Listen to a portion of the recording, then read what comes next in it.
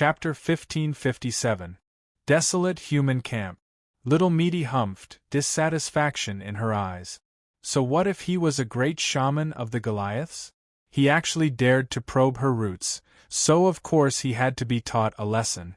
It was because of little Qin Yu's face that she only gave him a light punishment. If it were anyone else that dared to provoke her on their own initiative, they would have already been chased down and swallowed whole. Wiping the corners of her mouth, Little Meaty revealed a bit of helplessness. She had been a vegetarian for far too long. Although she had eaten something small, it was at most enough to fill her stomach. It couldn't be considered delicious at all. She had to find a way to eat something delicious as soon as possible. Otherwise, these days would be far too torturous. Thinking of this, Little Meaty clenched her teeth. Little Qin Yu, if it weren't for you, then this great shaman who delivered himself to my door would have already entered my mouth. So, you have to display your talent as a troublemaker as soon as possible. Hurry up and find an enemy to deliver themselves to your door. These days couldn't be passed too peacefully. Hanya was asking about Qin Yu's personal experiences during the process of constructing the world-breaking token. She recorded it down and passed it on to her teacher. Qin Yu knew how important this matter was, so he said everything he knew without holding anything back, recounting the entire process. He had completed the construction process in one go and the process had been extremely smooth. But in truth, the reason that the Western wilderness had been slowly advancing the world-breaking token for countless years wasn't just because there was too much movement during the construction process and it was easy for the Goliaths to detect, but also because the difficulty of constructing it was horrifyingly high. With Qin Yu's current cultivation and vision, if it weren't for the stone pagoda's help as well as Ruru's sneering advice at the critical moment, then let alone succeeding in one go, even if all 3 sets of materials were destroyed, it would have been impossible to smoothly complete it. After speaking the last part, Qin Yu pondered. After making sure he hadn't missed anything, he said, "I only remember this." Hanya nodded. She thought for a moment and asked a few more questions. After obtaining an explanation, she smiled. "I'll have to trouble you, General." Qin Yu said, "Grandmaster is too polite. Everything you and I have done has been for the Goliath." Hearing this, Hanya stood up and respectfully bowed, a look of respect on her face. "On behalf of the various Goliaths, I would like to express my gratitude to General." Qin Yu knew what he was thanking him for.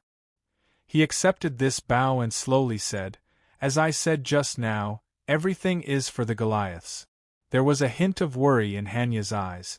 "I'm afraid that this will make the desolate man dissatisfied and they will suspect you." Qin Yu said, "Grandmaster, there is no need to worry. As long as the matter of the world-breaking token isn't discovered by the Forsaken Ones, they will choose to acquiesce." Hanya thought about it and slowly nodded. "There are many accidents in this world. If something really happens, you must take care of yourself." Qin Yu smiled and nodded. "All right." At this time, Hanya suddenly closed her eyes. Qin Yu's eyebrows arched up. He could feel that cryptic divine sense fluctuations from her once more. The great shaman of Meng Mountains. Could it be that some sort of accident happened to the world-breaking medallion that was set up earlier? Thinking of this, Qin Yu revealed a dignified expression. In just a few breaths of time, Hanya opened her eyes, and the obscure divine sense fluctuations around her had completely disappeared. He looked into Qin Yu's eyes and said, "General, there is no need to worry. There isn't a problem with the world-breaking token." After a brief pause, a strange expression appeared on Hanya's face. "Just now, teacher sent me a divine sense message asking me to ask if the Green Willow tribe was able to defy the heavens and change the fate of the Willow God totem. To forcefully extend one's life force, is this too much of a burden for you?" Qin Yu immediately understood the deeper meaning behind these words. He fell silent for a moment. It wasn't that he wanted to refuse, but that he didn't know what was going on either. Although it seemed like Ruru saving that willow branch would only take a moment, Just because it was a short period of time didn't mean it was easy. Qin Yu's silence fell into Hanya's eyes. She immediately thought of something and said, "General, there is no need to feel awkward. Teacher told me that if things aren't easy, then I should pretend I never mentioned it." Qin Yu waved his hand. "Grandmaster Hanya has misunderstood me. I just don't know if I can accomplish this." With the status of a great shaman of Meng Mountain, he wouldn't easily ask for help from others. Hanya's strange expression just now was likely because she never thought that her teacher would one day ask for help from others. So, this definitely wasn't a simple matter. Thinking for a moment, Qin Yu said, "The divine willow is the divine willow, the golden crow is the golden crow, and the barbarian totems all have their own divinity and differences. So, whether or not it can be saved depends on the situation." Hanya smiled. "It should be like this. I will immediately inform teacher. I believe there will be news soon." He closed his eyes and released a fluctuation of his divine sense. Seeing this, Qin Yu subconsciously narrowed his eyes. Before this, the great shaman of Meng Mountain had asked Hanya to appear and teach him how to revolve his divine sense. In other words, if the great shaman of Meng Mountain wanted to, he should be able to directly contact him. But the great shaman didn't do this. He still looked for his own disciple to act as a middleman. There might be a reason for this. Shuar Hanya opened her eyes. "Teacher said that he will send out an envoy to pay respects to General. There is no need for you to do anything. When the time comes, you will naturally see him." Qin Yu nodded. "All right." The Golden Crow tribe became the focus of attention once more. They were even more eye-catching than before, and their burning gazes nearly ignited the air.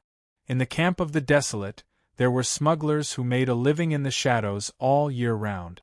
Although they were used to seeing life and death, it would be a lie to say that they weren't apprehensive and fearful in the barbarian territory.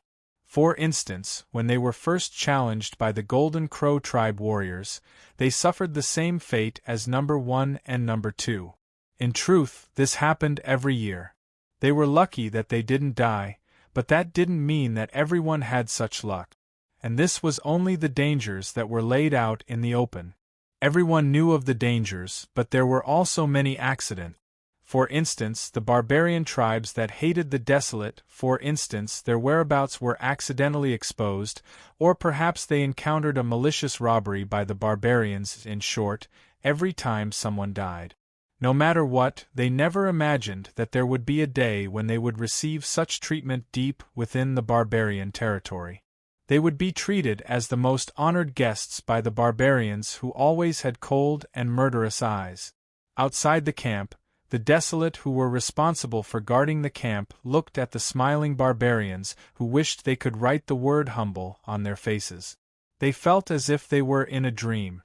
"Brothers, please pass on a message that the Blacklight tribe is willing to open a trade with the Desolate. We will give you 1,000 pounds of obsidian as a gift. We only ask that General Jin Wu summon us." "Humph. Everything has to be done first come, first served. Our tribe was the first to arrive, so if the general wants to see you, he will naturally see us. Desolate brothers, this is the best wine of our tribe. Don't stand on ceremony, please accept it.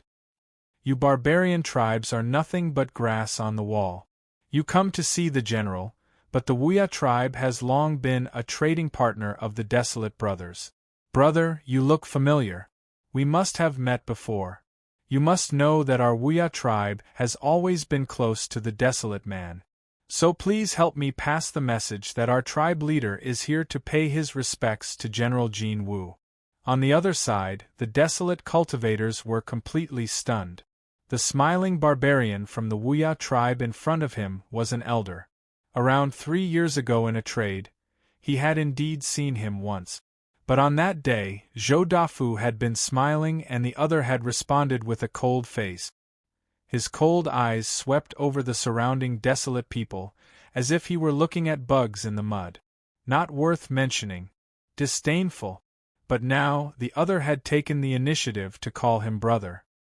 His words were filled with eagerness, as if he was trying to draw them closer. This feeling was really great.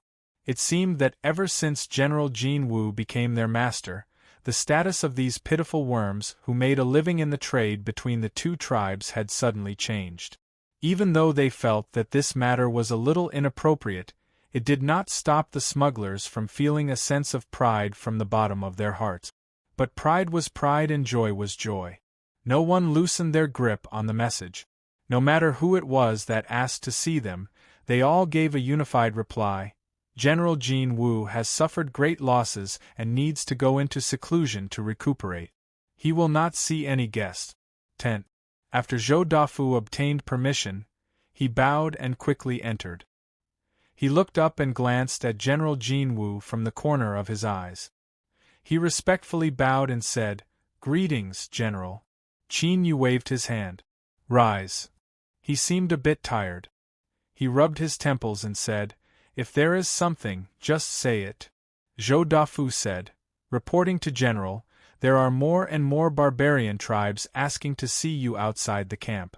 There is no lack of strong barbarian tribes among them. Should we continue blocking them?" Qin Yu grunted. Then, he closed his eyes, giving his answer. Zhou Dafu continued to say, "The second matter is that some barbarians have failed to meet with General. They have put forward a request to cooperate with us." Qin Yu frowned. "Didn't you say that all the materials we brought were basically sold out?" Zhou Dafu had a strange expression. "Yes. But these barbarians have agreed to let us pay them on credit. We can take the materials first and then make up for it later." He had been in the field for many years and had seen many things.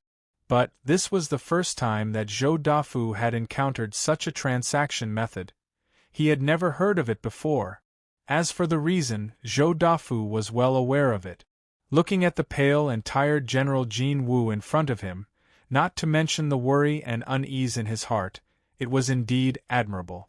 Qin Yu bitterly smiled. He thought that these barbarian tribes had seen the Golden Crow tribe and Green Willow tribe as examples and were far too enthusiastic. Of course, he could understand that this involved totems and the future of their tribes. Thinking for a moment, he waved his hand and said, "If that's the case, then accept it." Zhou Dafu respectfully nodded, a bit of hesitation on his face. Qin Yu lightly said, "I know what you want to say. I naturally have my reasons for doing this. There is no need for you to worry. You may leave." Zhou Dafu's forehead dripped with a cold sweat. At this time, he felt as if he had been completely seen through. Facing General Jin Wu, it was like he no longer had any secrets. This feeling wasn't too good. After leaving the tent, his complexion was still pale. Several figures surrounded him. Although they didn't speak, the meaning in their eyes was clear. How did the general respond? Zhou Dafu took a deep breath. The general said that everything has its own plans. There is no need for you or me to care. Everyone let out a long breath of relief. If General Jin Wu had said this before, they likely wouldn't have believed him. But thinking about it, the barbarian and desolate races had been enemies for generations. They had fought countless wars and countless children had died on the battlefield. It wasn't an exaggeration to say that their blood feud was as deep as the sea. It could even be said that the two sides were mortal enemies. In this world, only one could live. Although smuggling was rampant and there were many things that crossed the bottom line, smuggling itself was still a part of the war. They spied on the barbarians, investigated the geographical environment of the barbarians, the various tribes, and even secretly stirred up discord. No one thought that they would be so welcomed within the borders of the barbarians. But the price they paid was that the Golden Crow tribe's totem had advanced and they had completed the fusion of ice and fire. It could be expected that the strength of the Golden Crow tribe would rapidly rise in the future.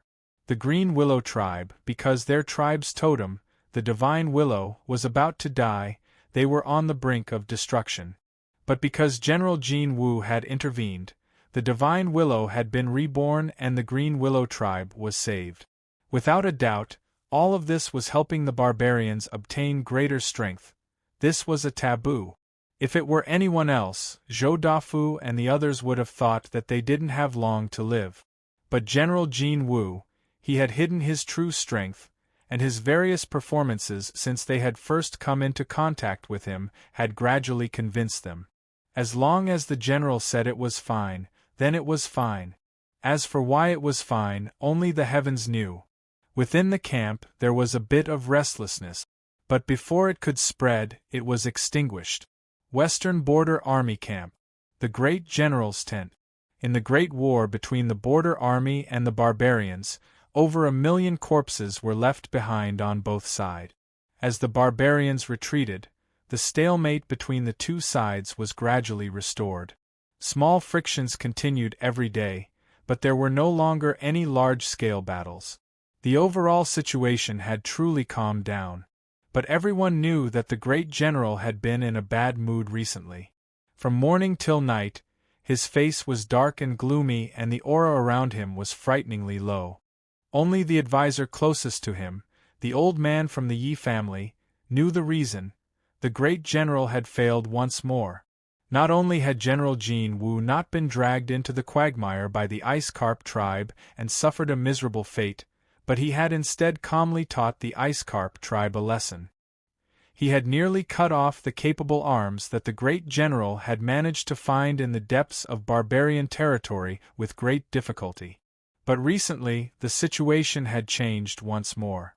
In the last several days, the great general had received over a dozen secret letters from the barbarians. Although the contents were unknown, a smile gradually appeared on the great general's face. This caused everyone in the tent to breathe a sigh of relief.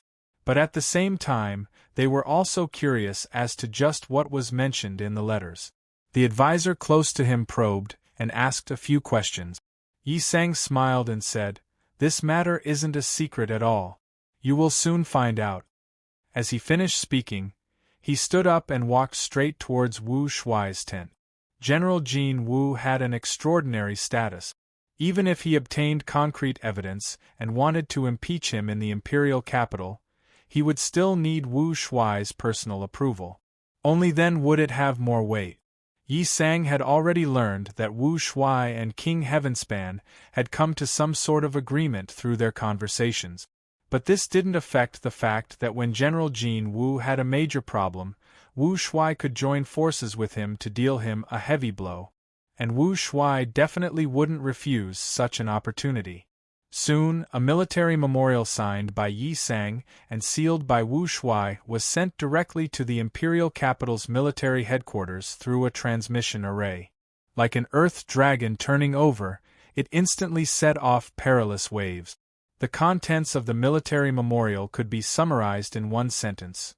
We have investigated and found out that General Jin Wu, Ningqin, has been aiding the enemy within the barbarian territory.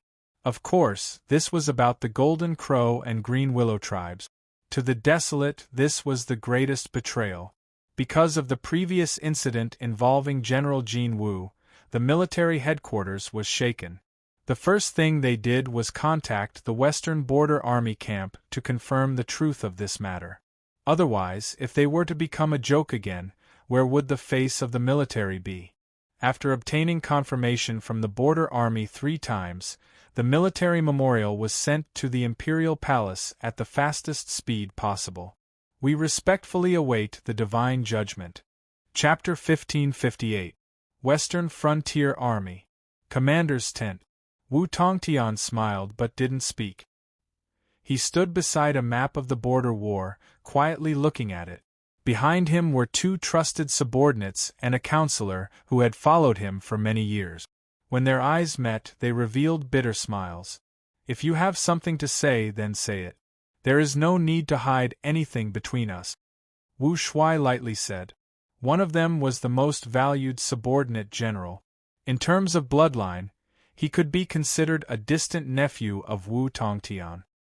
He knew that his uncle was his only backer in the Empire's army, and he had always been loyal to Wu Tongtian. He clenched his teeth and stepped forward. "Commander, I have already obtained follow-up information from the various barbarian tribes. This matter is far too obvious. It is as if the barbarians took the initiative to pass on information to us. How could General Jinwu not know? Knowing this, he still did what he did to the Golden Crow and Blue Willow tribes.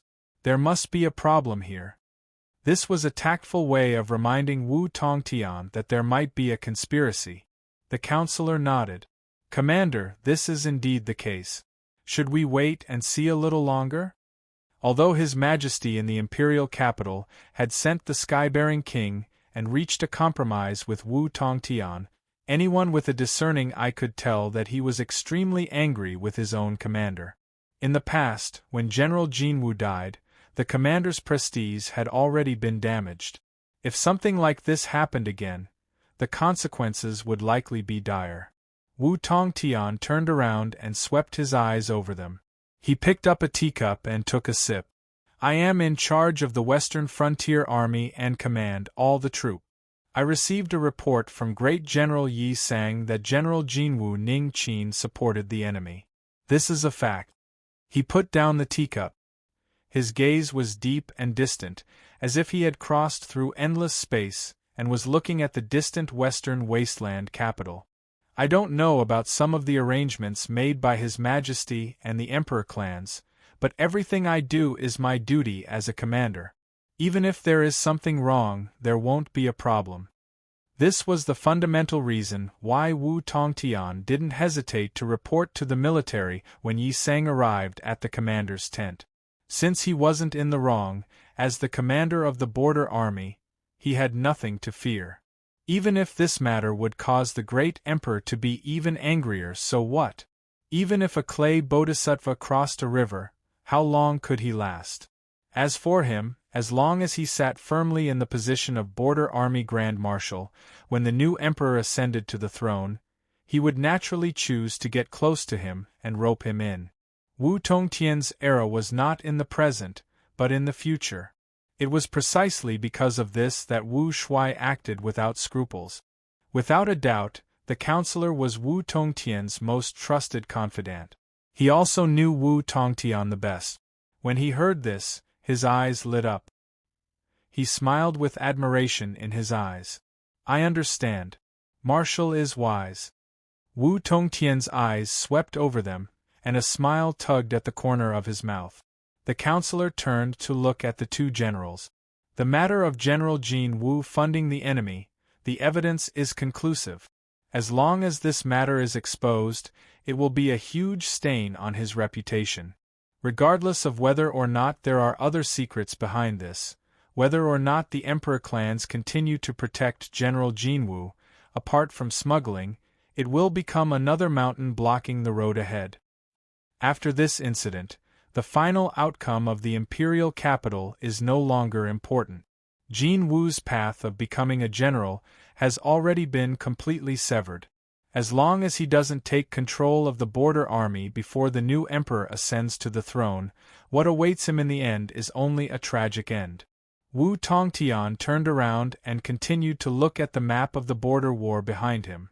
A cold smile appeared on his face. This was the so-called magnanimity of the great, and the Prime Minister's heart could move a boat. But he was only a common martial artist in the border army. Did he really think he had no grudges in his heart?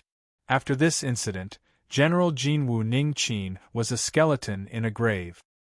His fate had already been decided. Western Wasteland Imperial Capital. The matter of General Jinwu funding the enemy set off tumultuous waves. Countless undercurrents raged in all directions, wreaking havoc. Previously, His Majesty had used the excuse of reprimanding the border army to temporarily stabilize the situation. But now they once again saw an opportunity to make things difficult for him. His Majesty had sat on the throne for far too long. It was time for him to step down and enter the Emperor's tomb, like the previous emperors of the Western Wasteland. The generals of the court were the first to submit a memorial to the great emperor, requesting that this matter be investigated thoroughly. If the truth was confirmed, then General Jinwu Ningqin must be executed. Following closely behind were the various ministers. They respectfully asked the great emperor to issue a decree to summon General Jinwu back to the imperial capital to be interrogated. This was to prevent the hearts of the border army soldiers from being disillusioned because of this matter. Then, it was the countless generals stationed in the four directions of the great wilderness. The crowd was stirred up and aggressive. They requested the great emperor to kill the traitors and not let the soldiers of the empire bleed and cry on the front lines. In an instant, the imperial capital was in a state of chaos. The situation had taken a turn for the worse. Almost all the spearheads were focused on General Jinwu Ningqin. Although he had gained a foothold in the western border army and opened up a good situation, this kind of impeachment could only be done by a border army commander. Everyone with a discerning eye could see that it was obvious that Xiang Zhuangwu's sword intent was in the imperial capital today. His real target was the great emperor who controlled the western wasteland. The sky-bearing king entered the palace. All the eunuchs and servants were dismissed. The great emperor sat behind the bead curtain. His expression couldn't be seen clearly, but one could feel the coldness in his words. Sky-bearing king, remember the people who were the happiest these days. When I have time, I will naturally deal with them. The sky-bearing king, who had a deep understanding of the great emperor, quickly bowed respectfully. In his heart, however, he couldn't help but smile bitterly. This time, it was likely that many heads would roll to the ground. Although these people died because of the great emperor, as the person who recorded the names, he would definitely receive the same amount of hatred. This meant that the sky-bearing king could only stand by the great emperor's side. It was impossible for him to change sides. Your Majesty is indeed meticulous in your calculations, and your methods are brilliant. Taking a deep breath, the sky-bearing king bowed. Your Majesty, you have great foresight. Although this matter is chaotic, it will not affect you at all. The great emperor sneered. Many people want to use this opportunity to stir up trouble, but now they have no choice but to endure. He stood up and paced back and forth behind the bead curtain. General Jinwu, this person is truly one of my blessed generals. The sky-bearing king bowed. Your Majesty, what do you think? The great emperor said faintly. Haven't the ministers and ministers of the various departments been clamoring to escort General Jin Wu back to the imperial capital for investigation? Very well, I will satisfy their request and call General Jin Wu back. I will reward him with a great merit, and let's see if these old fools have the face to continue barking in front of me. Time continued to pass for several more days. The memorials that were sent into the palace like snowflakes were all left unpublished. The imperial palace's attitude was ambiguous and unpredictable. Soon, some people realized something was wrong. The various elders of the emperor clans, as well as the representatives and chess pieces that they secretly controlled, all maintained a strange silence. As for the military, as the nominal hub of the imperial army, they were far too silent in this matter. The atmosphere in the imperial capital gradually became strange. The ministers that had jumped out to impeach the imperial palace bitterly smiled, but their hearts were filled with unease. Finally, an imperial decree was issued. In the coming days, General Jinwu Ningqin was summoned back to the imperial capital to report. This matter seemed as if it was the wish of everyone to impeach the imperial palace, but one could sense a strange meaning behind it. Golden Crow Tribe. Desolate Man's Camp. Qin Yu didn't know that he had become a rat on the street in the western wasteland imperial capital. But even if one didn't think with their knees, they could guess that his actions had already caused a great upheaval. But that didn't matter. Before he finalized his plan, he had already prepared himself, so he naturally wouldn't feel restless. Some people in the western wasteland thought that they had calculated everything, but they didn't know that they had been completely wrong from the very start. It was like solving a problem. No matter how easily you cut through it and how quickly you progressed, if you walked down a wrong path from the very start, you were doomed to receive the wrong answer in the end. What Qin Yu was considering now was that he should return to the Western Border Army. This was the so-called going too far was as bad as not going far enough.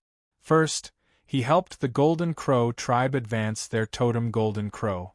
Then, he defied the heavens and changed his fate to help the Green Willow tribe's totem Divine Willow tribe regain its vitality. These two matters, either one of them was enough to shake the hearts of the people. This was the reason why the Forsaken Tribe's camp had such a high status amongst the barbarians. But it couldn't be done once, twice, or thrice, if he continued to accept orders, not to mention that Qin Yu no longer had the materials to lay down the boundary-breaking token, but even these barbarians who were so respectful to him might have some other thoughts. Just think about it. If the Forsaken General Jin really could casually help the barbarian tribe's totem complete an inconceivable transformation, then all the barbarians would go crazy. All the berserker tribes would go mad for him, and they would do whatever it took to keep him in the land of berserkers forever. Before, the matter of the Golden Crow tribe and Green Willow tribe was confirmed by the Western Border Army in such a short period of time. First, they had indeed made some arrangements in the barbarian territory, and second, the various barbarian tribes were deliberately adding fuel to the fire. They wanted to see the Western Wasteland pursue the Forsaken General Jin. They even shouted that they would cut off his head and punish him. If so, the Forsaken General Jin could only seek refuge with the barbarians. Qin Yu didn't want to see the barbarians fall into madness. Otherwise, besides blowing up his identity, there would be no way for him to escape. Moreover, he also needed to consider the Western Wasteland's imperial family. Smoothly laying down the first boundary-breaking token was already a pleasant surprise. But if this surprise came too quickly, it might turn into bewilderment. In a short period of time, Qin Yu needed to maintain the persona of the Forsaken General Jin. So going too far was as bad as falling short. It was time for him to leave. He had to return to the border army camp and rest while waiting for new instructions from the imperial capital. He frowned and thought for a moment. Although his actions were a bit out of line, compared to the boundary-breaking token, it was still a small matter. After all, in the eyes of the Western Wasteland's imperial family, once the boundary-breaking token was activated, the barbarian tribes that had benefited today would be destroyed in the blink of an eye. They weren't worth mentioning at all. Letting out a breath, Qin Yu stood up and walked outside. 3 days ago, he had told Little Meaty to leave the barbarians as soon as possible. But even now, she hadn't responded. Qin Yu wanted to see just what she was doing. When he arrived at Little Meaty's tent, Qin Yu found nothing.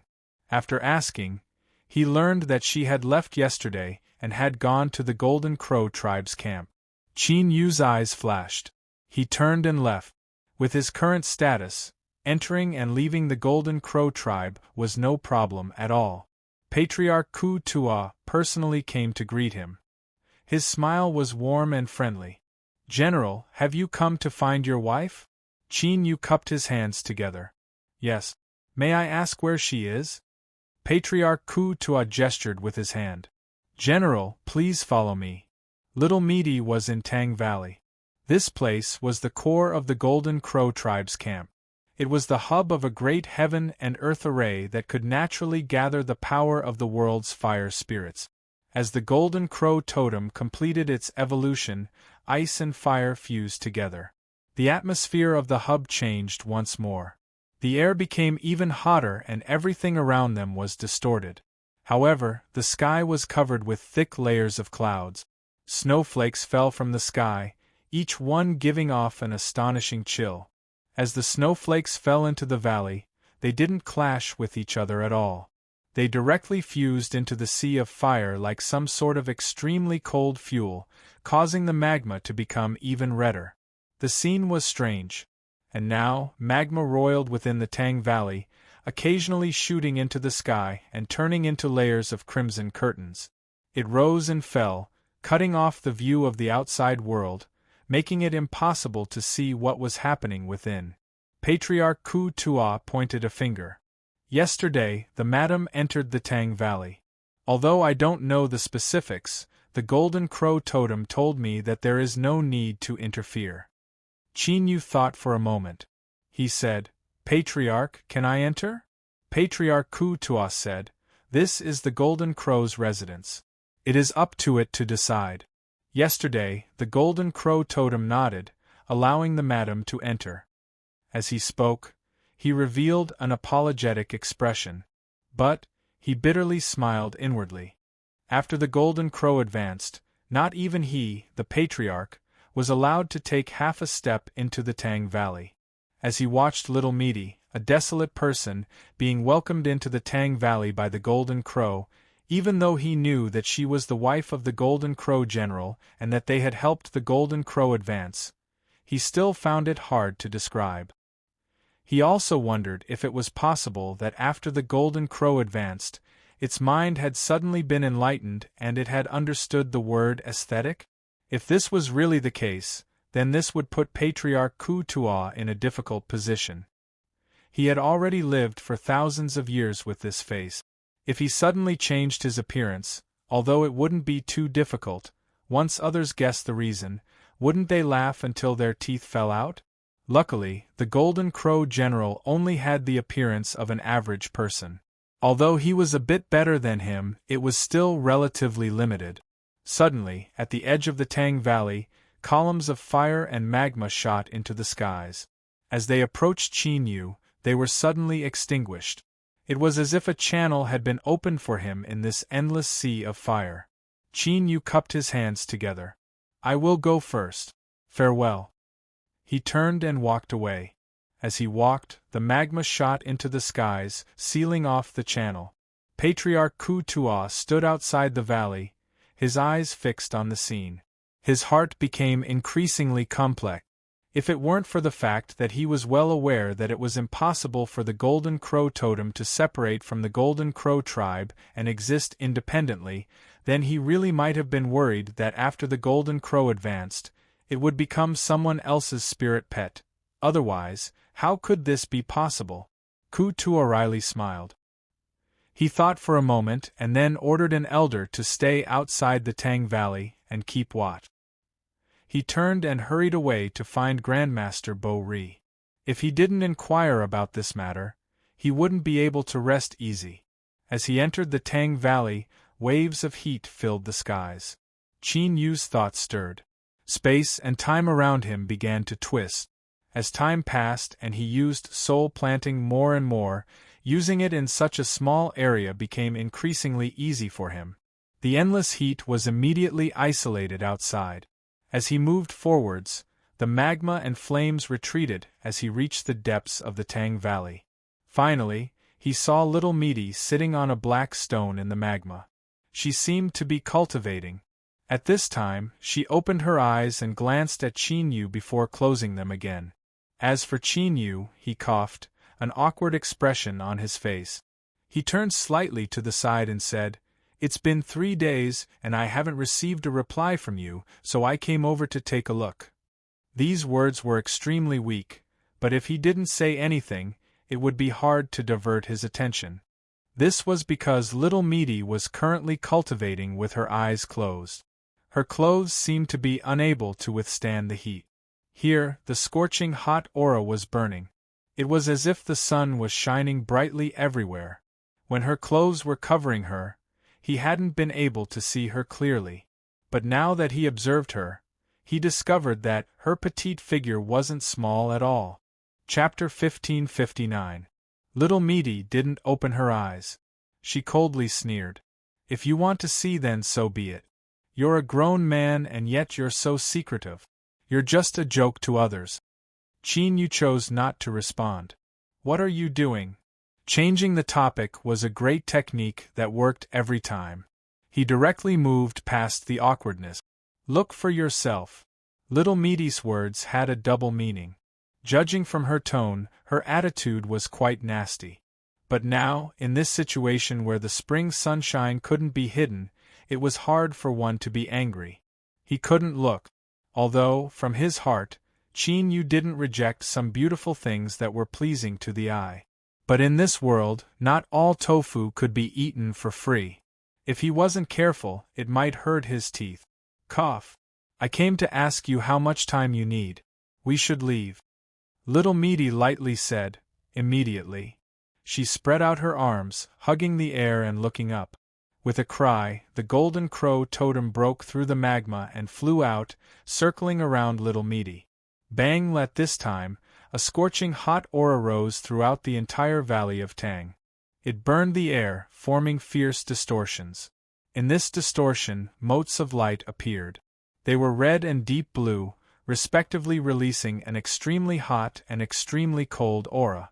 There were countless motes of light, like a sea of stars that covered Little Meaty. Deep and cryptic fluctuations of strength constantly spread out. The golden crow cried out faster and faster, revealing a bit of exhaustion. It was clear that condensing these motes of light had consumed a tremendous amount of its strength. Qin Yu's heart sank. He couldn't care less about whether or not tofu could be eaten. He looked at her with rapt attention. At this time, as the red and blue motes of light shined, Little Meaty frowned beneath the sea of stars, as if she were enduring some kind of pain. On the surface of her exposed and fair skin, motes of light slowly appeared, covering every inch of her body. Looking carefully, one would discover that the positions of these motes of light were the same as the motes of light that appeared in the distorted space. Moreover, they were the same red and blue motes of light, without any confusion in their positions. It was like the current Little Meaty was a great mirror, replicating everything that happened here. And this process was clearly not an easy task for her. The motes of light on Little Meaty's fair skin grew increasingly bright. As for the motes of light in the distorted space, they rapidly dimmed. Qin Yu took a deep breath. He stared closely at Meaty. At this time, there were no distracting thoughts in his mind. He could clearly sense that as these two colored dots of light were copied onto his body, her aura was disappearing. Seal. That's right, it was this feeling. What Little Meaty was doing was sealing off her own aura, preventing it from leaking out in the slightest. At this time, Qin Yu was enlightened. The reason Little Meaty had followed him to the Golden Crow tribe should have been for this day. In fact, when she gave away the bead to help the Golden Crow totem to evolve, she already had a plan in mind. But what was her purpose in doing this? It was at this moment that Little Ro suddenly opened her eyes. Without making the slightest movement, a green mass appeared in front of her. Exuberant life force emanated from this ball of green, bringing with it a fresh, natural, and pure aura of new life. Green Willow Tribe, Totem Divine Willow. Qin Yu had personally touched that willow branch before, so he naturally recognized this aura. If it weren't for the fact that he knew that it was the Green Willow Tribe that had come looking for him, he would have suspected that all of this had been arranged by Little Meaty. Or, was everything really under her control? Little Meaty swallowed down this ball of green. The two colored dots of light that appeared on the surface of her body stabilized and became vivid. Crackle, crackle. Light sounds spread out from the distorted space. The dots of light rapidly shattered and dissipated. At the same time, her aura completely vanished. She was like a shadow. If he closed his eyes, even if she were right in front of him, Qin Yu still wouldn't be able to sense her existence. It was like she had escaped into a crack between the heavens and earth, detached from all living things, unable to be sensed or locked onto. The Golden Crow totem cried out, revealing a deep weariness. It folded its wings and fell down beside Little Meaty, its crimson eyes dim.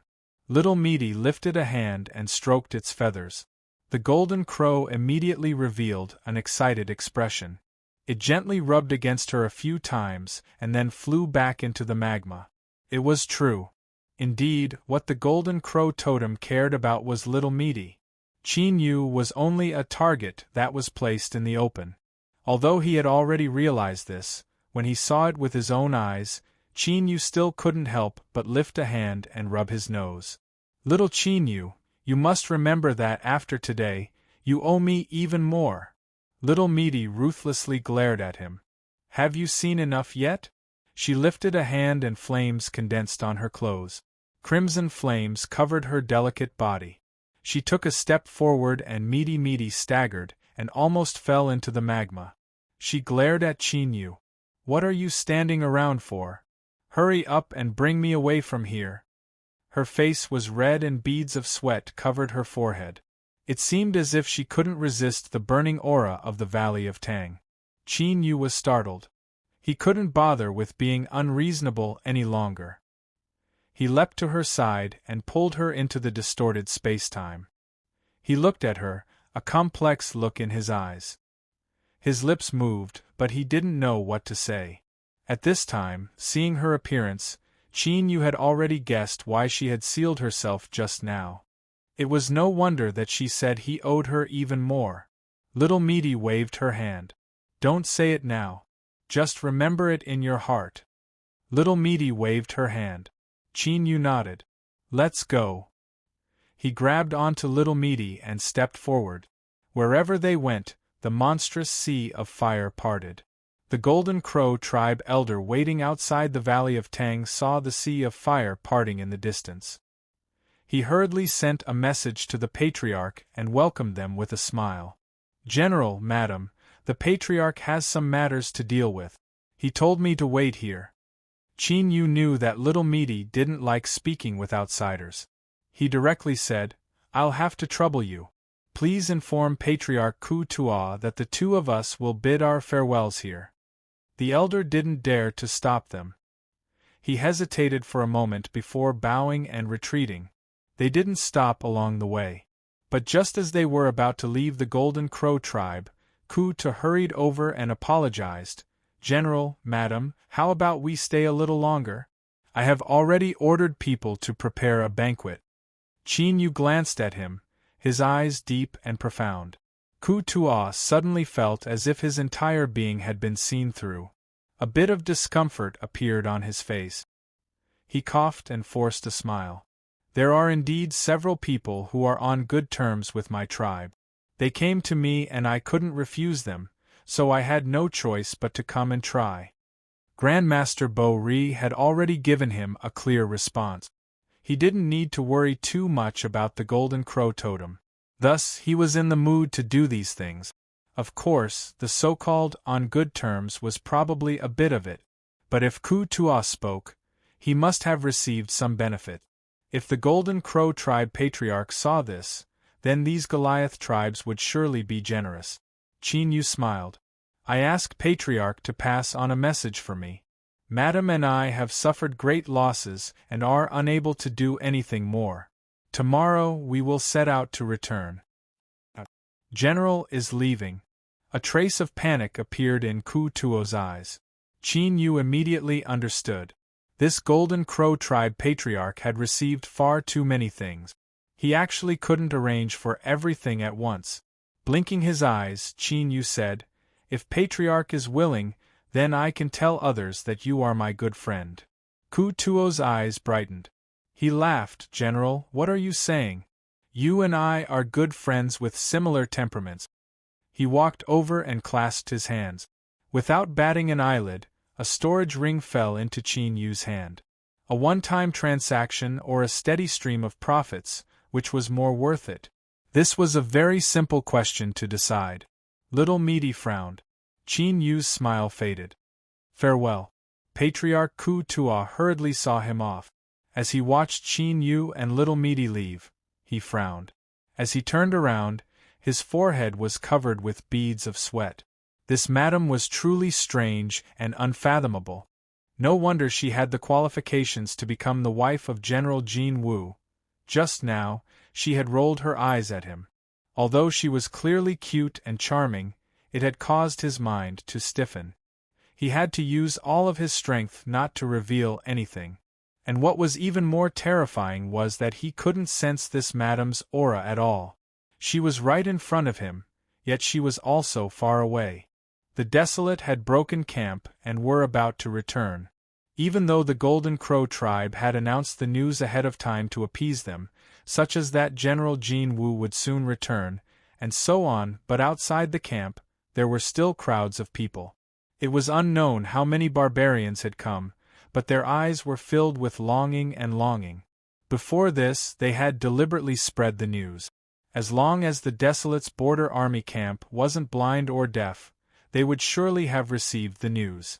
But even after several days passed, there was still no movement. It was like a giant stone had fallen into the water, quietly falling into silence. This left the barbarians depressed. It wasn't that no one had any devious thoughts.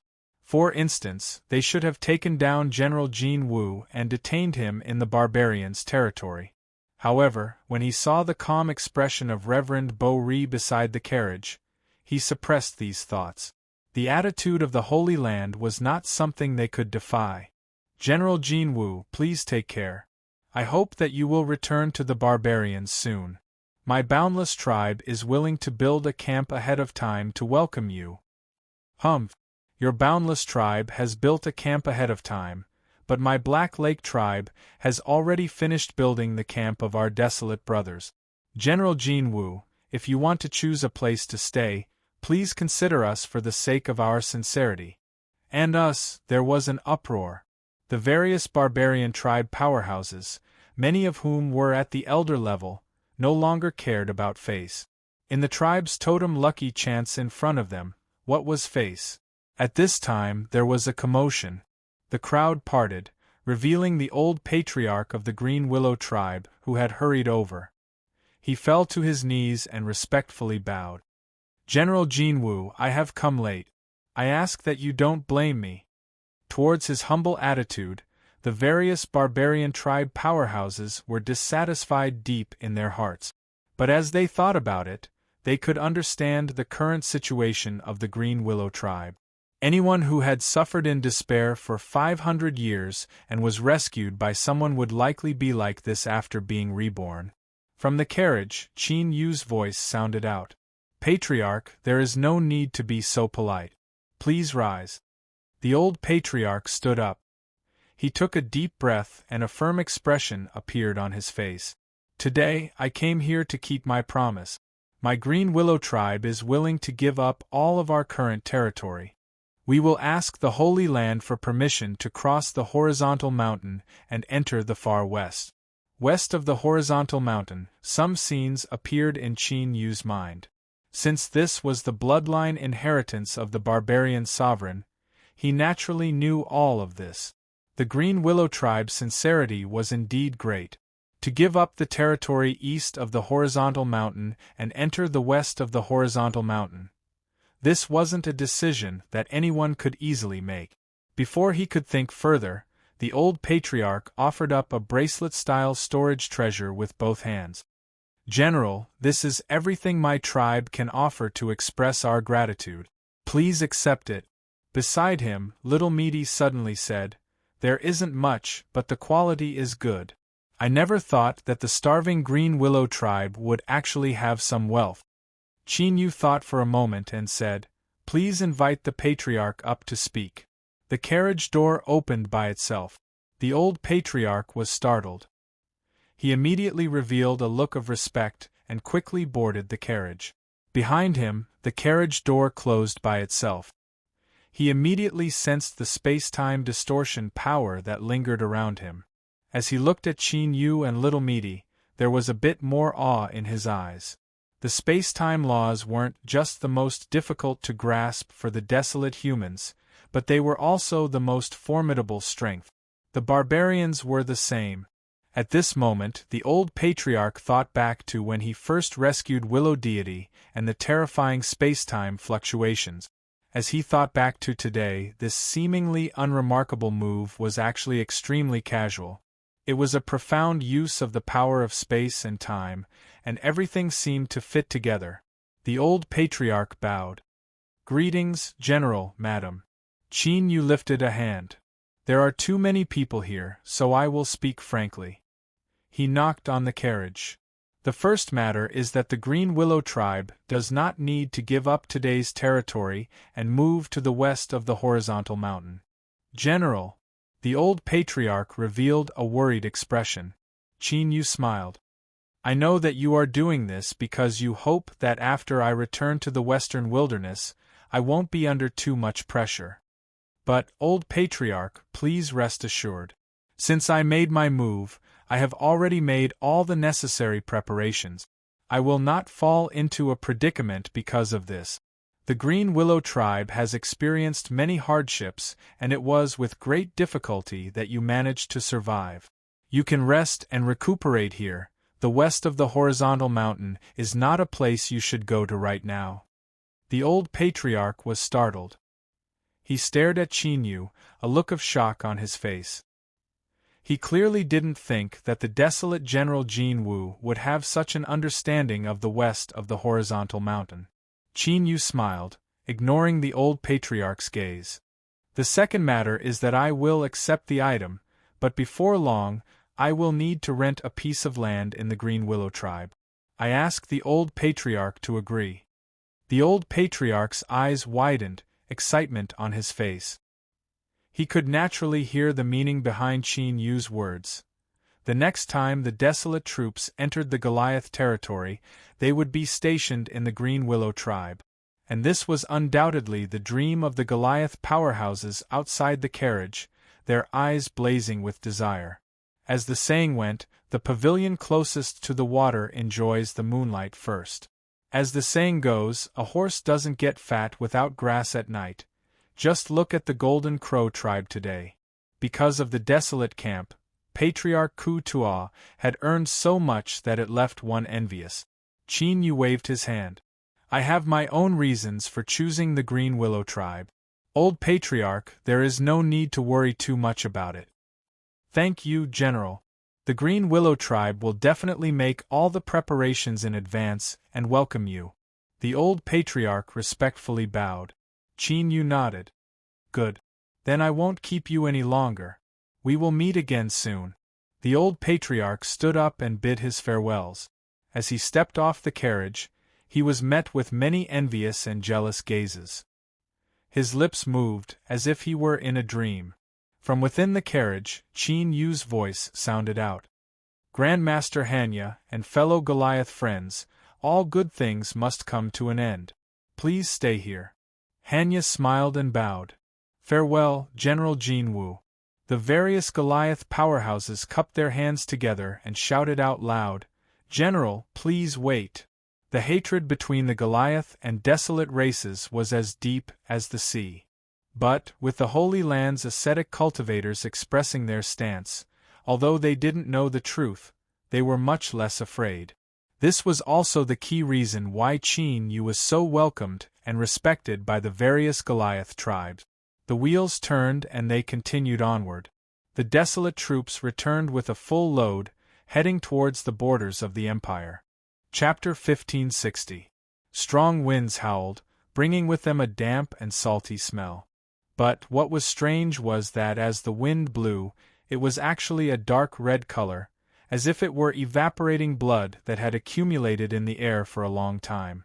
The boulder broke through the earth, rising 1,000 feet into the air. The earth had been corroded by moisture for many years, and its surface was uneven. The white-robed man stood beneath the boulder, his body curled up as he struggled to look up. But he still couldn't find that figure. My lord, I've gone through untold hardships to finally find you.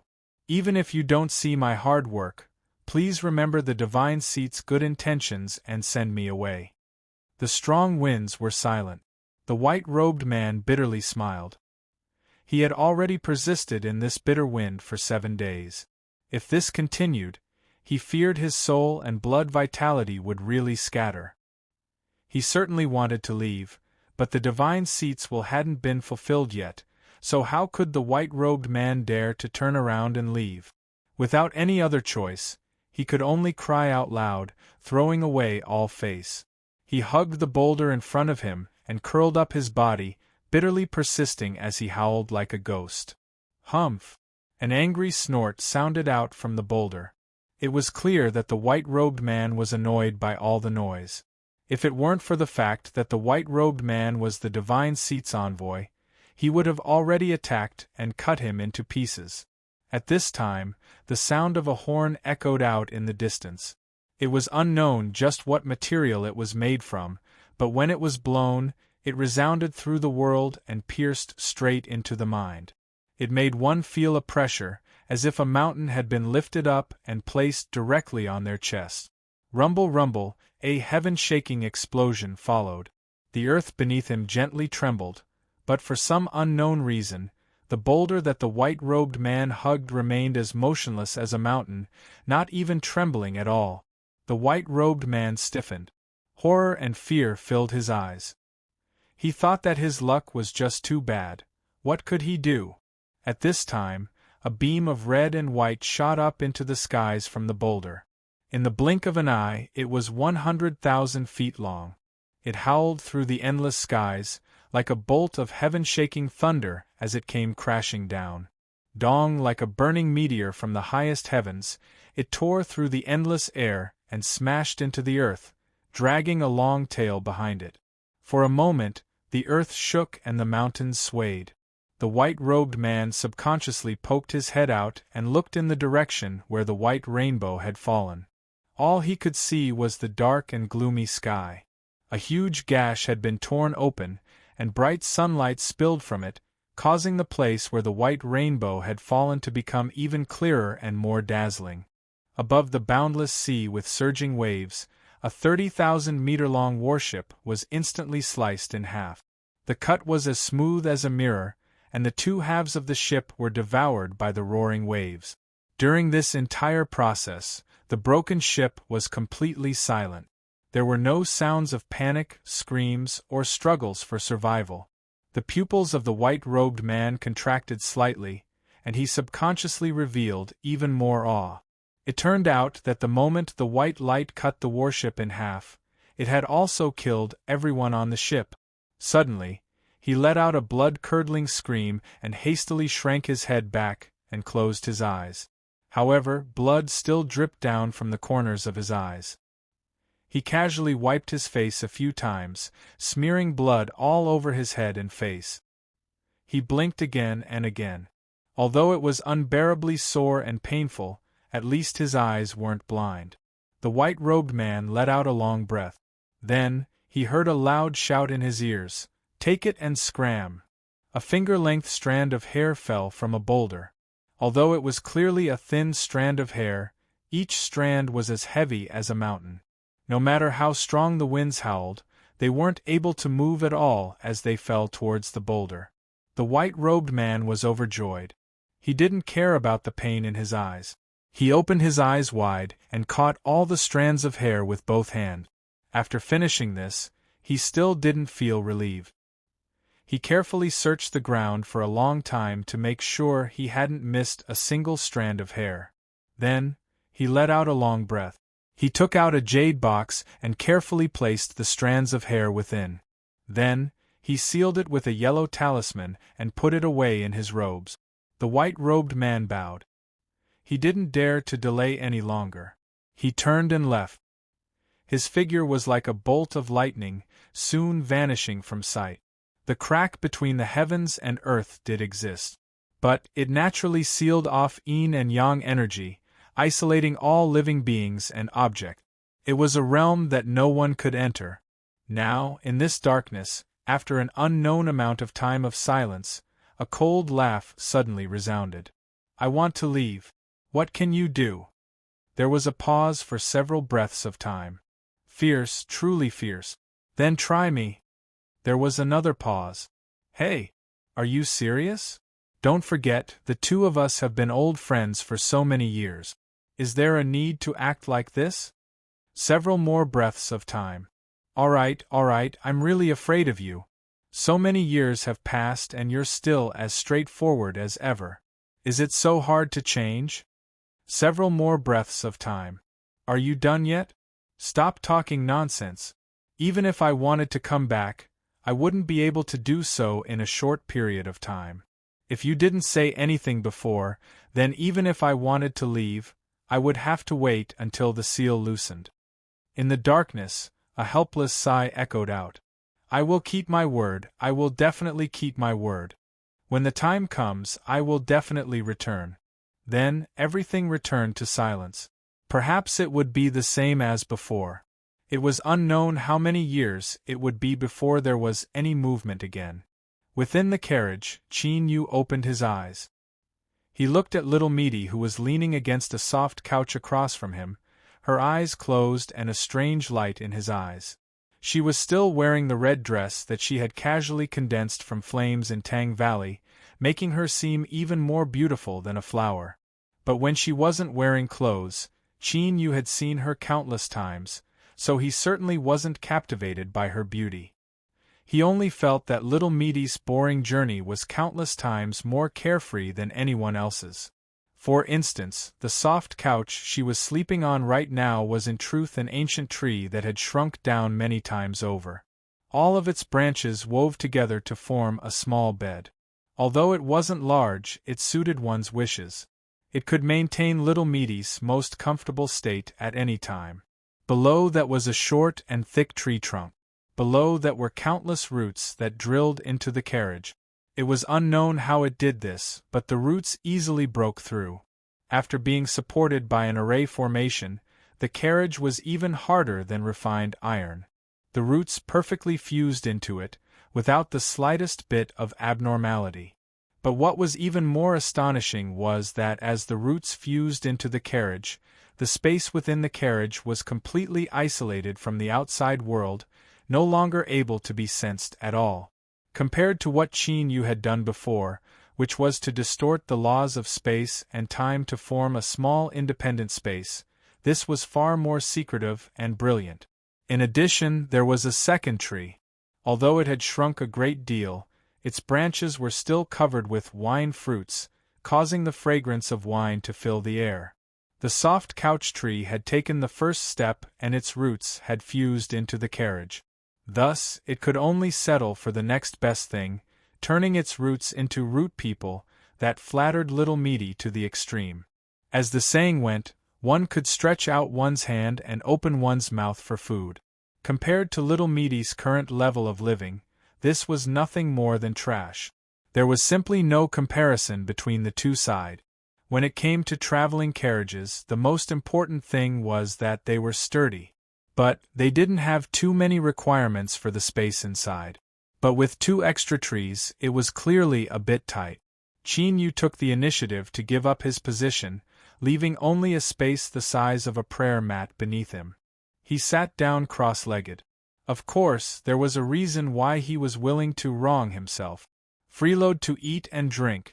This great undertaking that had been interrupted because of the Golden Crow tribe incident had finally begun once more. Little Meaty chose to tacitly agree to this. It was just that before Qin Yu ate and drank, she would always intentionally or unintentionally remind him that he owed more and more debt. At the start, he did feel a bit restless, but as the debts increased, to borrow an old saying, lice don't itch when there are too many, he gradually became numb to it. In any case, he had already accumulated debt after debt. Could it be that this mysterious existence hidden in space-time could kill him and eat his flesh and blood? Qin Yu was well aware that although his cultivation was decent, his flesh and blood were far from being able to repay his previous debts. In short, he gradually came to a realization that the more debts he owed, the safer he would be. If this existence hidden in space-time wanted to recoup his losses, then he had to ensure that he was alive. Only a living person had the chance to create value. This was a very simple truth. It was unknown whether or not little Meaty had seen through Qin Yu's thoughts, but her eyes became increasingly contemptuous and she sneered without end. It was only because Qin Yu had tempered his skin recently that he was able to eat and drink with a clear conscience. Suddenly, Qin Yu frowned. His eyes fell on little Meaty's body. Although he couldn't sense her aura, at this moment Qin Yu could feel something strange. It was as if she had suddenly become very heavy. The trunk of the soft couch that carried her was suddenly bent, causing the carriage itself to emit a series of boing sounds. It was as if it would break apart in the next moment. The roots instantly scattered. The wine tree rushed over. Its trunk, branches, and roots all wrapped around the soft couch. The two joined together to help it withstand the sudden weight. The ones pulling the carriage were 2 strange beasts gifted to them by the Golden Crow tribe. They were incredibly strong and fast, but now they both cried out in pain and fell to their knees. Firstly, the carriage had suddenly become heavy. It was like a mountain rooted to the earth, unshakable. Secondly, the extremely terrifying aura that had suddenly appeared caused them to feel endless fear. "Stop!" Jodafu shouted out. He rushed in front of the carriage as fast as he could. He looked at the two strange beasts kneeling on the ground and took a deep breath. "General, madam, what is happening?"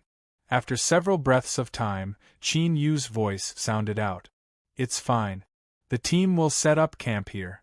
You don't need to worry about them." Jodafu relaxed a little, but he still didn't dare to be careless. He quickly ordered them to set up camp around the carriage. During this time, his eyes couldn't help but fall onto the carriage several times. Every time, it made his heart tremble. From the bottom of his heart, there was fear and trepidation. It was as if there was a monster hiding in the carriage. Once it opened its mouth, it could easily swallow all of them into its stomach. Jodafu didn't dare to say more. He hurriedly found Lotus Girl. Now, this beautiful woman who had almost no presence after entering the barbarian territory had her eyes tightly closed. Her face was pale and her forehead was covered with fine beads of sweat. This made Jodafu open his mouth, but he didn't know if he should ask. Lotus Girl said in a trembling voice, "My lord, if I were you, I would pretend that I don't know anything." Taking a deep breath, Jodafu turned and left. He had already made up his mind. Before the carriage gave the order, he would not go near. Lotus Girl returned to the carriage. She subconsciously curled up her body. Her whole body was shrouded in fear. She never thought that there would be such a terrifying aura in this world. It was like an endless abyss that could swallow everything in the world and destroy everything. Regarding the status of the desolate General Jin Wu in the barbarian race, only tribes that were strong enough were qualified to know. But this did not mean that the small and medium-sized barbarian tribes were not warned in advance. Therefore, the journey of the Desolate Man team was extremely smooth and there were no accidents. Seeing that they were not far from the border and could leave in a few days, the Desolate Man team suddenly camped and rested. It was very normal to rest and recuperate before leaving the land of the barbarians, and then hurry on with the journey in one go. But when the Desolate Man team camped and did not move for 3 days, things became a little strange.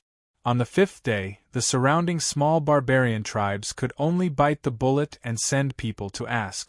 It was because they had received a warning from their respective tribes that they were not allowed to be disrespectful to the Desolate Man team.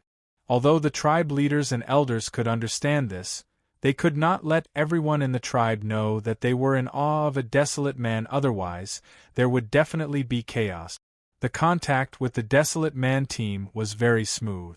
One of them appeared and told them that the general had made a breakthrough in his cultivation and needed to rest for a period of time. There was nothing wrong with it. The leaders of the small barbarian tribes gathered together to discuss. Then on the 2nd day, they made the decision to move the tribe and look for grassland. This was obviously very hasty and puzzling, but this matter was destined to not be explained. To avoid trouble, they would rather travel far away from this area. Otherwise, who knew what accidents would happen? On the 10th day, on the 15th day, on the 20th day, in the camp, the atmosphere gradually became strange. Everyone subconsciously looked at the carriage. Half a month had passed and there was no movement at all. But that uneasy feeling became stronger and stronger. Jodafu's expression was calm as he maintained order in the camp. Although he looked relaxed, he was actually very anxious. He had decisively sold out General Yi Sang-do. He was already destined to cling to General Jin's thigh. If something happened to General Jin his fate would definitely be more miserable than imagined. In addition, there was also a sense of fear and uneasiness that came from the bottom of his heart. There was no reason, but Jodafu felt that if something happened to General Jin, he would also suffer. This feeling became clearer and clearer as time passed. On the 30th day, The Desolate Man team had camped here for an entire month. Finally, Qin Yu's voice came out from the silent carriage. "Okay, let's go." His voice was slightly hoarse and weak, revealing a deep sense of exhaustion. The strange beast that was pulling the carriage stood up from the ground. It looked back at the carriage, its eyes filled with doubt. The extremely terrifying aura that they had felt before had disappeared. At this moment, all the desolate men let out a breath. It felt like they had been buried underground for a long time and could finally breathe freely. Zhou Dafu's pale face was filled with ecstasy. "Let's go." In this month, he had been tormented. After shouting this, his vision darkened and he fell to the ground unconscious. Fortunately, Zhou Dafu quickly woke up and the team was able to set off smoothly. In the surroundings, the various barbarian tribes who were secretly watching the Desolate Man team quickly spread the news that the Desolate Man team had left the camp. The Desolate Man team set off again after a month. Chapter 1561. Within the carriage, the two large trees rapidly shrank, turning into two unique hairpins that fell onto Meaty's head. Now, the emerald-green hue that appeared on their surface was much dimmer. It was clear that in order to withstand her weight, they had consumed a great deal of energy. Meaty rubbed her eyes, as if she hadn't regained her composure yet. She glanced at the pale Qin Yu in the opposite corner. "How much time has passed?" Qin Yu said, "A month." He thought for a moment. What happened? Before this, although Meaty had also fallen asleep, it hadn't been so exaggerated. In addition, her aura had suddenly changed, becoming as deep and terrifying as an abyss. It was clear that something had gone wrong. Meaty yawned. "I spoke a few words. I'm fine now." A few words, and she spoke for an entire month. Qin Yu had to use a great deal of effort not to roll his eyes. Meaty seemed to sense his thoughts. Her lips curved up in a cold sneer. "Are you ignorant? Don't you know the old saying that a day in the heavens is a year on earth?" She waved her hand dismissively. "With your cultivation boundary, of course you don't understand. In the future, there might not be a day when you do. TSK, how pitiful, how pitiful." Qin Yu frowned, not speaking. He believed Meaty's words a little. One of her special characteristics was that she wouldn't lie when mocking others. A day in the heavens was a year on earth. One didn't have to live in the heavens. Speaking to the heavens was the same. Qin Yu shook his head and restrained his thoughts. It seemed that Meaty was fine, so he didn't need to worry about her any further. Disregarding his own safety, just the matter of constructing the world-breaking token would require her help. He took a deep breath and closed his eyes.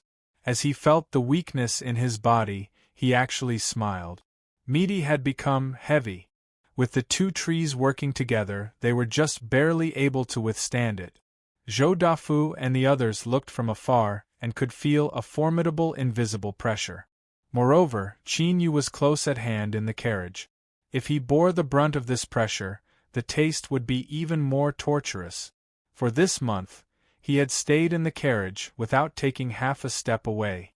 One reason was because he was worried that there would be a problem with the one within Meaty's body. But more importantly, in this pressure, Qin Yu had found a turning point to sharpen himself. After eating and drinking for many days, his soul and mortal body had grown by leaps and bounds. But this sort of short period of improvement was like building a house on sand. His foundation was unstable. In this way, the taller and bigger the house was, the bigger it would be.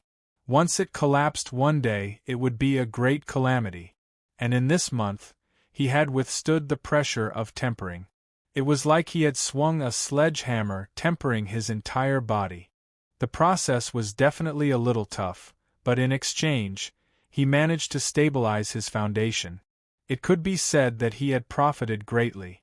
And more importantly, in these past days, Qin Yu had faintly touched upon a bottleneck. He was confined within, and even breathing became difficult. When he touched this bottleneck, he suddenly understood that this was his boundary. Once he broke through, he would be able to step into the sovereign realm, and his level of existence would undergo another transformation. Across from him, little Meaty looked at Qin Yu several times. She suddenly said, "If you want to obtain more benefits, then don't be in such a hurry to make a breakthrough. There are many rulers in this world, but they are also divided into different ranks." Qin Yu opened his eyes. "What should I do?" Simply and directly, without hiding anything at all. When it came to increasing his own strength and moving forward on the great Tao in the future, he certainly couldn't allow himself to be careless or pretentious. Qin Yu naturally understood this. Once little Meaty spoke, she wouldn't beat around the bush. "If you want to become a ruler, you should at least wait until that darkness in front of you disappears." Qin Yu frowned. He looked deeply at her, his thoughts racing. Soon, he determined what she was referring to. Underground in the mine, the heaven and earth spirit embryo. It seemed that this mysterious and unfathomably formidable existence that hid between the heavens and earth had already realized this. At this moment, Qin Yu suddenly thought back to when he first passed through the heaven and earth spirit embryo.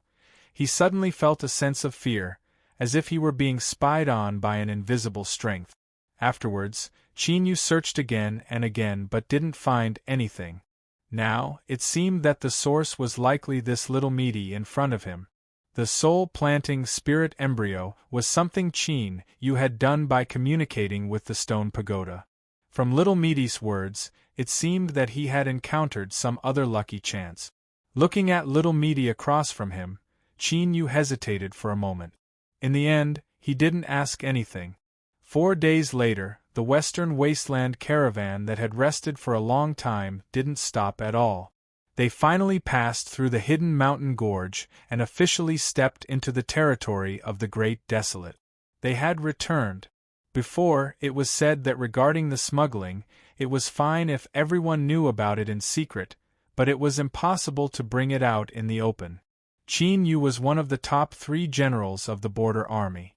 Now that he had returned to the Western Wasteland, it was time to separate from the smuggling caravan. Zhou Dafu respectfully bowed. "General, rest assured that the accounts have been prepared by Lotus Maiden.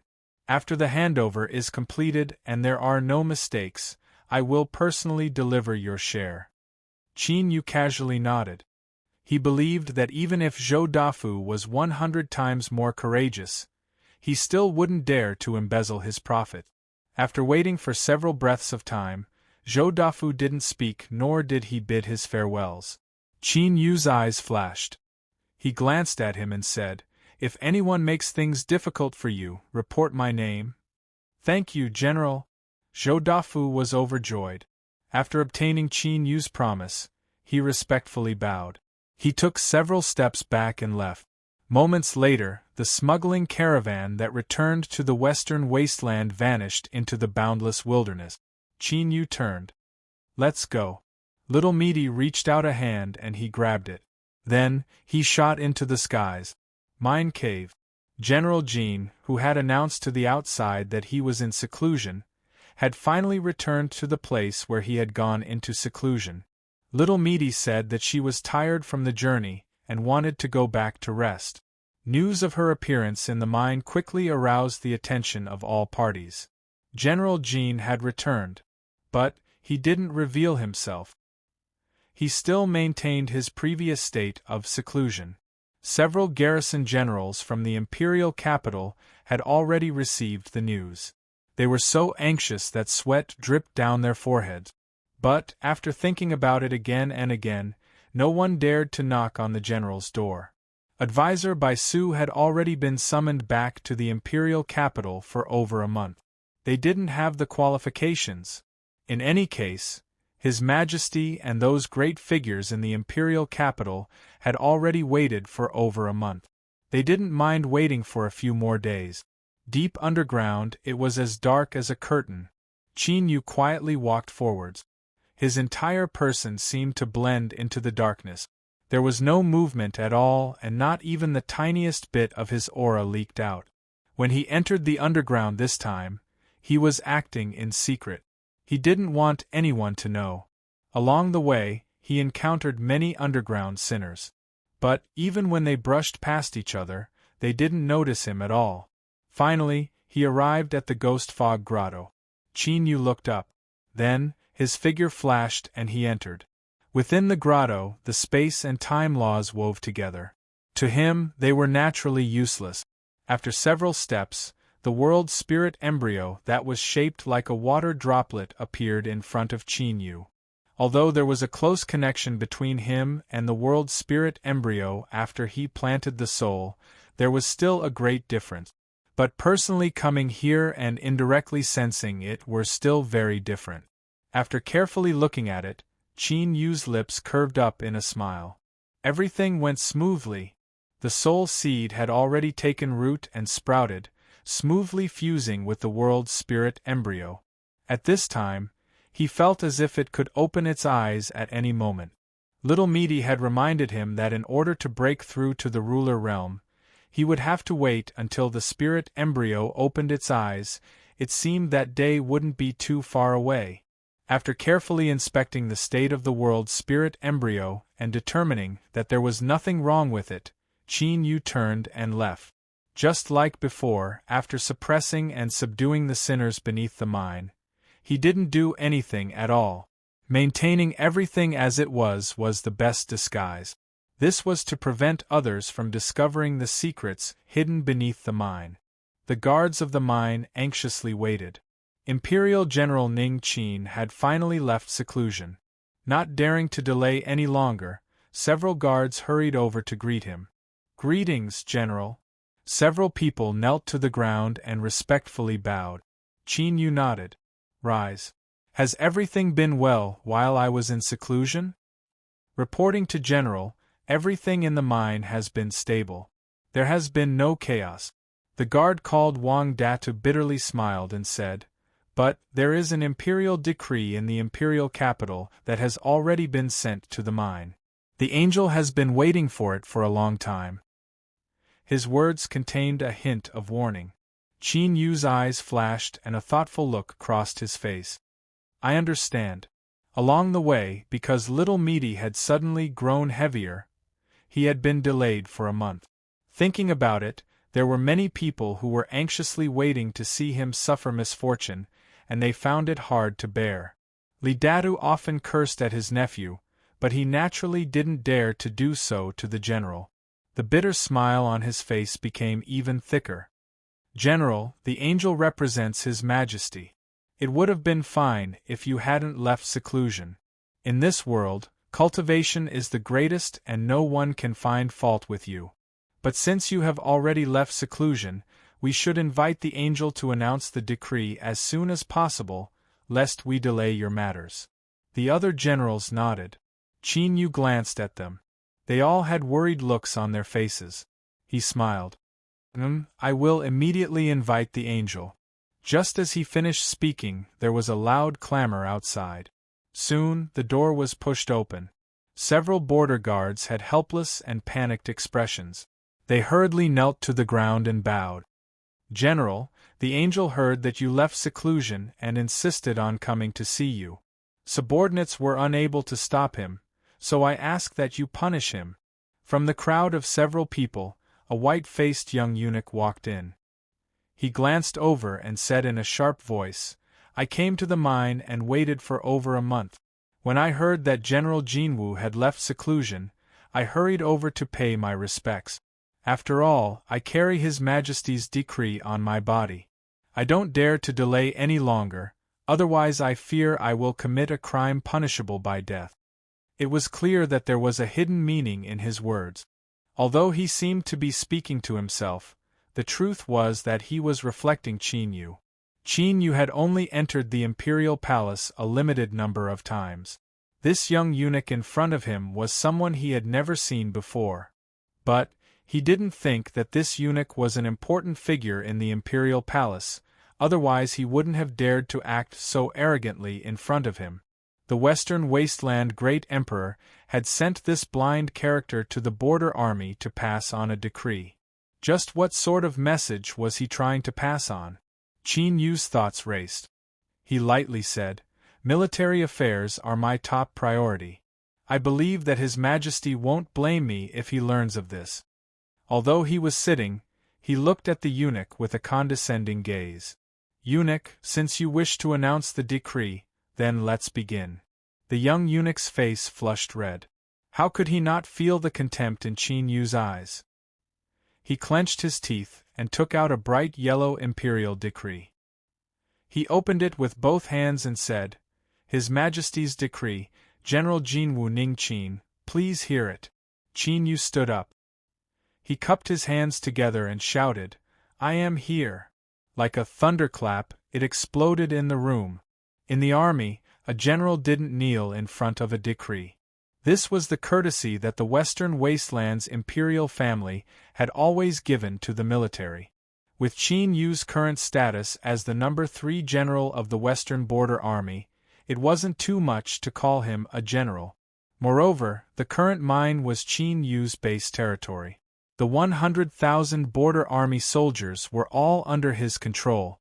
The young eunuch's complexion changed.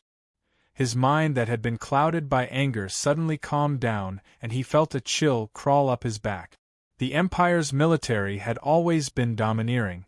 Even some important figures in the palace might not be placed in their eyes.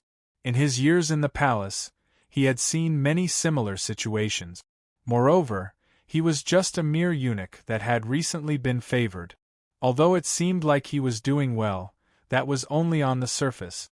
Thinking of this and thinking of the favored empress behind him, the young eunuch bit down on his lips, the taste of blood filling his mouth. His eyes were dark and filled with hatred.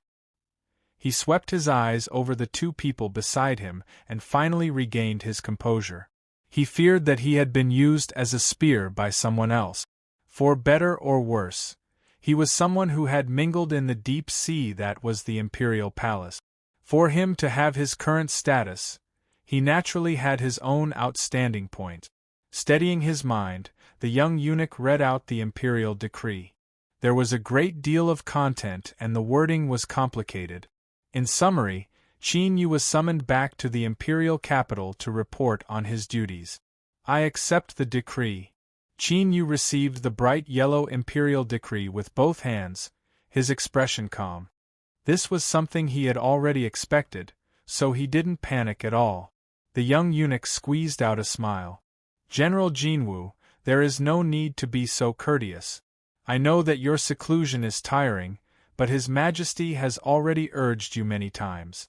If it weren't for this, I wouldn't have been so anxious before and offended General Jinwu. I ask that the general forgive me." Qin Yu lightly said, "Eunuch's words are too serious. Once I go to the camp and explain things to General Wu, I will immediately leave." The young eunuch nodded again and again, indicating that it was fine. Qin Yu reached out a hand. "I won't see you off."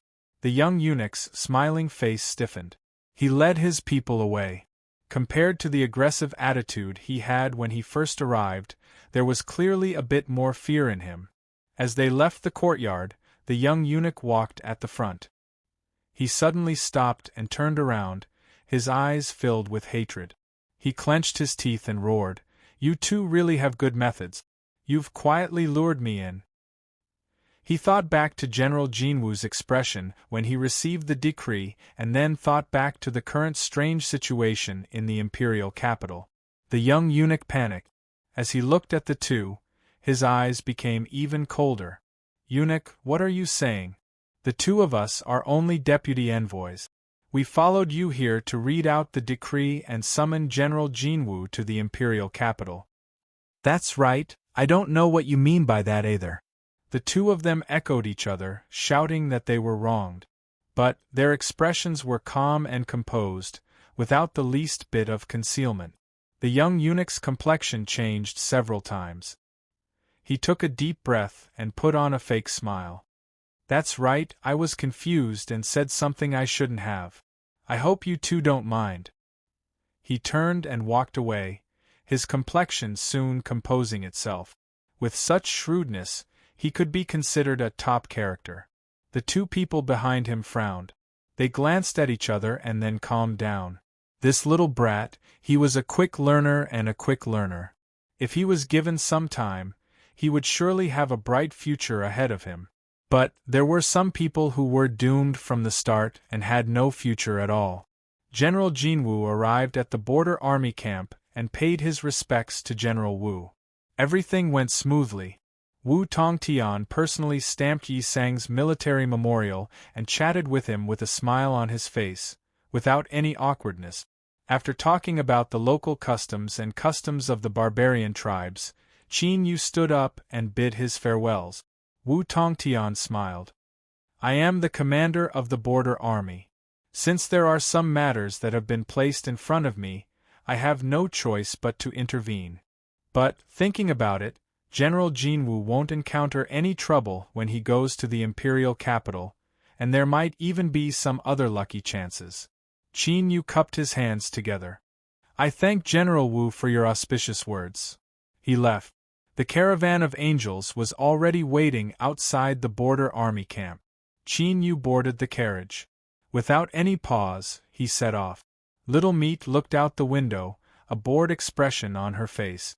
When Qin Yu came in, she glared at him. "Hurry, hurry, I'm almost always on the road. My good vacation has nearly been ruined by you." Qin Yu thought that he wasn't the one who wanted her to come. But no matter what, he couldn't say these words. With Little Meat by his side, his safety was guaranteed, perfect. Even if she wanted to stay, Qin Yu had to think of a way to keep her by his side. Cough. The border army camp is barren and desolate. Once we reach the Western Wasteland's imperial capital, it will be one of the most prosperous places in the world. You won't be disappointed. Little Meat thought for a moment and then humphed. Deep in her eyes there was a bit of anticipation. With a smile, Qin Yu turned and sat down. His fingers gently tapped his knees as he thought about what Wu Tongtian had just said. With his status, he wouldn't speak without thinking. Since he said this, it was likely that he had obtained some secret information ahead of time. Returning to the imperial capital this time shouldn't be too dangerous.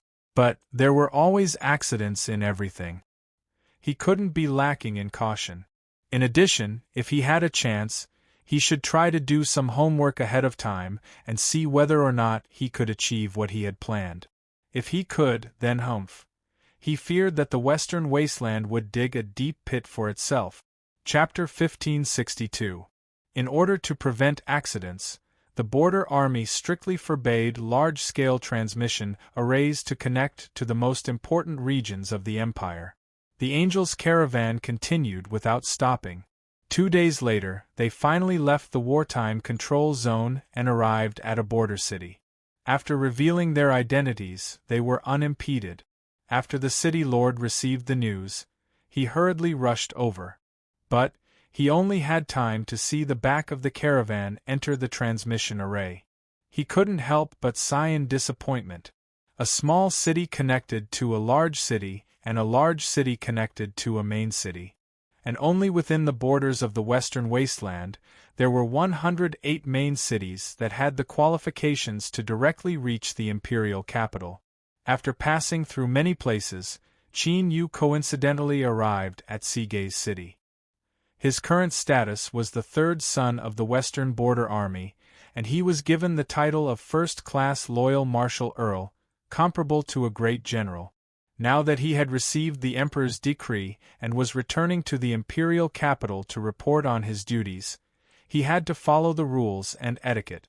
Thus, after arriving at Sigay's city, the Western Wasteland Border Army soldiers that came out of the mines and clearly relied on the general to rush to the relay station for temporary repairs.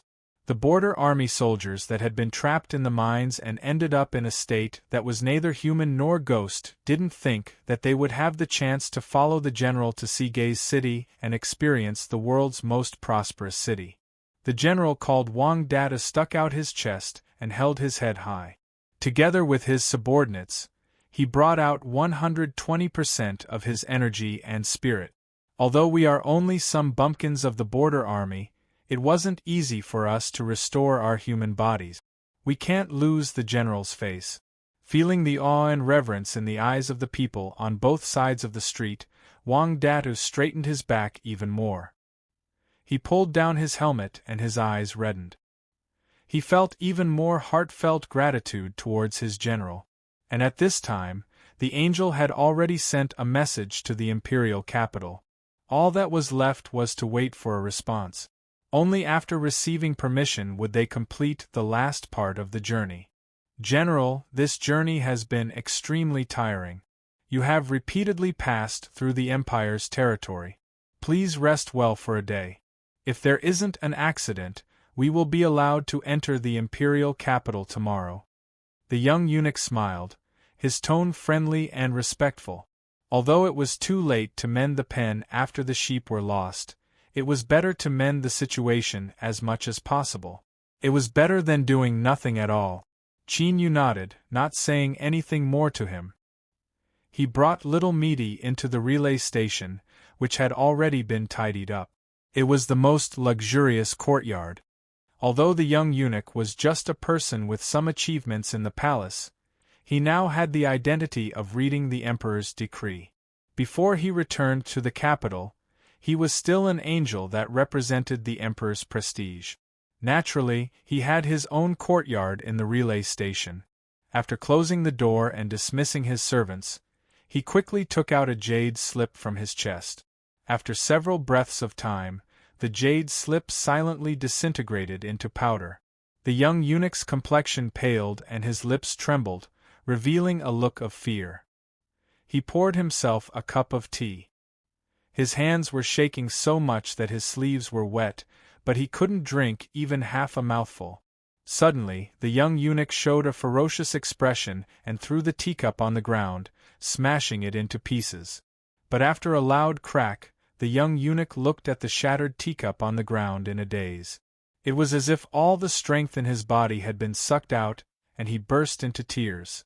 And in an unknown courtyard, as the young eunuch was sobbing in fear, Qin Yu welcomed a visitor. Guanhai City Lord Chen Yuanshan. General Jin, I came here today to apologize for what happened in the past. He got straight to the point. Chen Yuanshan, who controlled a large city, and was a shrewd man, didn't try to hide his position. His first words clearly pointed out today's topic. That insufferably arrogant young master of the city lord mansion looked at the armored general sitting on the same level as his father. A trace of resentment and unwillingness flashed in his eyes. But he knew that he had to lower his head today. When news of the turmoil in the capital spread out, he had been extremely excited. But after that, things developed in a strange manner. In addition, Chern Shangov knew that his father's attitude had changed. Although the imperial capital seemed turbulent, it couldn't shake General Jin. Since he couldn't move him, then the storm he stirred up might become a boost to General Jin, allowing him to take another step further. Otherwise, with his father's status, how could he have suffered such a setback today? Chern Shangov took a deep breath and stepped forwards. He bowed. I didn't know the true face of Mt. Lu and unintentionally offended General. I ask General to be magnanimous and not bother with me. His words were sincere and filled with remorse.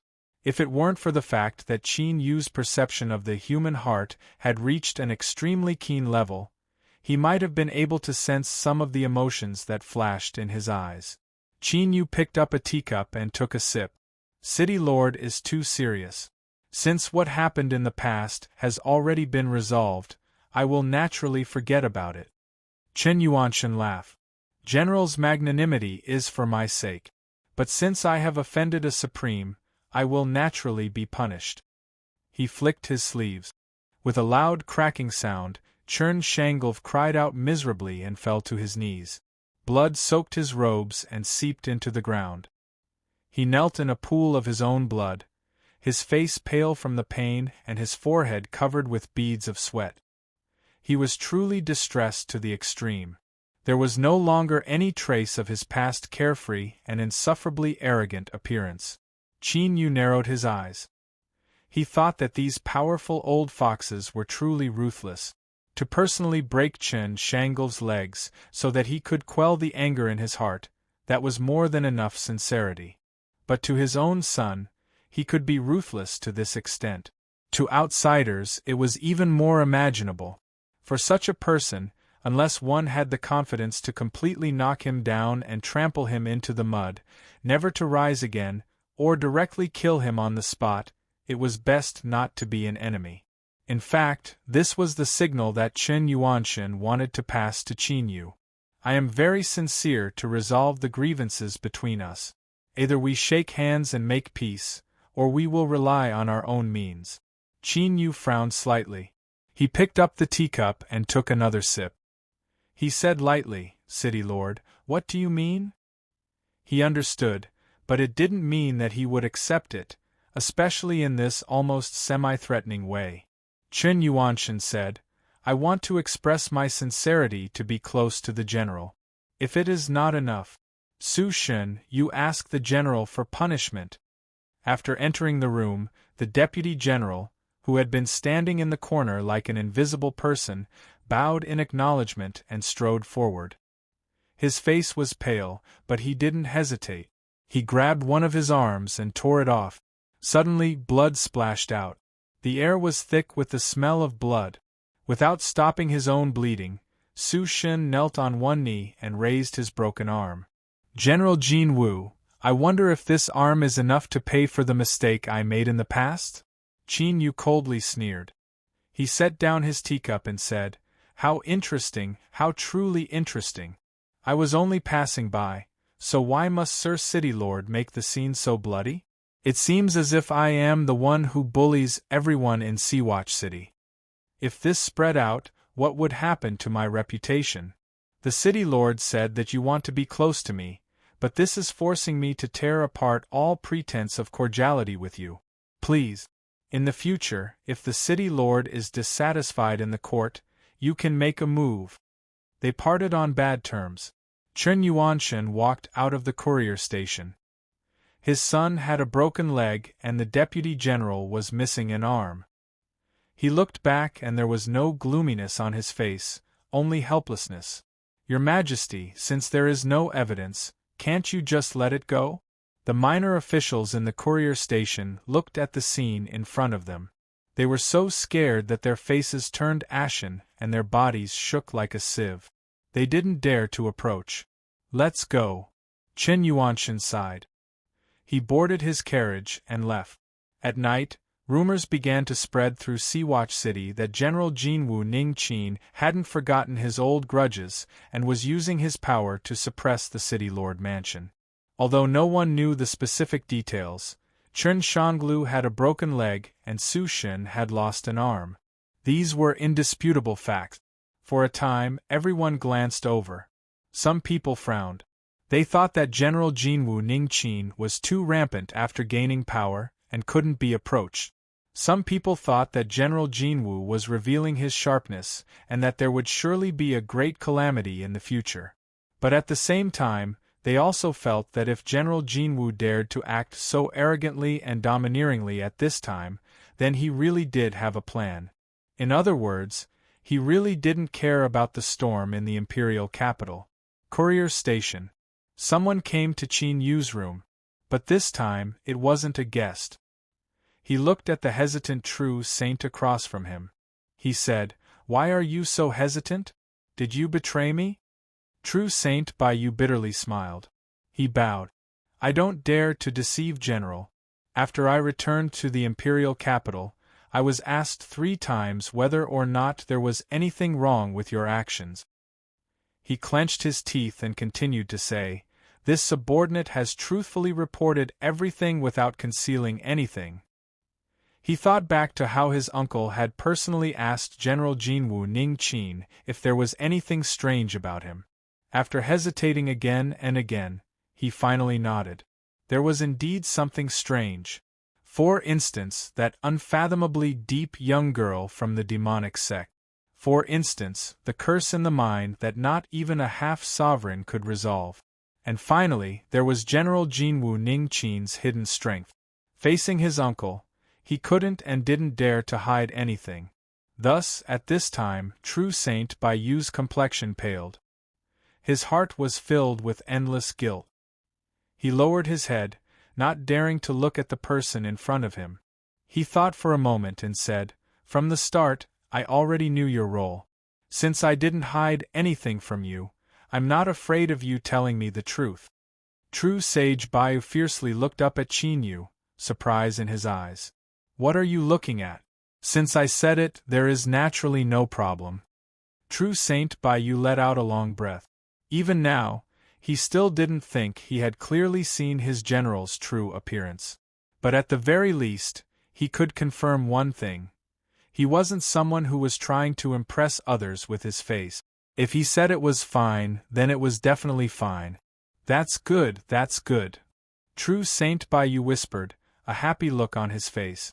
Qin Yu coldly sneered. "Of course, this is also the reason why you told me the truth. Otherwise, I might not have let you off the hook. Your current status is that of a counselor to me. The crime of falsely accusing a superior behind your back is enough for you to be sentenced to death by the army." True Saint Bayu knew that these words contained both truth and falsehood. He respectfully bowed. This subordinate absolutely wouldn't dare to hide anything from General Qin Yu humph. He didn't want to waste words with him. "Tell me, what is the situation in the imperial capital right now?"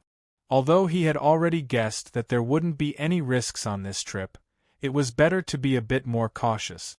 True Saint Bayu seemed to be prepared for this. He hesitated for a moment before speaking. He explained the situation in the imperial capital to Qin Yu in detail. It was extremely detailed, covering nearly every aspect. Qin Yu had a strange expression. "This isn't information that you could have heard, right?" True Saint Bayu coughed. "General is wise." He didn't explain. In truth, there was no need to explain. The source of this information was definitely the Skyrise King. His heart settled. Although this matter wasn't too remarkable, it confirmed Qin Yu's previous speculations. This return to the imperial capital would be a daunting experience without any mishaps. True Saint Bayu thought for a moment. General, Seawatch City's city lord is one of His Majesty's closest confidants. Although he has been caught up in some disturbances in recent years, he is still favored by His Majesty. He also has many old friends in court, so these minor matters. Before he could finish, he was interrupted by Qin Yu's faint smile. He braced himself and said, "General, did I say something wrong?" Qin Yu waved his hand, not explaining. He only shook his head. How could things be so simple? For Seawatch City's city lord to have his current status, how could he act so crudely? In short, today should be a test that His Majesty had given Chen Yuanshan. Of course, the main goal of this test was him. If Qin Yu didn't accept it and didn't cooperate, it would seem rude and unreasonable. But for both sides, this was the best choice. Chapter 1563. If the Western Wasteland Great Emperor wanted to see Qin Yu's confidence, then he would show it to him. The next morning, the imperial capital sent a reply to the relay station, allowing Imperial Jinwu Ningqin to return. They gathered their troops and showed what they were relying on. The caravan of angels drove towards Seawatch City's transmission array. The young eunuch didn't show himself, saying that he had caught a cold last night. After he boarded the carriage, he didn't come out again. His attitude was completely different from yesterday, but Qin Yu didn't care.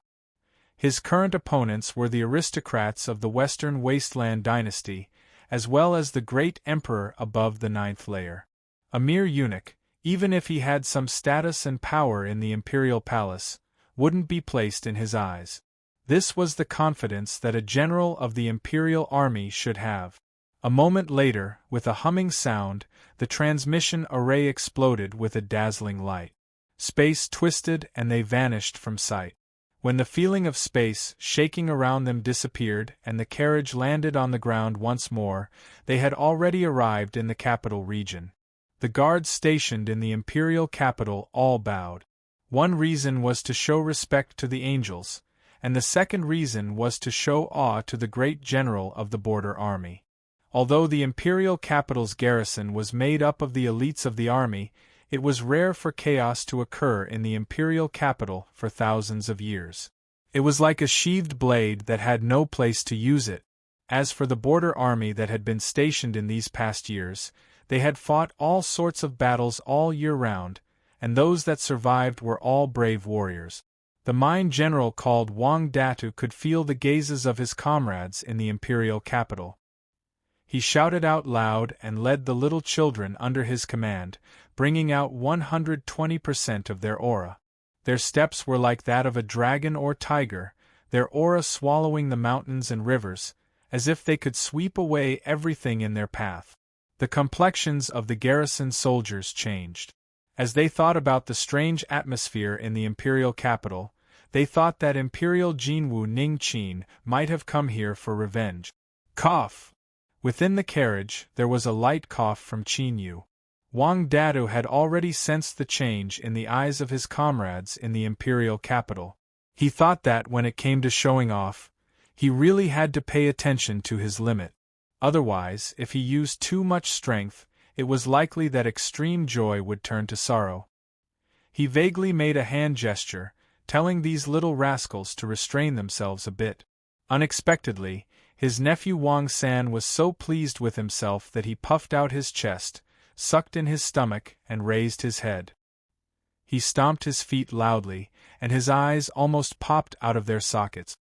He did not receive his signal at all. This made Wang Datu very angry, but he could not kick him in front of everyone and scold him for being a blind bastard. Qin Yu's lips twitched. He had no idea how the Wang family uncle and nephew had managed to fight for the chance to return to the imperial capital with him. His performance was really like that of a clown. Fortunately, although the soldiers of the Imperial Garrison Division were vigilant, they did not do anything out of line. They watched as the carriage headed for the imperial capital. After that, everything went smoothly. An assistant minister of the imperial court and a deputy general of the military personally came to greet them. The standard was not high, but it met the requirements of etiquette. The young eunuch finally got off the carriage. His face was pale and he looked listless as if he was seriously ill. After saluting, he led the imperial decree team back to the imperial palace. Qin Yu glanced at the eunuch's back and frowned. Then, he composed himself and stepped down from the carriage to greet the assistant minister and deputy general. Although the atmosphere in the imperial capital was strange, General Jin was still the target of everyone in the imperial court. Before the situation became clear, it was best not to get involved. The assistant minister and deputy general who had been pushed to take on this errand were already cursing inwardly, so they didn't pay much attention to their greetings. Luckily, they were gratified to find that General Jin Qin knew his own limits and quickly stopped this meaningless conversation. The assistant minister and deputy general couldn't avoid him in time. They hurriedly returned to their residences to report on their task. True Saint Baisu became the guide. His Majesty has ordered that a general's residence be built in the imperial capital for the general. It was just completed not long ago. The Western Wasteland's imperial capital was naturally a peak city in this world. It was luxurious and prosperous, and it also represented supreme dignity and power. After entering the city, there were countless dignitaries coming and going. After putting away what they could rely on, although they saw a group of fierce and ferocious border army troops that attracted some attention, most of them just glanced over and didn't linger for too long. This caused Wang Datu and the other border army bumpkins to secretly think that this was indeed the imperial capital. They subconsciously restrained their arrogance and cowered away, becoming even more inconspicuous. They arrived at the general's residence. In the eastern city of the imperial capital, there was a place where people gathered. Although this residence wasn't too large, looking at the signboards of the residences on the left and right, one could tell that this residence wasn't wronged at all. In fact, Qin Yu's status as a General Jin could be considered a favor. However, what was strange was that this newly renovated and completed general's residence didn't have a signboard hanging on it. It seemed as if it were an ownerless land. Baisu said, "The residence has already been built. There was news from the imperial palace that His Majesty would personally write an inscription, but afterwards a great wave of impeachment erupted and this matter was left unsettled. Until now, there has been no further news.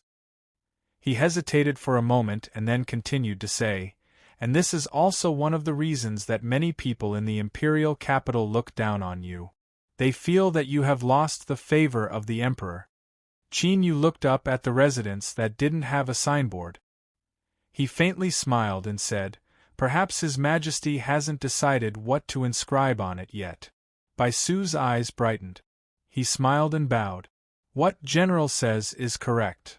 The doors opened wide. The servants that had already been arranged all walked out from both sides of the residence. They knelt to the ground and respectfully kowtowed. Among them, there were countless beautiful maids, each one as beautiful as a flower. Their small eyes constantly darted around, as if they wanted to drill out little hooks and hook the general's soul away. Qin Yu could clearly hear little Meaty, who hadn't shown herself in the carriage, coldly curse at them. What a bunch of shameless little hussies! Thus, in the next moment, outside the residence, the maids that had been sending flirtatious glances paled, and couldn't help but shiver. Qin Yu's eyes lit up with amusement. He waved his hand to dismiss them and entered the general's residence. The so-called carved railings and painted pillars, the so-called unparalleled extravagance, in short, this residence was built extremely well. Thinking about it, it must have cost a great deal of money. But Qin Yu only glanced at all of this, not placing it in his heart at all. To him, this general's residence in the imperial capital was nothing more than a temporary place to stay. He wouldn't use it properly. If there came a day when Qin Yu really did live here, then this residence would inevitably become an iron cage that would lock him in here. That would be truly tragic. He arranged for the border soldiers to rest in a few side courtyards and warned them not to embarrass themselves. When they were at the door just now, their eyes were like wolves and tigers, as if they wanted to swallow the little girls who were kneeling on the ground and sending them off alive. Although Qin Yu didn't care, in the western desolate imperial capital, who knew what sort of trash these maids that were sent in ahead of time were? It was best if he didn't touch them, lest these men who hadn't tasted meat for many years suddenly become spies for others. Little Meaty coldly sneered. Lord General, take it easy. If there are too many women, they can also eat people up. She turned and went to the rear residence. She didn't forget to bring along several maids that she had personally chosen to serve at her side. Their common characteristic was that they were extremely beautiful. Amongst the maids, they were the cream of the crop. Of course, outside of the residence, they were also the ones who flirted with Qin Yu the most. Qin Yu was happy to have some peace and quiet. He believed that little Meaty wouldn't casually do anything to them. As for whether or not these maids would stir up trouble, haha, if they didn't want to bring trouble upon themselves, they had best behave themselves. He didn't worry about little Meaty at all. The sun rose high in the sky and began to move to the west. Dusk was approaching. Qin Yu's eyebrows rose up, surprise on his face. But just as he thought that the imperial palace wouldn't summon him today and lanterns were lit throughout the residence, an imperial edict arrived. An old eunuch bowed. General Jin, His Majesty is very busy today. He has just finished handling some trivial matters and has ordered me to invite you over. He was thin, old, and trembling as if he could be blown away by a gust of wind. But at this time, Qin Yu could feel a faintly discernible suppression coming from this old eunuch.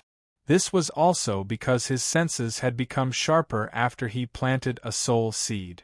Otherwise, he feared that even if this person stood in front of him, he still wouldn't be able to sense him.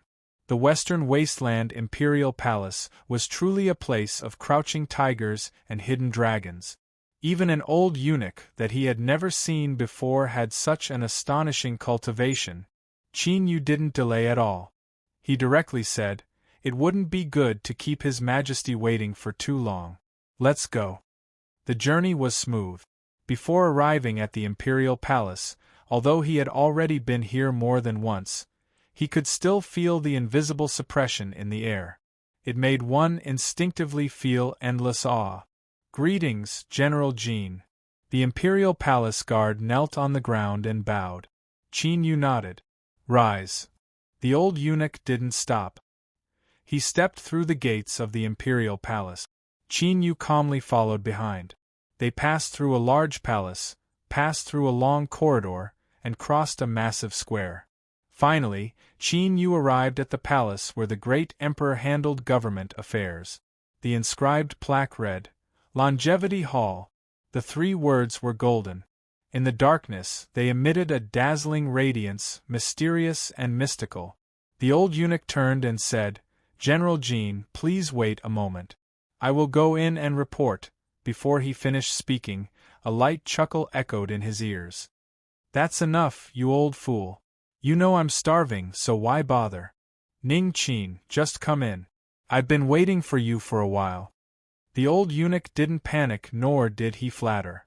As he heard the Western Wasteland Great Emperor's mocking words, he only bowed and retreated to a corner of the hall.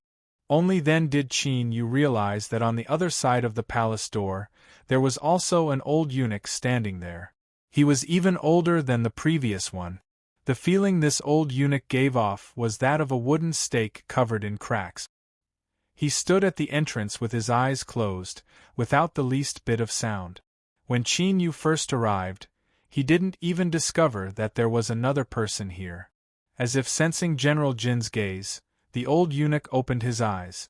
A sharp light flashed in them, like a bolt of lightning cutting through the dark skies, particularly dazzling in the night. Qin Yu had a calm expression. He cupped his hands together and said, "I'll have to trouble you too." He pushed open the door and entered the hall. He first walked through the front courtyard and turned around a screen. Only then did he see His Majesty. He was sitting cross-legged on a golden cushion, delicacies spread out in front of him. This was Qin Yu's first time clearly seeing the appearance of this Western Wasteland Great Emperor. He had a white face and a beard. His figure was a bit chubby and he had a smile on his face. But his aura of ruling the world still left one's heart racing. "This subject, Golden General Ning Qin, greets your Majesty." Before he could bow, he was interrupted by a wave of the great emperor's hand. I'm hungry. Let's eat first." "You're lucky today, so there's no need to be polite." Qin Yu said, "Yes. Thank you, your Majesty." Across from the throne was a table. The dishes on the table were the same as those on the other side.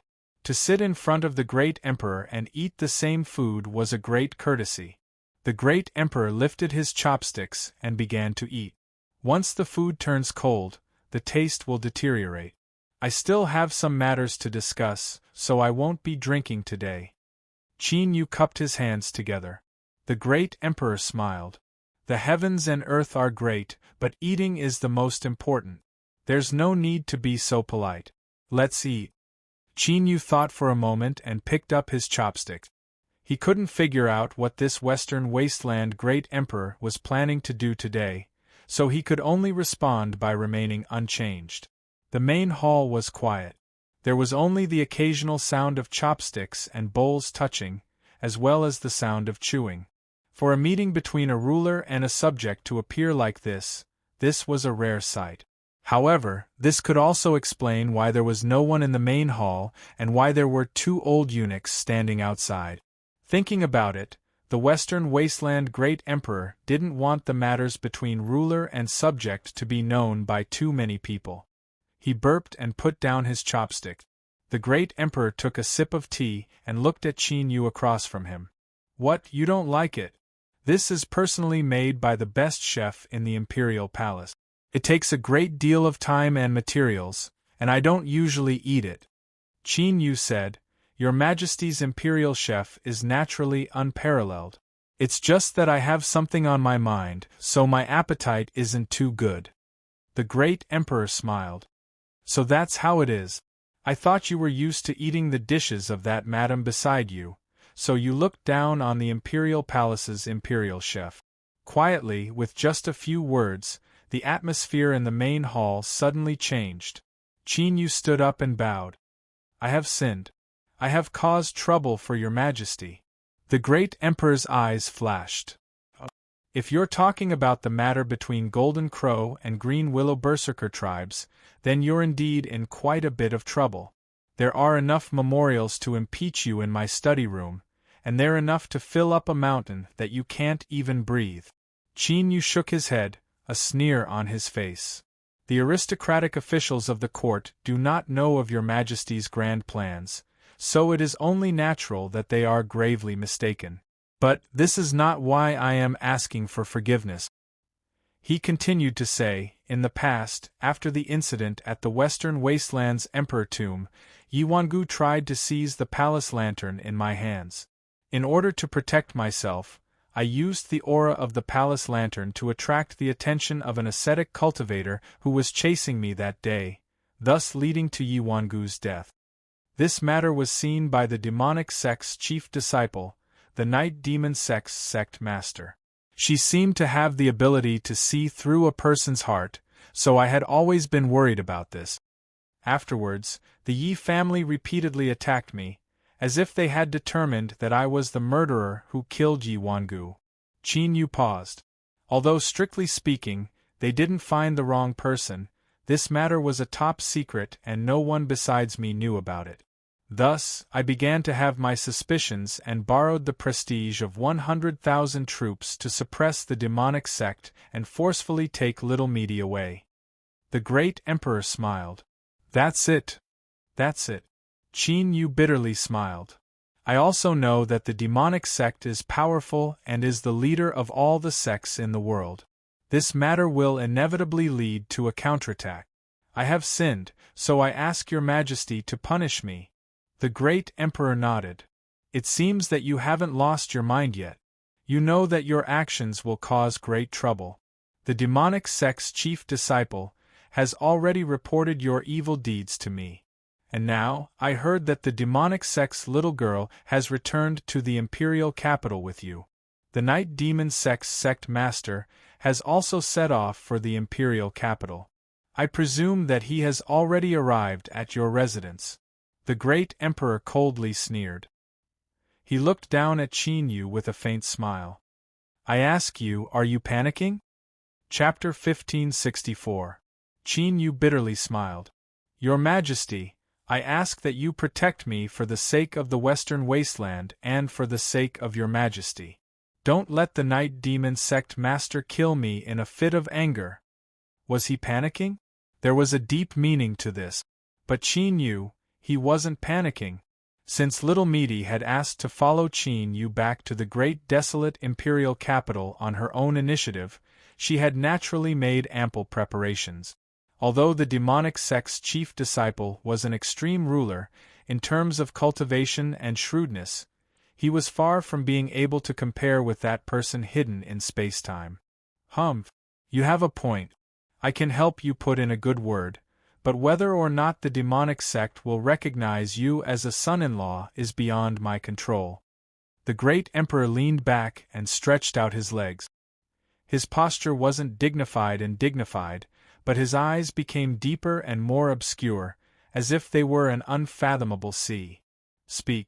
I am very interested in what happened after you entered the Western Border Army. Yes, Your Majesty. Qin Yu began from the very beginning, recounting his experiences from beginning to end in appropriate detail. When he was in the Goliath tribes, he had already expected that there would be a day like this. The result of his early preparations was that the entire process was flawless, reasonable, and without a single flaw. The Western Wasteland Great Emperor nodded from time to time.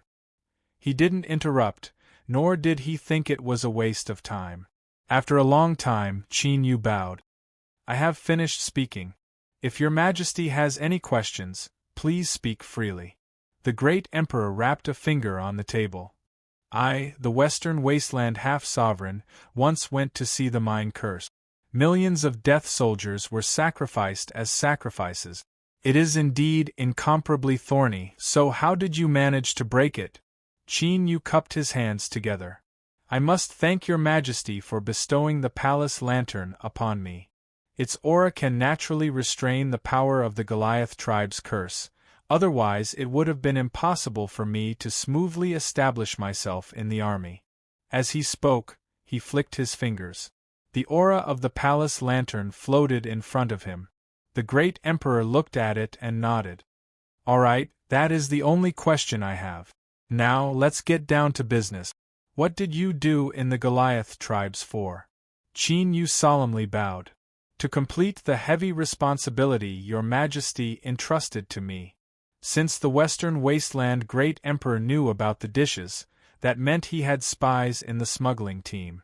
Qin Yu wasn't surprised by this. In fact, he even thought it was natural. Of course, the existence of spies wasn't enough to know everything.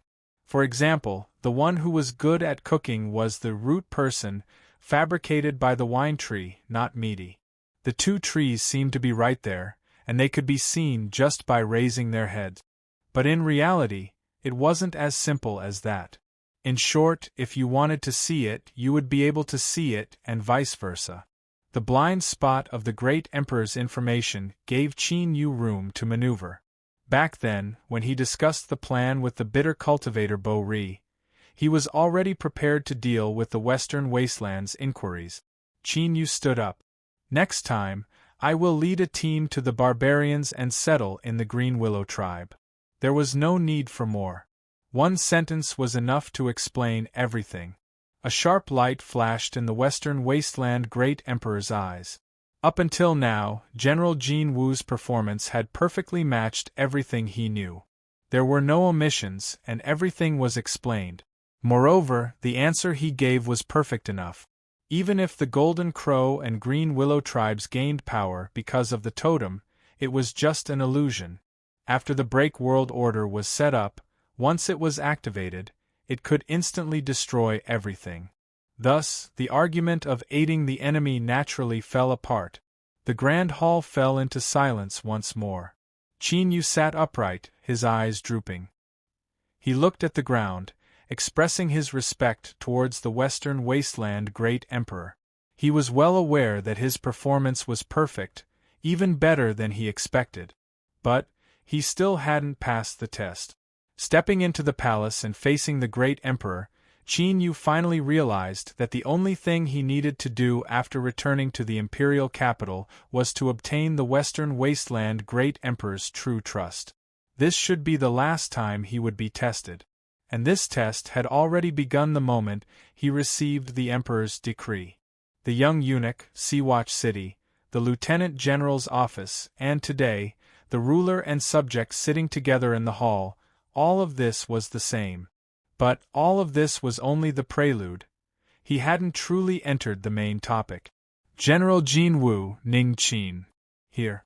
The Western Wasteland Imperial Palace was brightly lit at night. The noble atmosphere of the royal family soared into the heavens, inspiring awe in all who saw it. At this time, in the massive imperial capital, the turtles and old turtles hiding deep in the waters all opened their eyes to look at the imperial palace. They could clearly feel that vast strength. So in the next moment, in the dazzling night sky above the imperial capital, trillions of stars began to shine down, sprinkling down endless starlight. It illuminated the massive imperial palace, as if it were wearing a sacred robe of starlight.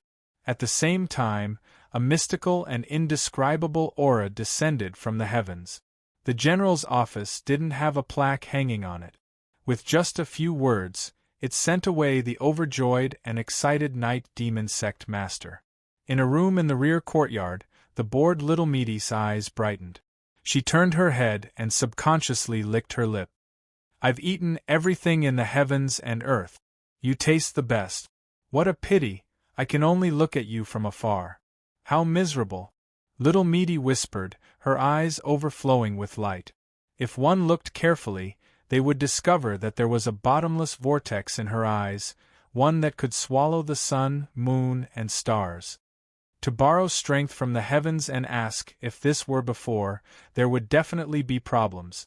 But now, it's useless. Gulp, little Meaty, gulp. Then, she sighed and threw herself onto the bed. Sleep, sleep. Once she fell asleep, she naturally wouldn't feel so unbearable. At dusk, the golden general Ningqin was summoned into the imperial palace.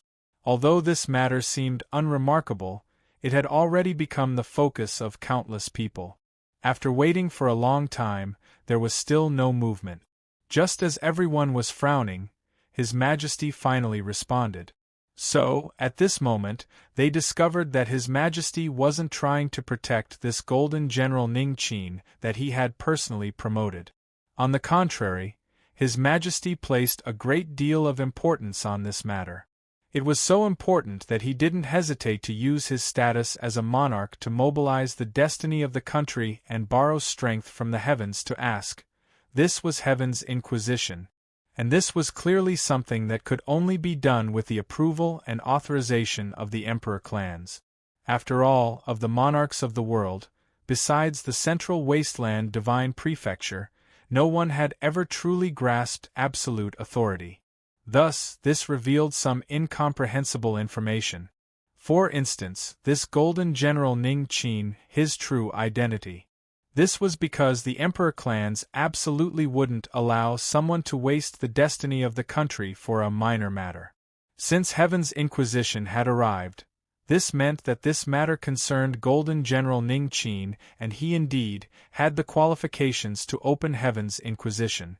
This caused many people to be caught off guard, their eyes filled with shock, regret, and fear.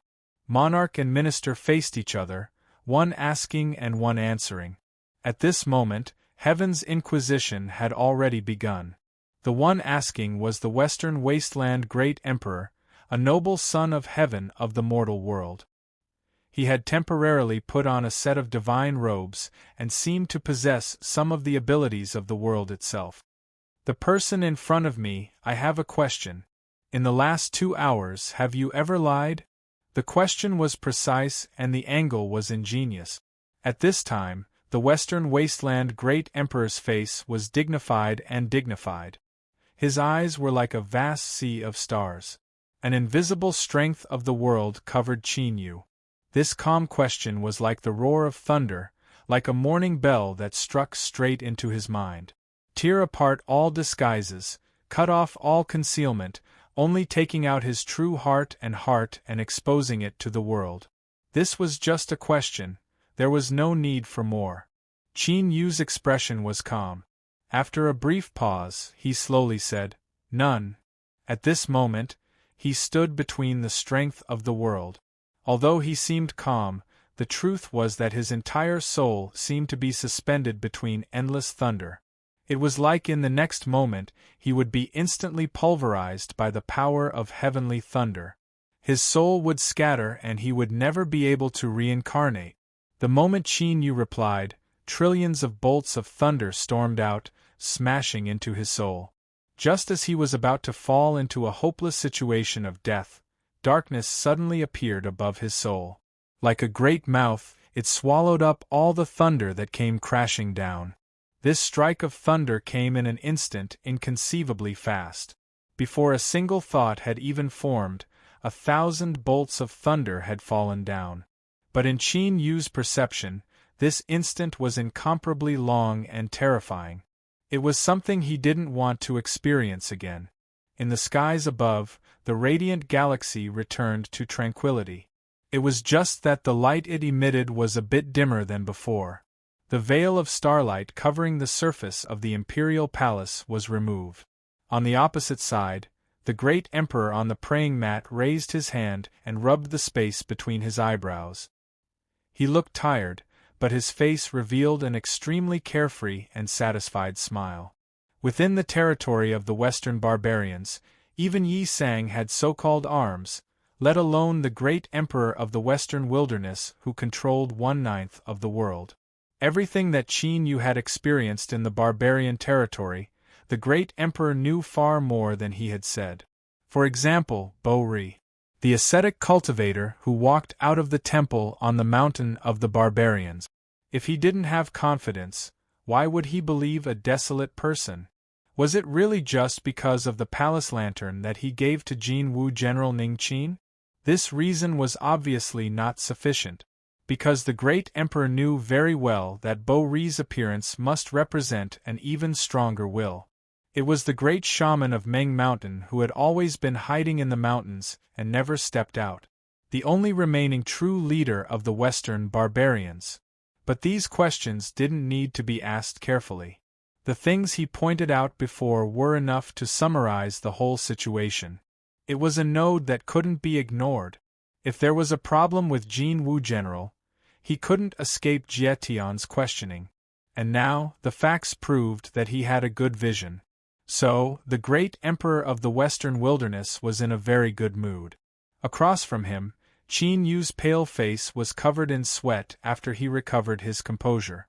The great emperor, who was also pale, smiled even more brilliantly. Ha ha ha ha! Loud laughter echoed through the hall. Outside the door, two old eunuchs opened their eyes at the same time, a bit of relief in them. Ning Qin, I know that you might be angry or wronged right now, but as long as you seriously think about it, you should be able to understand why I have tested you over and over again, why I have tested you over and over again, why I have been so careful. But today, with the name of the Western Wilderness Great Emperor, I can guarantee you that something like this will never happen again in the future. You have already obtained the final trust of me and Western Wilderness. As long as you work diligently and complete the arrangements of the world-breaking command, everything I promised you will become a reality. Qin Yu bitterly smiled. He bowed. This subject does not dare. This subject accepts. His complexion was pale and he was covered in sweat. He was frightened. He bitterly smiled at this moment. Everything he said came from his heart. This was because even Qin Yu never imagined that the Western wilderness would have such methods. They didn't hesitate to damage the destiny of their nation to borrow the strength of the heavens to ask questions. Luckily, he hadn't reached this step. If the heavens' inquiry had descended upon him before he entered the Western Wilderness Border Army, he feared he would have become a miserable skeleton somewhere in the wilderness, and there was a high chance he would be incomplete. After a moment, the monarch and subjects' memorial ended. Qin Yu stepped out of the hall. A night wind blew past him, making him feel as if he had been separated from the world. General Jin, I will see you out. The expressionless old eunuch's tone softened a bit. As he looked at Qin Yu, his eyes were no longer as cold as before. Qin Yu cupped his hands together. Thank you. He left the imperial palace and boarded a carriage. Qin Yu sat motionless. He didn't stop the entire way until he arrived at the general's mansion. He got off the carriage and thanked the old eunuch once more. Then, he watched as the carriage left and returned to his mansion. Go, invite the madam to my room. In the darkness of the night, the general who had returned from the imperial palace had passed safely. Inviting the madam to congratulate him was a matter of course. This was because everyone knew that since General Jin Qin was able to return from the imperial palace unscathed tonight, none of the previous storms in the imperial capital would be able to touch him. Yes, General. The servants in the mansion respectfully complied, turned around, and quickly left. Little Meaty pushed open the door and closed it behind her. Qin Yu looked up at her, a questioning look in his eyes. Little Meaty nodded. Qin Yu let out a long breath. He slumped down in his chair and gasped for breath, like a drowning man that had been rescued from the depth. At this moment, he was in an extremely distressed state. Across from him, Little Meaty hesitated for a moment. She didn't sneer or ridicule him. Instead, she poured a cup of tea and placed it in front of him. You have already done very well. This wasn't a compliment. It was just a simple statement of fact. When faced with the heavens' inquiry, to guard one's heart from being exposed was difficult, extremely difficult. In another courtyard of the general's mansion, the demonic sect chief disciple stood with his hands crossed behind his back. His eyes were deep and profound as he looked at the night sky above his head. It was hard for him to conceal the surging emotions in his heart. The miss had woken up. He didn't know the reason, nor did he think that this day would come so soon. But without a doubt, there was one thing that Sect Master Night Demon could be sure of. The Miss was no longer the person that needed his protection. Deep in his heart there was indeed a bit of disappointment and frustration. But there was even more emotion that came from the depths of his heart. In the end, he hadn't failed his master's trust. So, why did the Miss continue to stay by General Jean Chen's side? In addition to the aura that came from the Imperial Palace. Heaven's inquiry. Sect Master Night Demon could naturally judge just how important General Jean Chen was from this. Could it be that the Miss had suddenly awakened and the Western Wasteland's imperial family valued him so much that they were hiding some unknown secret? He took a deep breath and suppressed the surging emotions in his heart. After a long period of silence, Sect Master Night Demon's eyes brightened. At this moment, he felt as if he had guessed something. If this was true, then it could explain why the Miss continued to stay by General Jean Chen's side and why she wasn't willing to give an explanation, but he wouldn't act rashly. There was only one chance. He needed the Miss to speak, and only then would the long-silent demonic sect try to do something. On this night, after the Imperial Palace's Heavenly Inquisition, General Jean Chen safely returned to his mansion. After this news spread out, there were bound to be many people who wouldn't be able to sleep at night. Chapter 1565. Western Wasteland Imperial Palace, Long Life Temple. The great Emperor sat upright with a solemn expression. He looked up at the top of the temple and bowed. Ancestors, please appear. Space trembled slightly, and wisps of smoke and mist appeared from within. They wove together, turning into figures. Although they were blurry, each figure gave off an oppressive feeling. The two looked at each other. There was silence in the temple. The great Emperor frowned and said, "I have proven my worth through the facts. Are you still unwilling to lend me a hand?" He took a deep breath. "I know that apart from the Central Wasteland Divine Prefecture, the rulers of the Great Wilderness have their own destinies. If I don't go, there will be a backlash. If there is a calamity in the future, I am willing to bear it. Even if I die, I will open up a new world for my Western Wasteland Imperial clan." He took another deep breath and bowed. "Ancestors, please give me some more time." An obscure and noisy voice sounded out in the temple, making it hard to hear clearly. After a long time, everything gradually fell silent. The misty figures finally made a decision. 100 years. Your Majesty, make good use of it." The clouds and mist dispersed. The great Emperor stood up. His eyes narrowed. At this moment, there seemed to be thunder in his eyes. 100 years passed in the blink of an eye for cultivators of the great Tao. This was his last chance. A group of old and decaying people who, because of their greed, restricted the Empire's progress, would completely perish. Imperial Zhou, the Empire's surname was Zhou and not Li. Yi family. Everyone in the Imperial capital knew that there was only one Yi family in this world. Then, another suddenly appeared and occupied 30% of the army. This was why there was a distinction between the old and the young. Those who called themselves the Yi family were the ones who were older and had higher seniority. The leading figure of the army, the Patriarch, narrowed his eyes as he stood in the corridor. He looked up at the sea of stars above his head as it darkened. Behind him were the true descendants of the Yi family. Although there weren't many of them, they held true power. Each one was a great figure in the army. At this time, they stood solemnly, looking at the thin and old figure in front of them. Their eyes were filled with respect and awe, but there was also a dignified expression. They already knew about the Imperial Palace's Heaven's Inquisition and the subsequent results. The Patriarch had summoned them here because he was about to make a move. As far as they could remember, it had been a very long time since the Patriarch had personally gone into battle. However, every time he did, it was a heaven-shaking, earth-shattering event that could change the entire structure of the Empire. "You have all entered the ancestral temple to worship the Yi family ancestors and read the Yi family records. Originally, there was only one Yi clan in this world. It was just that the imperial clan needed to keep the empire's military in check, so they allowed the one in the west to also have the surname Yi. The old patriarch's expression was calm, but what he said next was earth-shattering, causing the trusted aides of the Yi family to reveal expressions of shock. This surname has taken away 40% of my Yi family's destiny. It has also cut off any chance of a future dynasty. The 9 desolate region, the wasteland, was divided into 9 realms. And Zhou.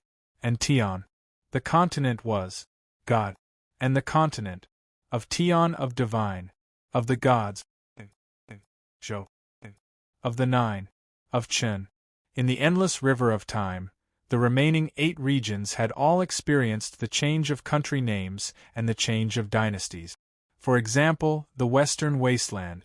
Although the name of the empire had never changed, there were already 4 families that shared the empire's fate. Yun Wang Lu Zhou. The current imperial Zhou was only the 4th ruler of the Western Wasteland Empire. Since there were predecessors, there would naturally be successors. The meaning of the patriarch's words was clear. After Imperial Zhou, the Yi family would be the empire. No one knew why he made such a judgment. However, the patriarch never spoke without thinking. Since he said this, there must be a reason. Even though the people of the Yi family were generals in the army and had steady wills, their expressions changed. However, they remained silent. The patriarch turned around and looked at them. Today, I tell you this secret because the time for my Yi family to take back 40% of its fate has finally arrived. Taking back their fate meant that the other Yi family would be doomed eternally. It was difficult. There were 2 great mountains in the army. Although the later Yi family was established later, there were many powerhouses in the family, and the previous family heads were all heroes of their generation.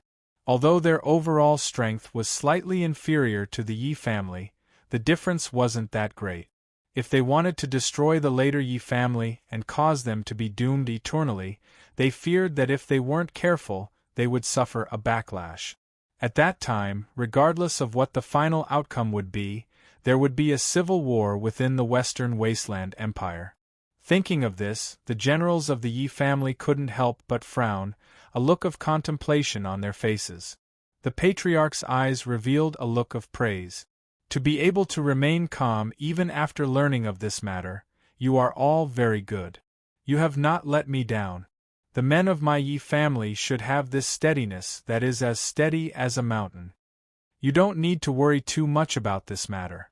Since I have determined that the time has come, the later Yi family will not be able to stir up any waves. There were 2 great mountains in the army, ha! A trace of coldness appeared on the patriarch's face. This was nothing more than a dog under the feet of the emperor family, its neck chained. When there was a need to guard the house, it naturally didn't matter.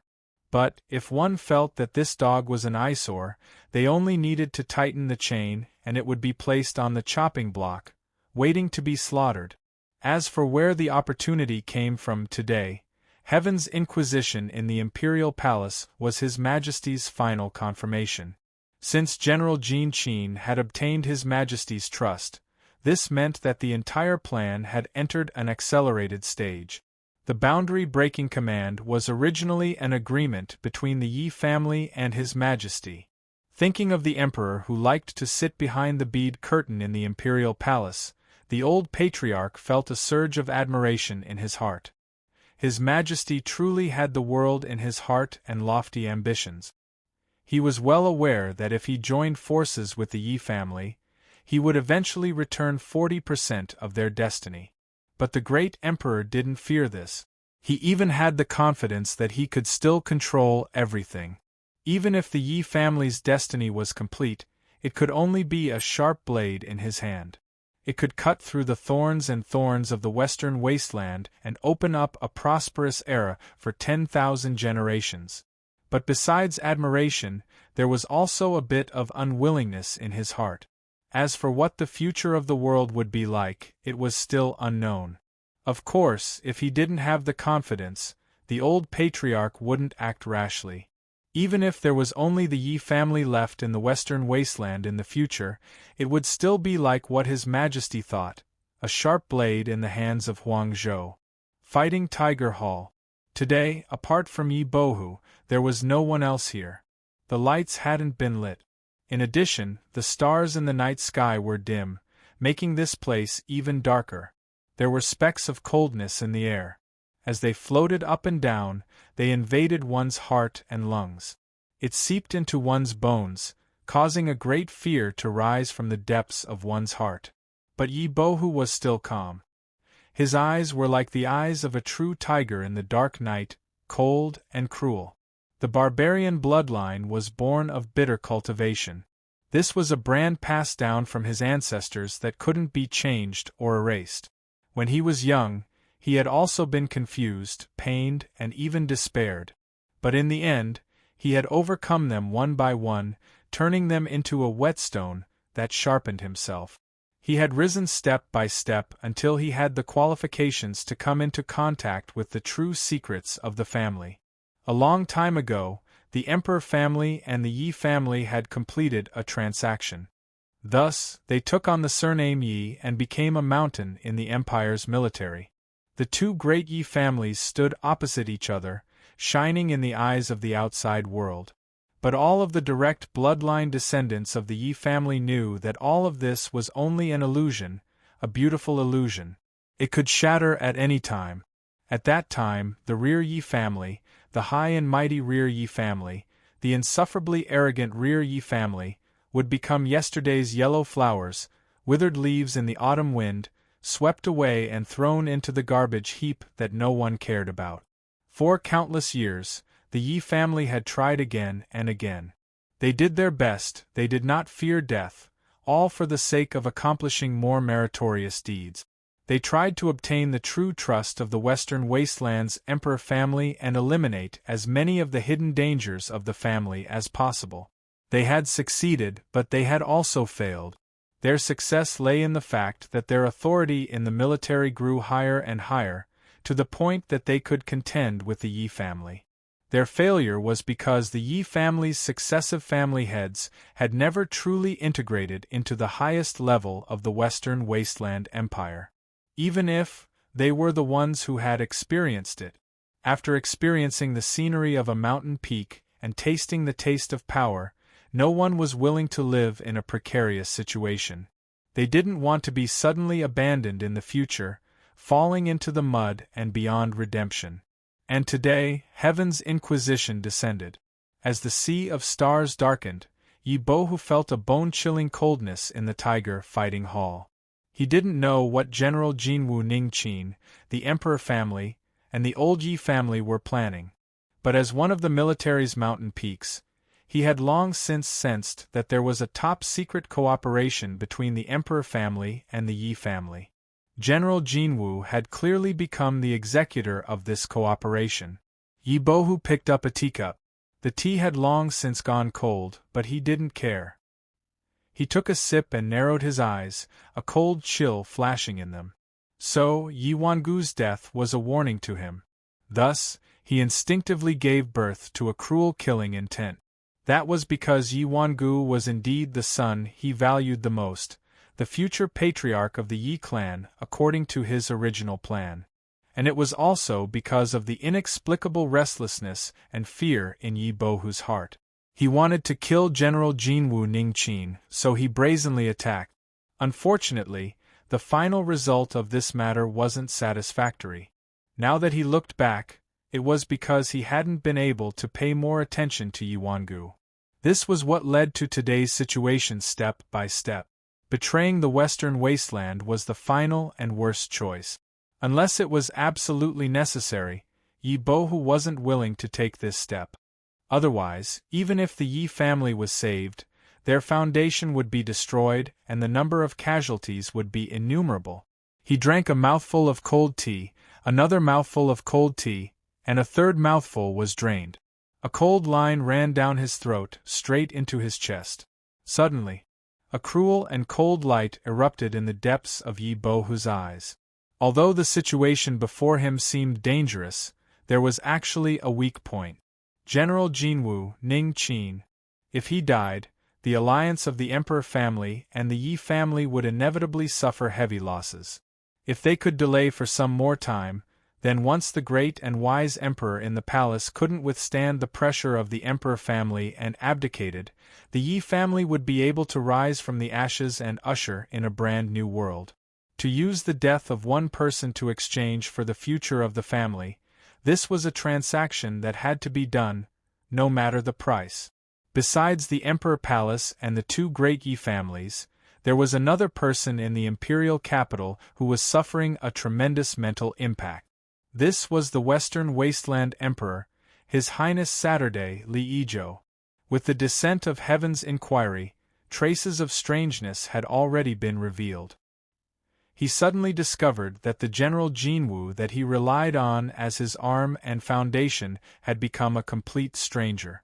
Like a hammer to the head, his ears rang and his field of vision darkened.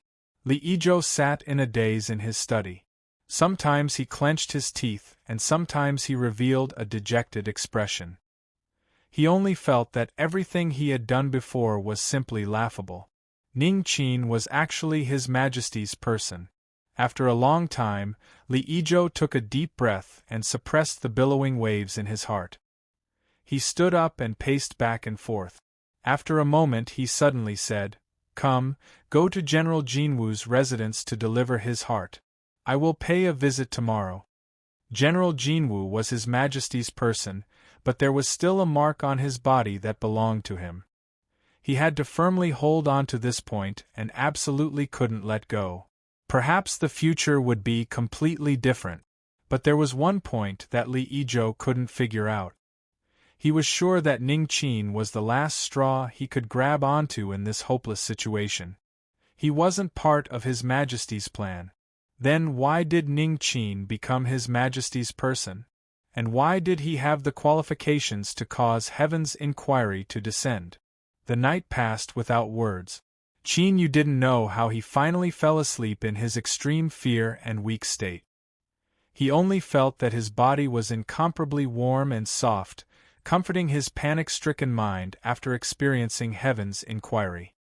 He opened his eyes and looked at the gauze curtain above his head. There was a dazed look in his eyes before he gradually regained his composure. He was still alive. It was good to be alive. He took a deep breath and a faint fragrance entered his nose. His body stiffened. He turned around and let out a sigh of relief, a self-deprecating look on his face. But soon, he discovered a problem.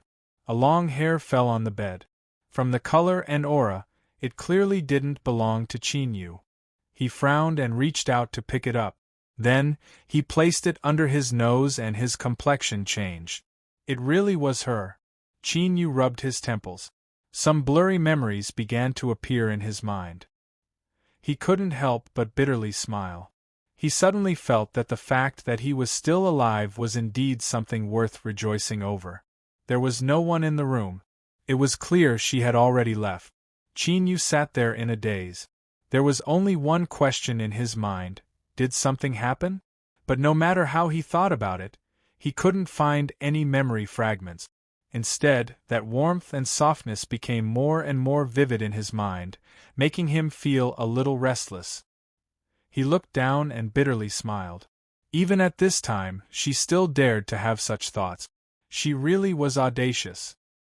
He leapt off the bed and poured himself a cup of tea. Then, he clenched his teeth and pushed open the door. If it was a blessing, it wasn't a calamity. If it was a calamity, he couldn't avoid it. Sooner or later he would be cut by a knife. Then, the first thing he saw was a figure standing in the courtyard with his hands crossed behind his back. Qin Yu's pupils shrank. He stopped and frowned, fear in his eyes. The other person turned around, revealing a dignified middle-aged face. His eyes fell on Qin Yu, cold and filled with complex emotions. "General Golden Ning Qin, if you dare to betray my family in the future, I will personally kill you even if I have to go to the depths of the Yellow Springs." His killing intent boiled. After he finished speaking, he turned and walked away, vanishing from sight. Qin Yu's frown deepened. He thought that the dignified Night Demon Sect Master, the chief elder of the Demon Sect, a peak sovereign realm master, had actually waited for him to wake up just to say some ruthless words? This was simply ridiculous. But soon, Qin Yu seemed to realize something. His body stiffened and his eyes turned dull. As he thought about the ruthless words that the Night Demon Sect Master said just now, he subconsciously licked his lips, his complexion paling. At this time, a maid walked over. She bowed. "General, the madam invites you to breakfast." Qin Yu stiffened even more. He took a deep breath and said, "I ask you, last night, where was the madam?" The maid was frightened. She quickly fell to her knees, her voice shaking. "Last night, General returned from the Imperial Palace and invited the madam. Afterwards, we all withdrew." She looked up at Qin Yu, her eyes filled with sorrow and fear. It was clear she was saying, "You slept together all night, so why are you asking me this?" Qin Yu was thoroughly stunned. Chapter 1566. In the general's mansion, breakfast was ready. The air was filled with a rich aroma, and the sound of rumbling could be heard. Each and every one of them had graceful figures and beautiful appearances. Their faces were flushed red, and they felt incredibly ashamed. However, he couldn't help but stare at the vegetables, buns, and porridge on the table. It was a simple breakfast. With the power and influence of the general's mansion, it could even be said to be crude. But this taste. Oh, I can't think about it. I really can't think about it. I can't even swallow my saliva. When Qin Yu arrived, this was the scene in front of him. The beauty's stomach rumbled like thunder. It was simply too beautiful. This caused the group of beauties who were drooling and bowing their heads to have the urge to crawl into the cracks in the ground. The corner of Little Meaty's mouth curled up, revealing a cold smile that was hard to detect. She waved her hand. "All of you can leave. Listen to the noise." This was simply slapping them in the face. They felt even more ashamed. The maids covered their faces and retreated. Qin Yu coughed. Just as he was about to say something, he was interrupted by a wave of his hand. "Eat first." Feeling guilty, he felt that he had no confidence at all. He nodded obediently and sat down to eat. Of course, before he opened his mouth, Qin Yu already knew that the breakfast on the table in front of him was cooked by the root. Streams of heat gushed out from his body, spreading to his limbs and bones. Soon, he felt his entire body heat up and his face flush red. With a thought, he guessed that the effect of this breakfast was to make up for the loss he had suffered from the Heaven's Inquisition yesterday. Her heart warmed slightly, and then she panicked. First, the sect leader of the Night Demon Sect had spoken harshly to his face. Then, the maidservant had a resentful look in her eyes. Now, Little Meaty's attitude towards him had changed. Something had happened. Something had definitely happened. Qin Yu panicked and his heart raced.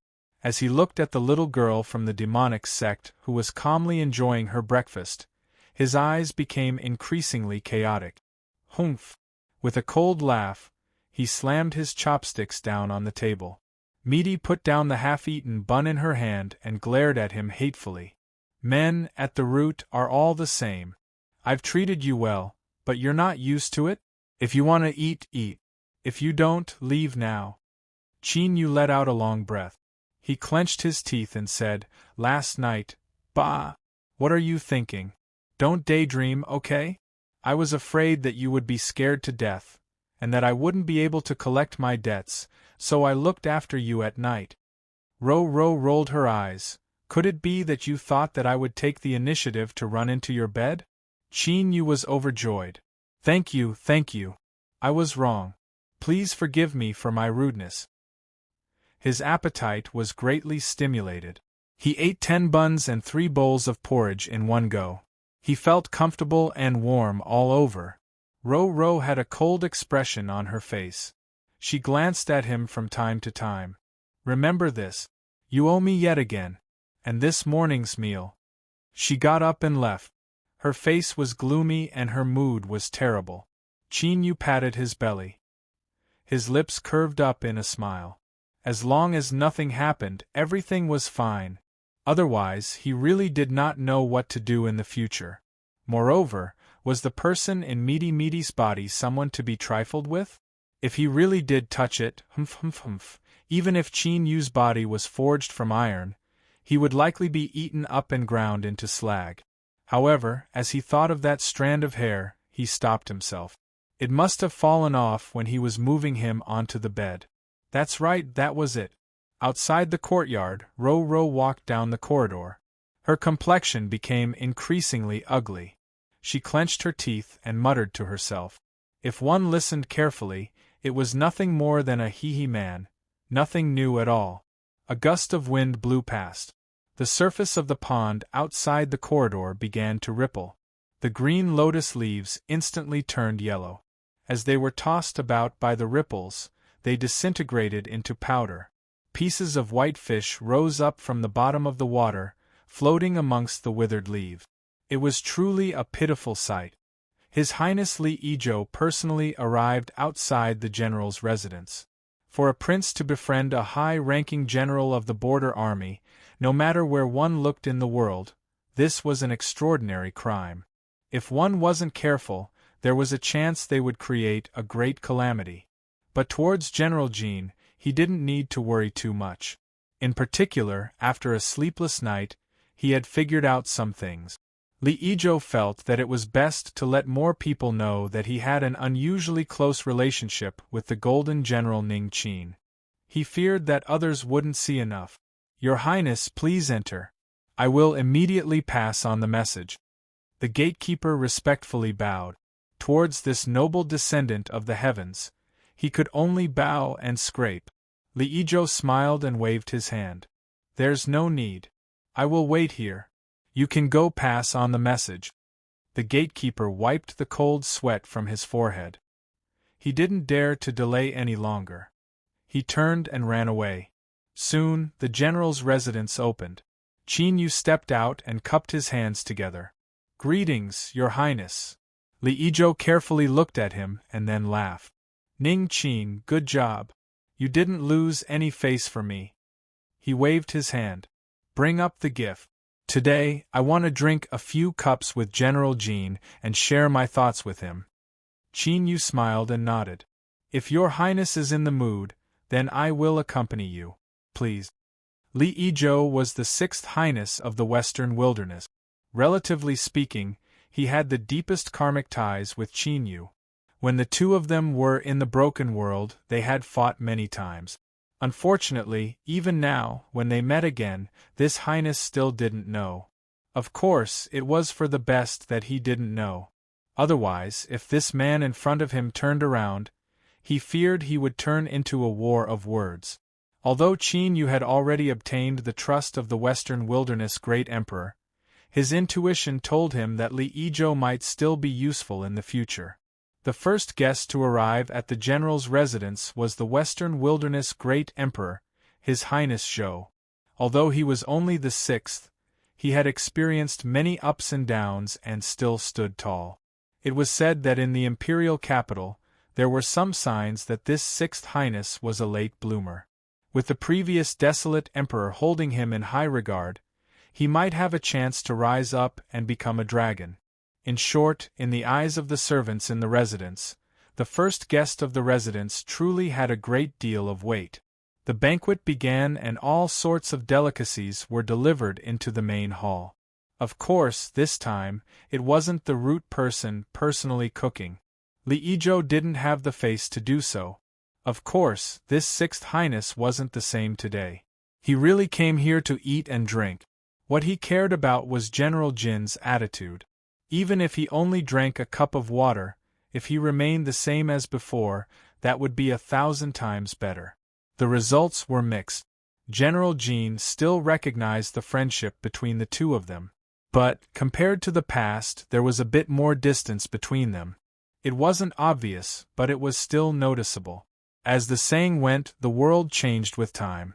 When the Dark Ruler first entered the Western Wilderness, he naturally couldn't compare with his current status as an important general of the border army. The change in his attitude was within his expectations, so he told the truth.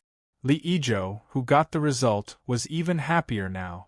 What he was truly worried about was how to continue befriending General Jean Qin in the future.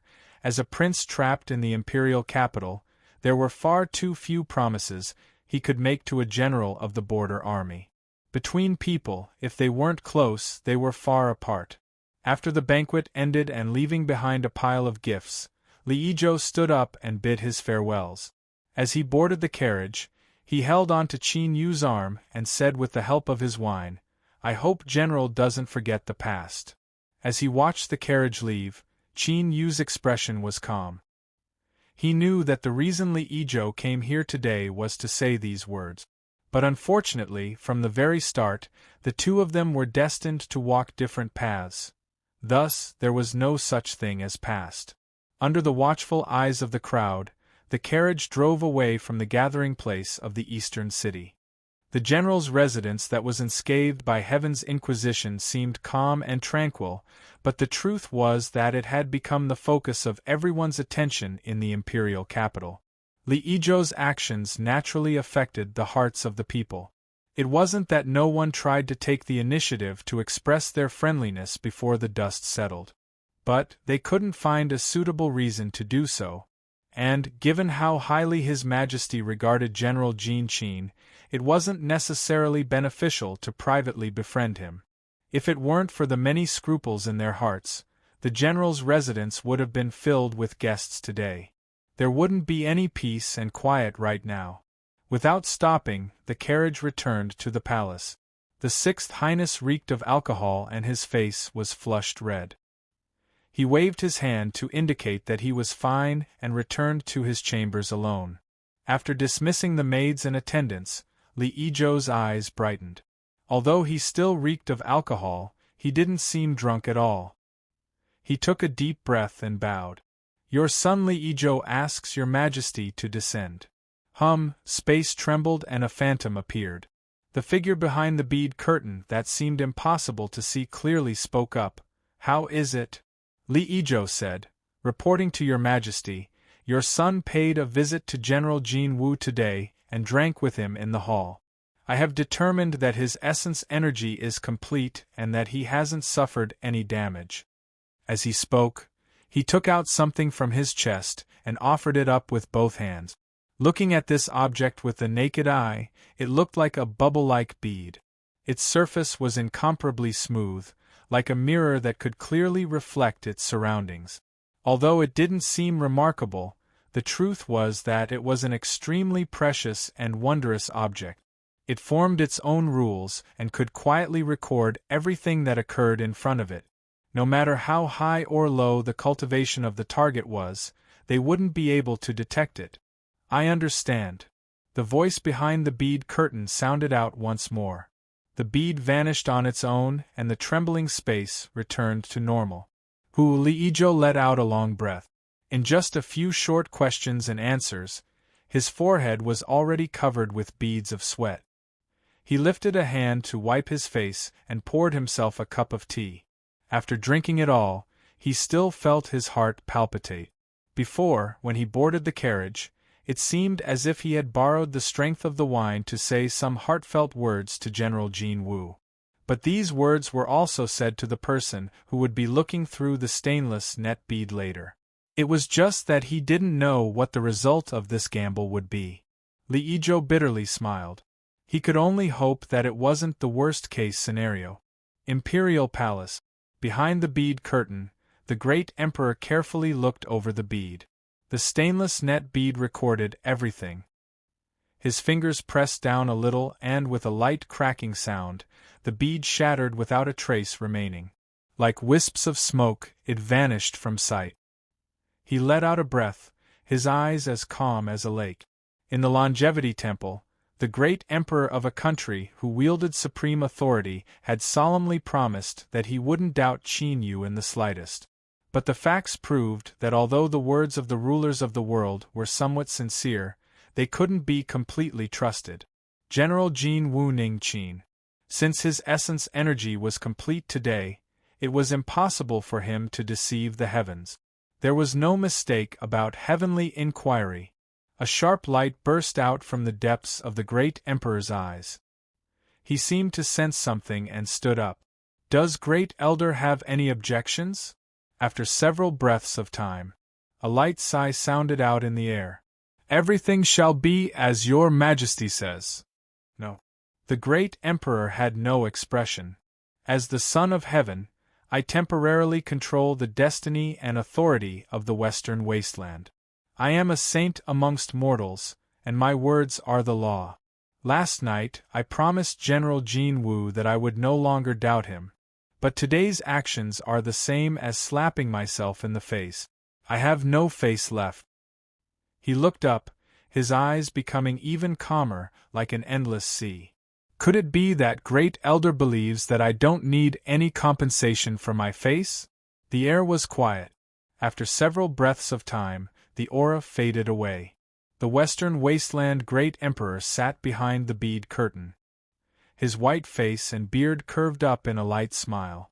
Since he didn't say anything, that was tacit approval. "General Jin Wu Ningqin, since I broke my promise to you, I will naturally compensate you. I believe that in the future, when you learn of what happened today, you will also be satisfied."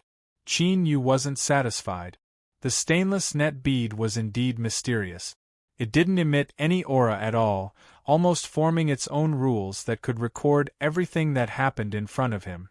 No matter how high or low one's cultivation was, it was impossible to detect. But in this world, there were no absolute. That mysterious existence hidden within his body, hidden in space-time, was clearly not one of them. Although she hadn't seen Li Zhou, she was here. Besides the most hidden and obscure place in the Imperial Palace, she could sense everything. She coldly sneered, and with just a few words, she exposed Qin Yu's predicament of being schemed against. Thinking back to when he faced Li Zhou, he felt a bit of regret that he didn't know he was in front of an old friend. It was really shameful. But this also caused Qin Yu to be even more cautious. The world was vast, and there were always many mysterious and unheard of methods. Even if it was an unremarkable person, he still couldn't underestimate them, otherwise he might suffer a great loss. At the same time, he felt a bit more gratitude towards that mysterious existence hidden within his body. If it weren't for her taking precautions ahead of time and using breakfast to make up for the loss of essence energy he suffered from Heaven's Inquisition last night, he feared he would have aroused the suspicions of the Imperial Palace. Although this wasn't enough to overturn Heaven's Inquisition's conclusion, Qin Yu's future actions would inevitably be more difficult, and there would inevitably be more twists and turns.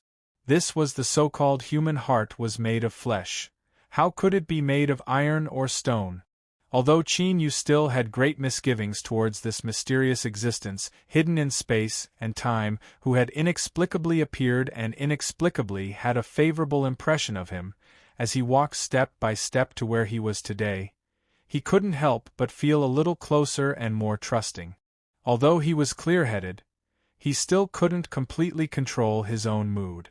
Little Meaty rolled her eyes at him and then stood up to leave. "There's no need to say words of gratitude. This sort of thing that doesn't cost me anything isn't worth anything at all. If you really want to thank me, then think about how you'll repay your debt." She clenched her teeth. She had invested time and time again, but there was no return at all. She felt depressed in her heart. But at the corners of her lips, there was a smile that even she didn't notice. Light and cheerful. Night. The Imperial Palace issued a decree and an angel arrived at the general's residence. Along with the Imperial decree was a giant plaque. Although it was covered by a veil, it was still difficult to hide its sharpness and vast aura. General Ning Qin of the Golden Empire, who has conformed to the Emperor's heart and performed meritorious deeds for the country, is promoted to third-class Marquis Loyal Marshal. He will also be granted the title of Secretary of the Ministry of Military Affairs, and will be a general of the same rank. The imperial decree's contents were simple. Although it was only a few sentences, the contents were filled with a grand atmosphere. Imperial Zhou had ruled the western wastelands and learned from the lessons of the previous dynasty. They severed the title of Marquis, and that was the pinnacle of officials. Looking at the western wastelands, unless one had performed a massive meritorious deed for the country, only then would they have the qualifications to be granted the title of Marquis. Even someone as noble as the Yi family's old patriarch and the Yi family's Yi Bohu, who controlled 2 mountains in the army, was only a first-class Marquis. Although he was 2 levels lower, Qin Yu had only entered the western wastelands court for a short period of time, and the speed at which he was promoted was simply mind-boggling. After the imperial decree was read, the eunuch in the imperial palace's study put on a friendly smile. He cupped his hands together and said, "Marquis Loyal Marshal, please rise and receive the decree. I have served Imperial Zhou for many years, but this is the first time I have seen a marquis of your age. Your future prospects are limitless. If there is a chance in the future, I ask that Marquis look after this servant." Qin Yu received the decree. He calmly bowed. "Eunuch is too polite. Please come to my residence and have some tea." The eunuch waved his hand. "There is no rush, there is no rush. I still have matters to attend to. Marquis, since you have received the imperial decree, you should also receive the plaque." There was a look of envy in his eyes that couldn't be concealed. "This is something personally written by His Majesty. It is a transcendent glory. Who knows how many great figures in the imperial capital have bitterly begged for this for many years." Qin Yu faced the imperial palace and bowed once more. "This subject is General Jin Wuning. I thank your Majesty for this generous gift." No matter how he felt, this attitude was indispensable. The veil was lifted to reveal a pure black plaque with golden cloud patterns. The words written on it were General Jin Wu. In the lower right corner, in a seemingly unremarkable place, there was a line of small golden characters. This was the residence of a great general of the same rank, a third-rank Marquis Loyal Marshal, the Ning family. An imperial decree, a marquis of 3 ranks. The imperial capital's attention was shaken. Chapter 1567. When Heaven's Inquisition descended, the insignia General Ning Qin was safe and sound. This alone was enough to prove that there was nothing wrong with his actions. Since this turmoil couldn't harm him in the slightest, whether it was out of appeasement or the revenge of His Majesty in the imperial palace against the various forces in the imperial capital, the storm that was stirred up would naturally become a boost that would push Jin Wu to the next step. As the saying goes, riding the wind and soaring into the clouds, the insignia General Ning Qin's promotion still left countless turtles in the deep waters of the imperial capital dumbfounded. Third-class Marquis of Loyalty. Moreover, he was a great general of the same rank, a great general with military power. Looking at the court, how many officials could suppress him? Of course, there were definitely some. For example, the 2 great Yi families, Prime Minister Han of the imperial court, the secretary of the military department, and the several powerful princes of the emperor clans. But thinking of this, no one felt relaxed. Instead, the bitter smiles on their faces became even deeper. This was because these people were the true big shots of the imperial court. They were the indisputable super thighs of the Western Wasteland Empire. Suddenly, they discovered that the insignia General Ning Qin, who came from the broken world and had an ordinary cultivation, was now a high official. This caused those who worked hard in the court to grind their teeth and their eyes to turn red. But now, those who were still envious were the lucky ones in the court. Those ministers who had jumped out early on to criticize the Golden Generals with fierce words and petitioned the great emperor to punish them now had bitter expressions on their faces, as if they were about to drip tears. Since the insignia general was fine and had instead been promoted, becoming the Marquis of the Western Wasteland, then they were doomed. In the rear palace of the Imperial Palace, to the southeast of the pavilions, there was a fragrance hall. This was the residence of a favored noble lady. This noble lady had a natural body fragrance. It was light and strong, able to stir one's heart and help with cultivation. After being summoned to the imperial palace, she had been promoted 3 times in 5 years. From a small palace maid, she had become a noble lady who occupied a side palace in the imperial palace. There were rumors that if noble Lady Xiang was pregnant, the position of a concubine would be as easy as pie. She would truly become a character that couldn't be underestimated. After all, the most powerful type of wind in the world was pillow talk. If it was used well, once it was brought out, it would be able to decide the matter with a single strike or turn the tide. In short, it would be able to look down on everyone. However, the atmosphere in the fragrance-smelling hall today was rather gloomy. Firstly, His Majesty was busy with government affairs and hadn't been here for half a month. Secondly, the noble lady, who had always been sweet and amiable and had a gentle temperament, had recently been in a bad mood and had punished 2 palace maids who had caused trouble. Although it couldn't be considered to be severe, it was still covered in blood, causing everyone's hearts to tighten, and they became even more cautious as they walked. They were deeply afraid that if they made the slightest movement, they would suffer an unexpected calamity. Eunuch Wei.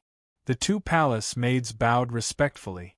It was not only because he was the leader of the eunuchs in the smelling hall, but also because he had read the imperial edict on behalf of the emperor not long ago. Among the eunuchs, this was a great honor, not to mention that Eunuch Wei had personally summoned Ning Qin. Even if they were in the harem, they could still hear a few words about this new marquis's fame. With Eunuch Wei's kindness and ability to socialize, they had probably already established a good relationship during their journey together.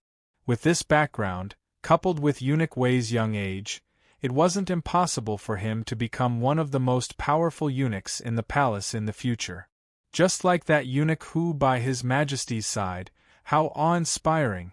Thinking of this, the 2 palace maids blushed and looked at Eunuch Wei with a hint of charm in their eyes. In the imperial palace, the long night was unbearable. There were always some pitiful people who came together to comfort each other. But today, Eunuch Wei wasn't in the mood to talk to the 2 beautiful palace maids. He nodded and walked away, causing the 2 young palace maids to look at his back, unable to help but reveal a bit of sadness. Wei Wei greets master. After reporting, he entered the room, knelt down and respectfully kowtowed. Noble Fragrance was leaning on the soft couch, looking at him with a complicated look in her eyes. She softly said, "Get up, I told you to deliver something to the residents. Is everything all right at home?" Wei Wei said, "Noble can rest assured that the old man and madam are doing well. He told me to pass on a message to you to serve father in peace and that there is no need to worry about them." After a moment of hesitation, he revealed a smile. "When I returned to the residence, this servant received a reward from the old man. He said that there were several jars of wine that your highness personally made when she was young and buried underground for many years. It was only when you were bestowing the title of noble that you took them out. There is still some left, so he gave this servant a jar." Noble Fragrance's complexion changed. She frowned and her eyes darkened. "Father is really muddle-headed. How can he give this wine that I personally brewed to a servant?" Her eyes were cold. "Wei Wei, leave the wine in the palace. You can leave. In the future, don't come to my side. Just do your work outside." The several palace maids waiting on the side all widened their eyes in shock. They thought that it was just a jar of wine. Even if it was personally brewed by a noble, they shouldn't ignore the always trusted Eunuch Wei just because of such a small matter. Their hearts filled with fear and unease. The palace maids lowered their heads, feeling their hearts tremble. Wei Wei knelt on the ground. A complex light flashed in his eyes. Then, he took a deep breath and revealed a decisive look. He took out a jar of wine and placed it on the ground with both hands. He respectfully bowed to Noble Fragrance. "Your Highness, take care. This servant will leave now." The eunuchs in the imperial palace were all crippled and pitiful worms. In the past, when the little palace maid first entered the palace, she was often bullied. One day, the pitiful worm took a beating for the little palace maid and the two became closer. Then, after some years, the little palace maid obtained His Majesty's favor and was slowly bestowed the title of noble. The pitiful worm also became a moderate character in this imperial palace. At the very least, he was no longer bullied by others and now had the qualifications to bully others. As Wei Wei walked out of the fragrant fragrance hall, he turned his head and revealed a gratified look. Even if you have become a high and lofty noble now, you are still that timid little palace maid to me. This was good, this was enough. In the past, the pitiful worm and the little palace maid had talked about everything. Perhaps he remembered the noble's childhood experiences more clearly than the noble. There was no way he could personally brew wine. The old master's reward was likely to send him on his way. Wei Wei smiled and straightened the eunuch hat on his head. Although he was a cripple, he wouldn't harm his friends. After returning to his residence, Wei Wei sent away several pitiful worms who came to ask for information. As he watched them leave in a panic, he thought of something and smiled. Then, he closed the door. One day later, in the middle of the night, the door opened from the outside with a loud click. Two black-clothed men came in from the outside and immediately saw Wei Wei lying on the table. There was still a faint fragrance of wine in the air, but the dishes on the table had already turned cold. It was as if Wei Wei had fallen asleep on the table. "Humph! You unappreciative eunuch!" One of the black-clothed men cursed. Then, he sneered, "Do you think you can help your master escape this calamity by committing suicide? In your dreams." He stepped forward and kicked Wei Wei's cold corpse to the ground. The other man frowned. "Enough. He's already dead. Why ruin his corpse and ruin your own virtue?" He looked around the room and waved his hand. "Go and put the things away. We're leaving." The first black-clothed man resentfully stopped. He took out several things from his chest and flashed into the inner room. Looking at Wei Wei's corpse, the black-clothed man revealed a trace of admiration. It was beyond his expectations that there would be eunuchs who didn't care about their own lives. After a moment of hesitation, he flicked his sleeves and an invisible force lifted Wei Wei back onto the table. This was all he could do to restore some semblance of dignity to this eunuch. "Let's go." The two black-clothed men turned and left. The door quietly closed. The next day, news of the eunuch chief of the Fragrance Palace, Wei Wei, committing suicide to escape punishment was exposed. The imperial palace guards personally took over and found several forbidden items in his room. Although they didn't know what they were, rumors said that they were related to witchcraft. Witchcraft was real witchcraft. In this world where there were gods, this was an extremely terrifying method. It had always been a forbidden evil secret technique in the palace. Anyone who was involved in it would be punished with extreme punishment. The Fragrance Palace was in chaos. Wails could be heard everywhere. The imperial palace guards rushed in and pulled away all the palace maids and eunuchs. They knelt neatly outside the palace. Then, sword light flashed and heads rolled to the ground. The smell of blood assailed the nostrils. Soon, eunuchs with pale faces rushed in with buckets of water to wash the blood on the ground. Inside the palace, Noble Xiang's face was pale. She held a handkerchief in her hand. Her eyes were blank and empty. It was as if she was extremely frightened and numb. "Noble Xiang, His Majesty has decreed that you should stay in the Fragrance Palace from now on. You can't take a step out without an imperial edict," one of the imperial palace guards said with a cold face. Without waiting for a response, he turned around and left. "Close the entrance and seal it. Lock the connection between the inside and outside." Noble Xiang's body trembled and slowly came to her senses. Listening to the clanking sound, she closed her eyes and shed tears. "You clearly know that I let you go. Why do you still want to die here?" The matter of Noble Xiang in the harem involving witchcraft broke out. The palace was purged in one day. Heads were killed and the smell of blood assailed the nostrils. Outside the imperial palace, the action had begun.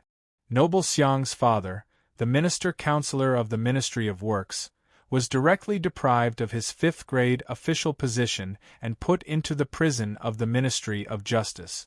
Days later, the cry of the minister-counselor was loud. All the young and strong men were taken into custody, and the women were temporarily locked up in the musical house to await further punishment. Those who dared to resist were killed without mercy.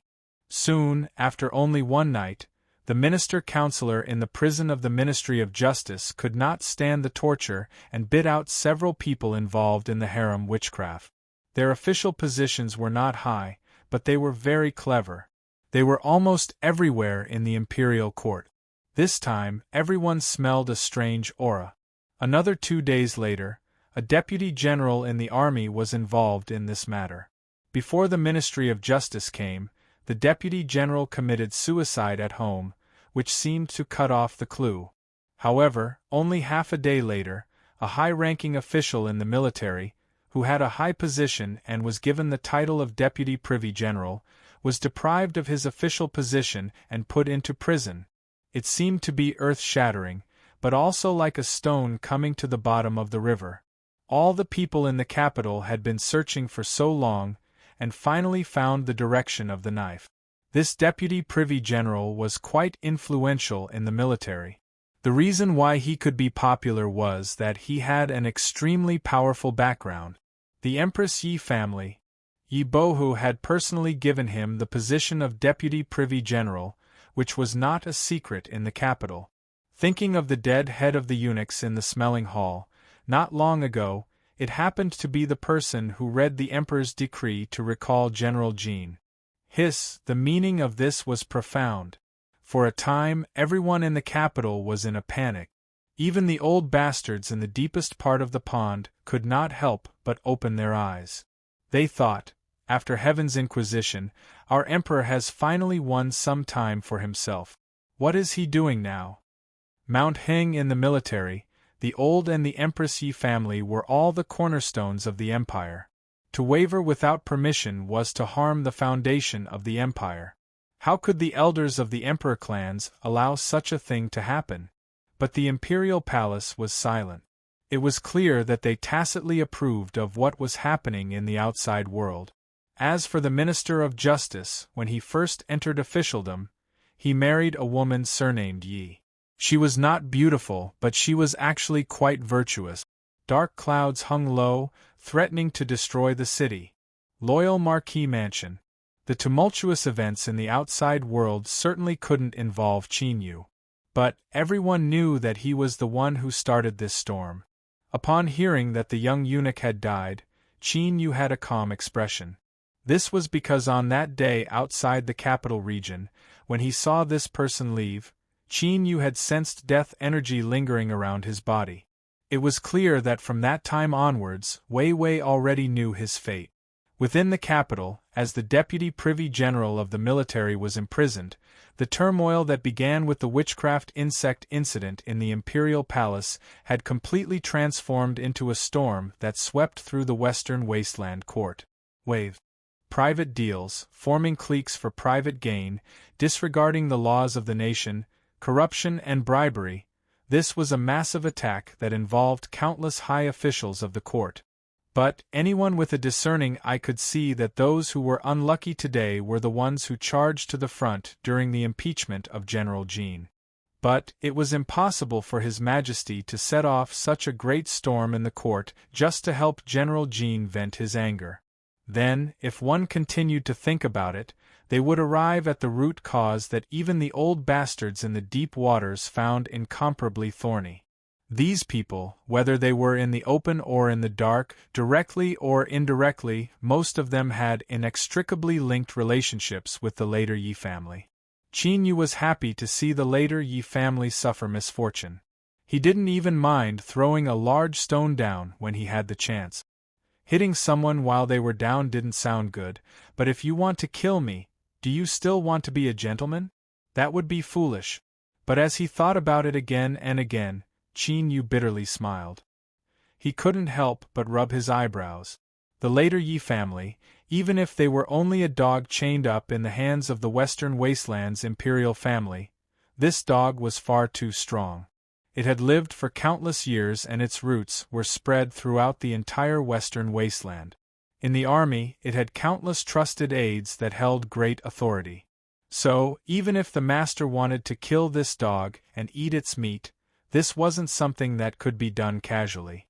Otherwise, why would a scandal like the harem witchcraft erupt and then indirectly attack them from another angle? Simply put, the later Yi family would likely find it hard to escape this calamity.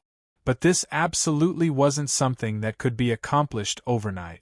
In order to prevent a dog from jumping over a wall and suffering a backlash, the chains around the later Yi family's neck would become tighter and tighter. The chain around the neck of the Yi family would definitely be pulled tighter and tighter, but until the very last moment, they would be given a chance to breathe. This caused Qin Yu to worry about his own safety. No one was a fool.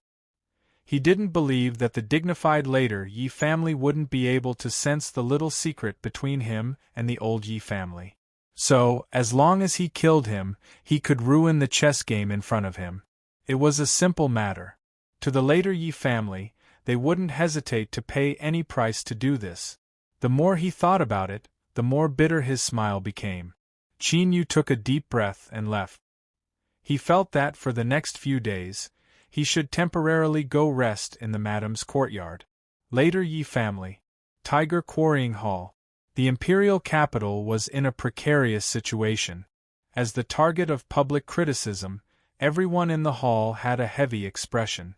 The atmosphere was suffocating. As a direct descendant of the family, they naturally knew that their family was different from others. They also thought that some day in the future, a great calamity would descend upon them. But no one imagined that this day would come so quickly and so suddenly. With the sound of footsteps, everyone subconsciously lowered their heads and straightened their back. Yi Bohu stepped forwards. His expression was calm and his face was as firm as a rock. Patriarch. Everyone bowed in unison. Yi Bohu walked to the master's seat across from them and sat down. His eyes swept over everyone. Rise. Yes. Without any hesitation, Yi Bohu went straight to the point. The current storm in the imperial capital is not a fluke. It is indeed aimed at us. The Tiger Quarrying Hall fell deathly silent. Everyone gnashed their teeth, some revealed looks of anger, and some were as still as a lake. Does the Western Wasteland's Emperor family really want to betray us? Aren't they afraid that my later Yi family will revolt and turn the world upside down? Yi Bohu looked at the person who spoke and coldly sneered. Idiot! Our family has been chained from the start. As dogs, we must have the awareness of a dog. Rebelling against the Western Wasteland is the worst possible move, but it is still too early to speak of it. Another person said, Patriarch, the Emperor family and the old Yi family have clearly joined forces. If we do not resist, then even if we have a deep foundation we will still be killed off bit by bit. Yi Bohu said, as long as a great tree lives for a long time, its roots will drill into the rock and spread through every corner. If we do not want to leave behind a disaster in the future, we must uproot it. This is a matter that takes time. If we are too hasty, then the result will be a landslide. He let out a deep breath and lightly said, Our Majesty does not wish to see this happen, so there is still time. Patriarch, this general requests for the execution of General Jinwu Ningqin. At the entrance to the Tiger Quarrying Hall, a person stood up from the last seat on the right. His voice was calm, but it was filled with sharp killing intent. Although he was seated at the end of the table, that didn't mean he was the weakest. This fellow came from a side branch of the later Yi family, but had managed to cultivate the true body of the Goliath. When he went crazy in the past, the strength he erupted with was astonishing. In these past years, he had stayed in the imperial capital and hadn't taken half a step out of the later Yi family's residence. No one had seen him personally fight, but no one dared to underestimate him in the least. A sharp light flashed in Yi Bohu's eyes. He lifted a hand and pointed at Yi Gui. If you can see the crux of the problem, then His Majesty in the Imperial Palace, that old tiger of the later Yi family, will naturally have a response. I fear he is just waiting for us to take action. We must kill Qin Yu, but we cannot be the ones to do it." He paused for a moment and then said, "At the very least, we must maintain our silence in the imperial capital." Yi Gui furrowed his eyebrows. He turned and sat down. He had always been quiet and had a cold temperament. Everyone was used to his rude actions. "The reason I have gathered you here today is to tell you that you cannot rely on luck in your hearts. My later Yi family has indeed reached a moment of life and death. But there is one more point. I want you to know that the roots of my later Yi family are deep and long enough. It won't be so easy to exterminate them. Leave. Do not act rashly and do what you are supposed to do. Although the storm has arrived, it won't reach Tiger Quarrying Hall for some time." His calmness was filled with confidence. "Yes, we will take our leave." Everyone stood up and bowed before leaving in a single file. Yi Gui didn't move. He stayed behind. Yi Bohu glanced at him and furrowed his eyebrows. "When I need you to help, I will naturally ask." Yi Gui lightly said, "I have already waited for many years." He stood up and left, his back like a mountain. In the past, if it weren't for the grace of his family suppressing him, he would have committed suicide. The reason he had kept his life was to repay the later Yi family for raising him. At this time, wind and rain swayed. Chapter 1568. Some people say that prostitutes and assassins are the two oldest and strongest professions in this world. Regardless of whether these words were right or wrong, at the very least, they had always existed in this world and had never truly disappeared. At most, it would be under a different name and wearing a different shell. Hui Chui Pavilion was the strongest assassin organization in the Great Wilderness. Not one of them. The name was ordinary and even sounded like it was from the Jianghu.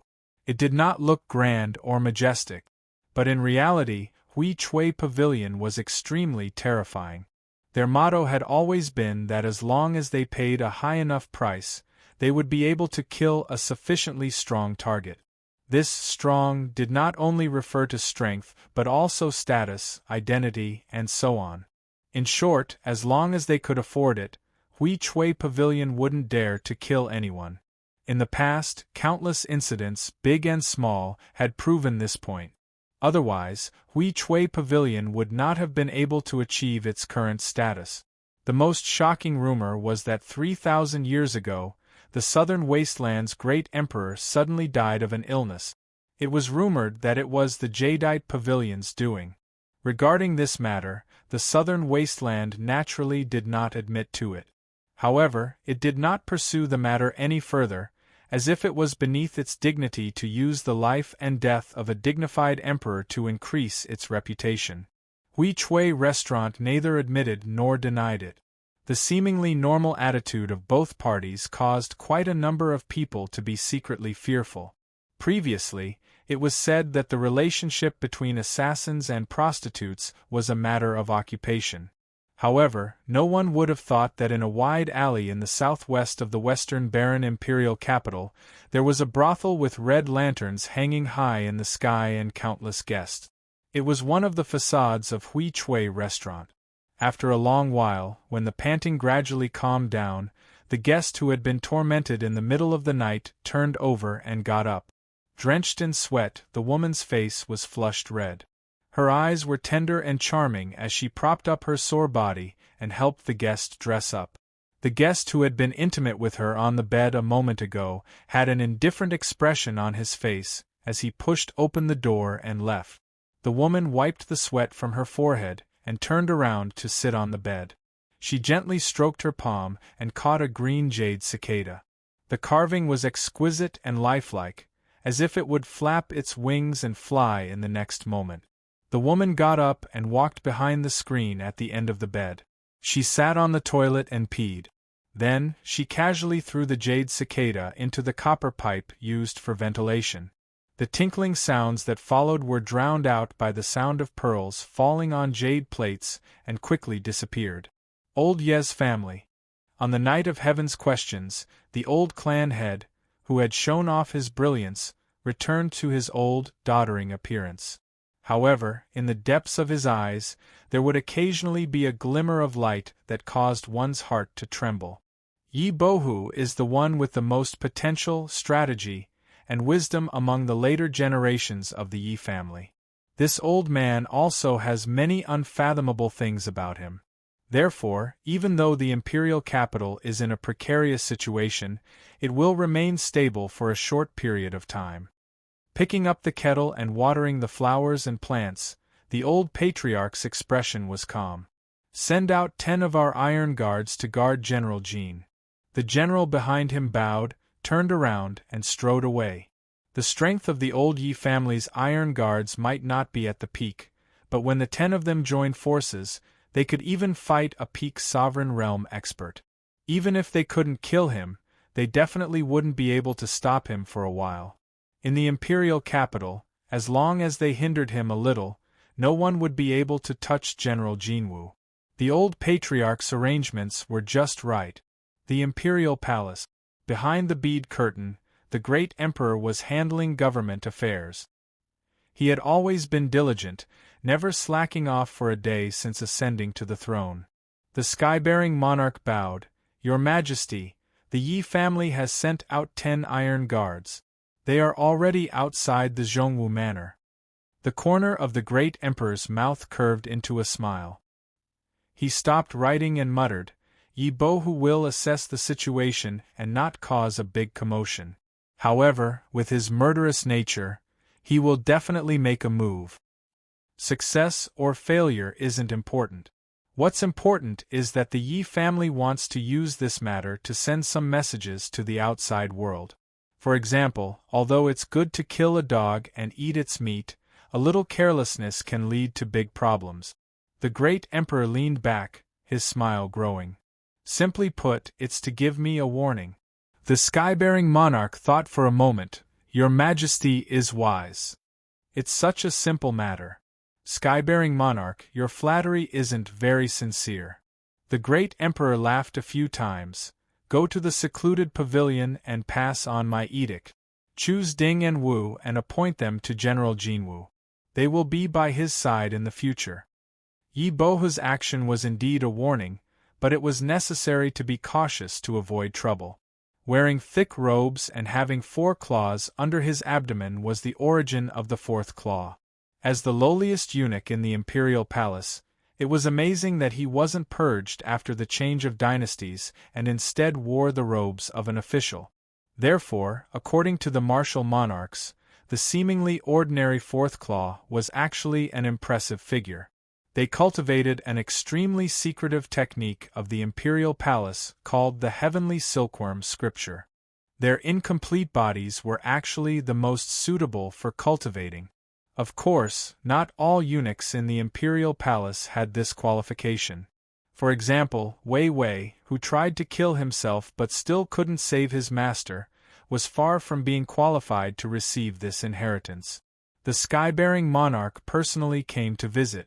Behind him, the 2 stooped 4th claw had their heads lowered as if they would fall asleep at any moment.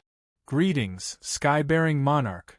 Qin Yu cupped his hands together and bowed.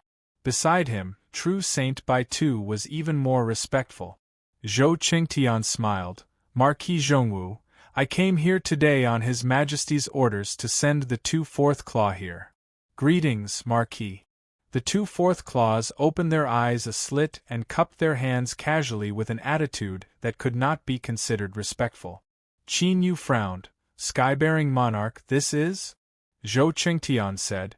"There have been many storms in the imperial capital recently and His Majesty is worried about Marquis Zhongwu's safety. The 2 4th claw are trusted aides of the imperial palace and can be trusted. Marquis Zhongwu can order them around without worry." Subordinate Ning Qin thanks your Majesty. Qin Yu bowed towards the direction of the imperial palace.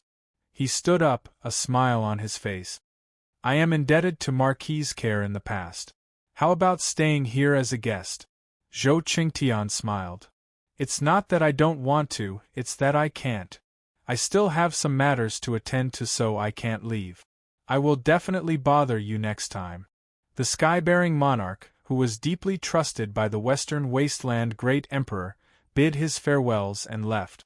After Qin Yu bid his farewells, he looked at the two-fourth claw behind him, a thoughtful expression on his face. As if sensing his awkwardness, one of them opened his eyes and chuckled. Marquis, there is no need to bother with us. We two old fellows only need to arrange a place for us to stay. We will take care of everything else. Qin Yu smiled and nodded. Good. Bai Su, you personally lead the two-fourth claw to a place to settle them down. Make sure everything is appropriate. Bai Su nodded. He respectfully reached out a hand. Two old sirs, please follow me. Humph. There was a cold sneer behind him. Qin Yu turned and saw little Meaty.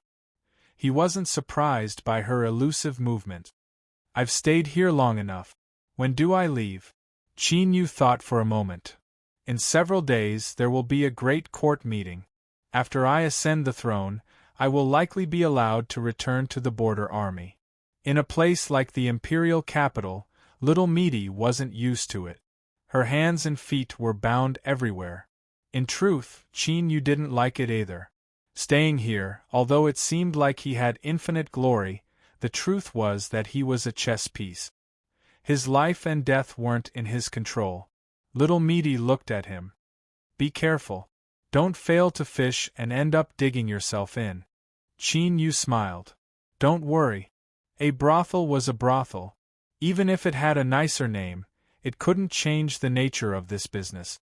It was as if there were some people who, even though they were in the dark, could still clearly feel the terrifying aura being emitted from them. Like a blazing sun in the skies, illuminating the world.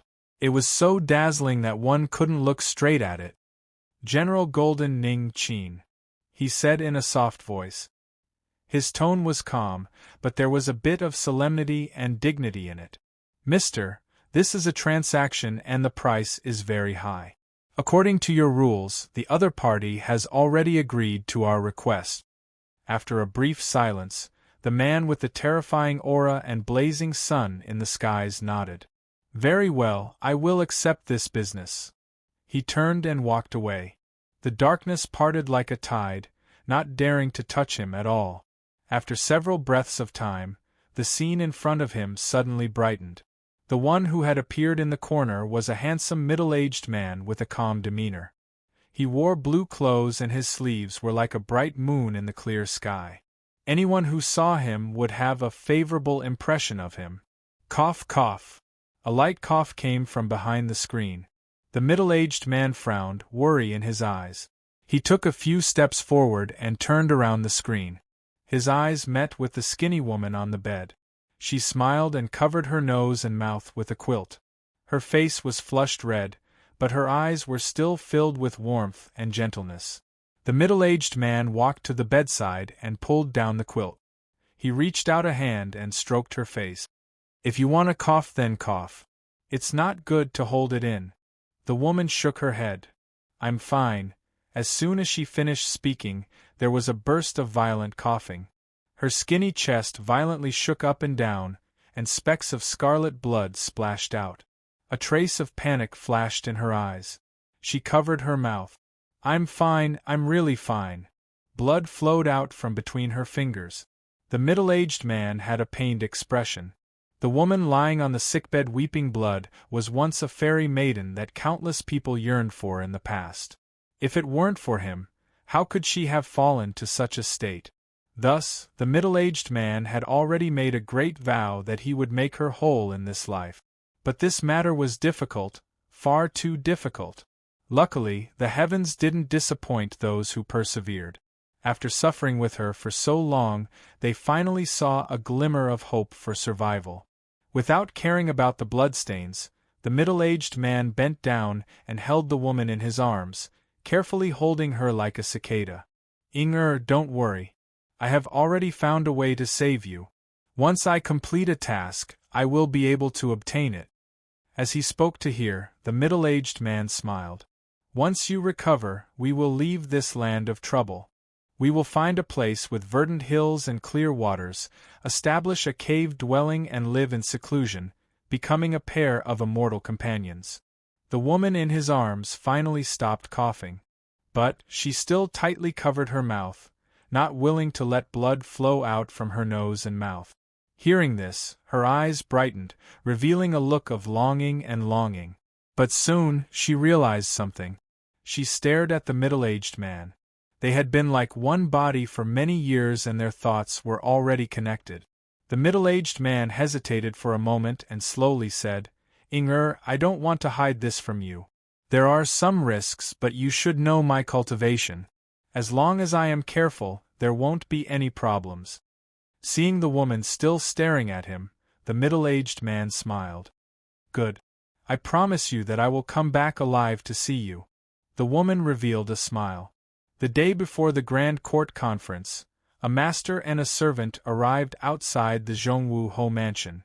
Although there was a light veil covering them, the faint outline and slim figure were enough to show the beauty of the master and the servant. So, when the servant came forward and bowed, saying that an old friend was here to see the Marquis, the gatekeeper felt awkward. Now, everyone knows that the Marquis has brought his wife with him. Although she looks young and cute, she is actually very scheming. The servant girls in the mansion, who originally had some thoughts about the Marquis, had long extinguished those thoughts. If they sent a letter, they would be hated by his wife. But if they didn't, as the saying goes, the flowers at home are not as fragrant as the wild flowers. Who knows if they would bring even greater trouble to themselves in the future? Just as the gatekeeper's head was like a drum and he was in a dilemma, a servant girl pushed open the door and came out. She looked at the master and servant pair in front of her and said, "Madam invites the two of you in." The gatekeeper let out a long breath and hurriedly retreated to the side. He wished he could be a coward and pretend that he didn't see any of this. The master and servant pair were Yunqing and Dai. In truth, the reason they appeared here today was because of some twists and turns. When Qin Yu left the imperial capital and went to the western border army, the two of them had been escorted by Li Zhou's people to give Qin Yu a pleasant surprise. But they never imagined that there would be some accidents on the way. By the time the delay was over, there would be news that Ning Qin was stationed in the mine. The escort team immediately stopped. No one was willing to approach that man-eating mine. As they sent messages to the imperial capital, they stayed where they were, waiting for further orders. Following that was news that General Jinwu had died underground. Although the team hadn't received orders from His Highness, since General Jinwu had died, they naturally didn't need to send beauties to a dead man. Just as they returned to the imperial capital, there was news that General Jinwu had performed a meritorious service in suppressing the mine rebellion and had been made a third-class Zhongwu Earl. This time, Li Zhou was left dumbfounded. After ruthlessly punishing the subordinate responsible for escorting them, he temporarily placed Yun Qing and Dai in a courtyard in the imperial capital. He originally thought that once the storm calmed down, he would think of a way to send them to the border army. But afterwards, a series of changes occurred. General Jinwu Ning was first impeached like a tide. Then, he soared into the highest heavens and became the current Marquis Zhongwu. This was Li Zhou's first visit. Because he had another mission, and because he was worried that Qin Yu would feel as if he was asking for repayment, he didn't mention this matter. He only thought that after a period of time, before Qin Yu left the imperial capital, he would have people send Yun Qing and Dai back. But who would have thought that before one wave had subsided, another would rise? The imperial capital would be shaken, and the Yi family in the rear of the army would become the target of public criticism. There were many people with discerning eyes, and they could see that Qin Yu's position was critical. Li Zhou had personally witnessed how Qin Yu had killed Yun Qing and Dai. If he kept them in his hands, they would become a hot potato. If they were used by someone with ulterior motives, he would be in trouble. Without thinking too much, Li Zhou sent people to escort Yun Qing and Dai outside the Zhongwu Marquis' mansion. As for how General Jinwoo would arrange things and whether or not the rear residence would be safe, that would depend on himself. Seeing Yunqing and Dai brought into the Marquis's mansion by a maid, the carriage driver, who had been hiding in the shadows, hurriedly left to report. Back residence of the Marquis's mansion. Little Meaty rubbed her chin, her eyes filled with uncertainty. To her, this was a rare situation. She took several steps back and forth, a fidgety look on her face. She wanted to turn around and leave, but she also wanted to see Qin Yu one last time. As Little Meaty was hesitating, a maid reported from outside the exquisite reception hall, "Madam, the guests have arrived." Little Meaty took a deep breath. "Go. Arrange them in the side courtyard and have people serve them well." She clenched her teeth. "Send someone to the front courtyard and have the Marquis make his own arrangements." Along the way, the maid who had been sneering to herself was suddenly left dumbfounded. She bowed in a daze and then turned to leave. As she looked at the master and servant from the corner of her eyes, she couldn't help but feel a bit more awe. In the reception hall, Little Meaty covered her face with her hands. After lowering them, she clenched her teeth and finally sighed. Whatever, since they didn't want to see them, then so be it. Chapter 1569. When Qin Yu learned of this news, he was playing with the third-class Marquis Loyal Marshal seal that the military had sent over. The Marquis seal was black and gold. The two colors wove together. Although it seemed chaotic, the truth was that it exuded a majestic aura. Old friends? Two women? Qin Yu furrowed his eyebrows. He put away the seal and walked towards the rear courtyard. Along the way, after asking a few questions, he was able to roughly guess who the two people the maid was talking about were. He entered the rear courtyard and stepped into the courtyard. As everyone bowed, the figures of Yunqing and Xiao Dai appeared in front of him. It really was them. Strictly speaking, it hadn't been too long since they parted. But the disparity in status between now and the past was even more astonishing. Seeing Qin Yu stride towards them in his Marquis robes, Yunqing and Xiao Dai cautiously bowed from afar. "Greetings, Lord Marquis." Sixth Highness Li Yizhou and that madam he hadn't seen just now might have thought that they were old friends of General Jinwoo. But in truth, the two of them knew that in General Jinwoo's heart, they didn't have too important a status. At most, they would be used. But Li Yizhou had ordered people to bring them to the Loyal Marshal Marquis mansion. With the carriage driver watching from afar, they could only brace themselves and call out. Qin Yu's eyes flashed. "Rise." His eyes swept over the two. Then, he looked at the maid with a respectful expression. "Did the madam invite them in and arrange for them to stay here?" "Yes," the maid said in a soft voice. Subconsciously, her eyes began to shine. But as she thought of something, her body stiffened and she lowered her head. Qin Yu nodded. His eyes fell onto the face that was exactly the same as in his memories. A dazed feeling rose in his heart, but it quickly vanished. He lightly said, "Since you've come, you may stay in the mansion. I have other matters to attend to, so I will be leaving first." Yun Dai let out a breath of relief. But at the same time, she also felt a bit disappointed. After leaving the master and maid's dwelling, Qin Yu took a deep breath. Without stopping, he rushed straight towards the main courtyard. As the madam that everyone knew, Little Meaty lived here. News of a pair of beautiful maidens being led into the mansion by the madam had already spread out. Seeing the Lord Marquis's hasty and dignified expression, the maids and attendants quickly bowed. Qin Yu looked at Little Meaty. He waved his hand and said, "Leave. Without my order, no one is allowed to enter." "Yes." Everyone bowed and left in a hurry. Qin Yu took 2 steps forward. He stared at those fleshy eyes and said in a low voice, "I want to ask you something. I ask you to answer me truthfully." He paused for a moment. "There are 2 people outside the door.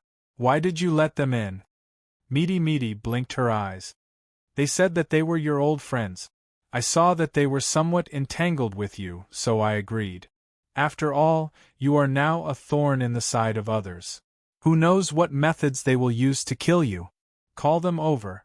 I've seen that they're fine, so I can rest assured.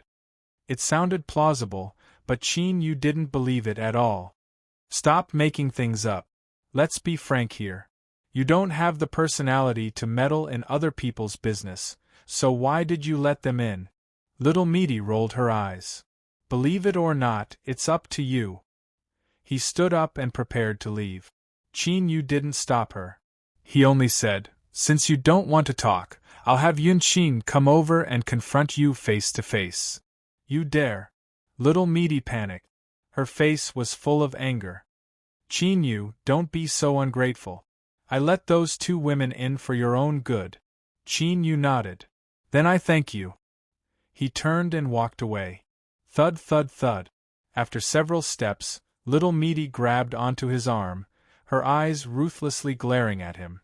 If it were anything else, she would have just joked about it and Qin Yu would have just muddled along and not pursued the matter any further. But not this time. Qin Yu lowered his head and met Little Meaty's gaze. His eyes were calm and filled with a firm will. It was clear that he wouldn't give up until he achieved his goal. Little Meaty humphed. She was the first to look away and let go. Qin Yu didn't continue walking away. He knew that Little Meaty had already admitted defeat. You have no conscience, you ingrate. Little Meaty angrily cursed. She clenched her teeth. That's right, that little woman called Yun Qing does have some problems. But don't ask me about the specifics, because I won't tell you. A sharp light burst out from deep within Qin Yu's eyes. He took a deep breath and pressed forward. Little Meaty, was she? Stop! Little Meaty screamed, her face full of anger. I told you not to ask. If you continue like this, I will leave. Qin Yu furrowed his eyebrows.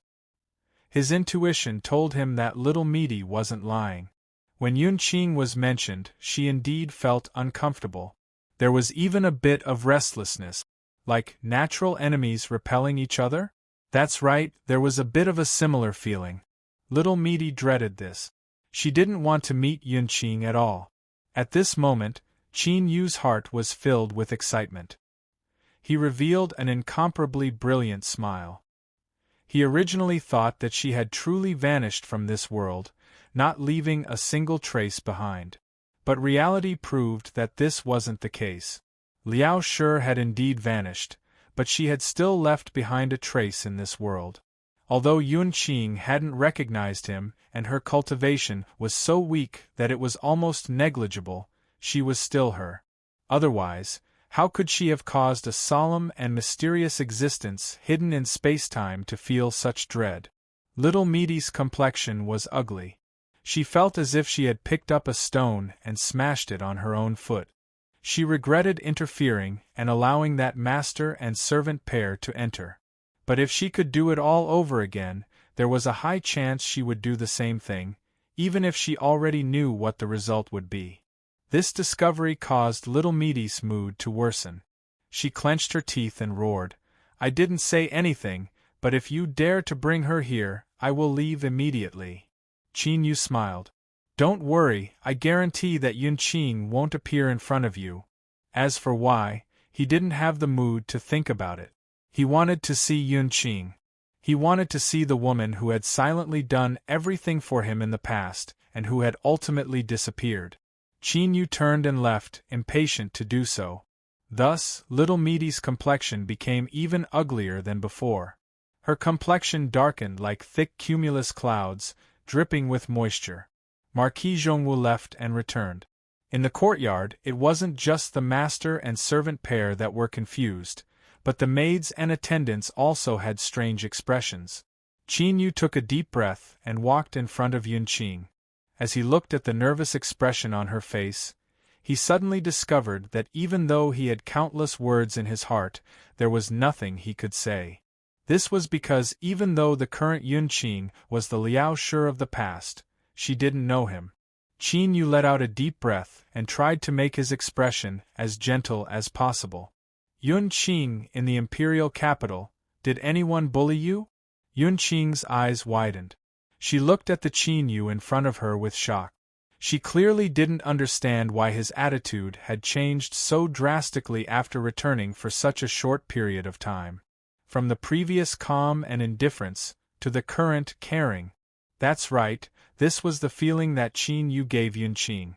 It was as if as long as she opened her mouth and casually mentioned a person's name, no matter who that person was, they would immediately suffer great misfortune. But with her cautious and careful personality, Yunqing didn't dare to believe her own feelings. Instead, she became increasingly restless. She paled and shook her head. No. Qin Yu took a step back, a smile on his face. Did I scare you? Yes, that should be the case. Don't be afraid and don't be angry. I made a mistake before and didn't recognize you. In truth, perhaps it isn't appropriate to tell you this right now. In short, I owe you a great, great favor from a long, long time ago. You might not be able to understand these words, so you don't need to understand them for now. In short, you just need to remember that I will protect you and help you. I won't allow anyone to harm you, not even the tiniest bit. He was smiling, and his smile became increasingly brilliant.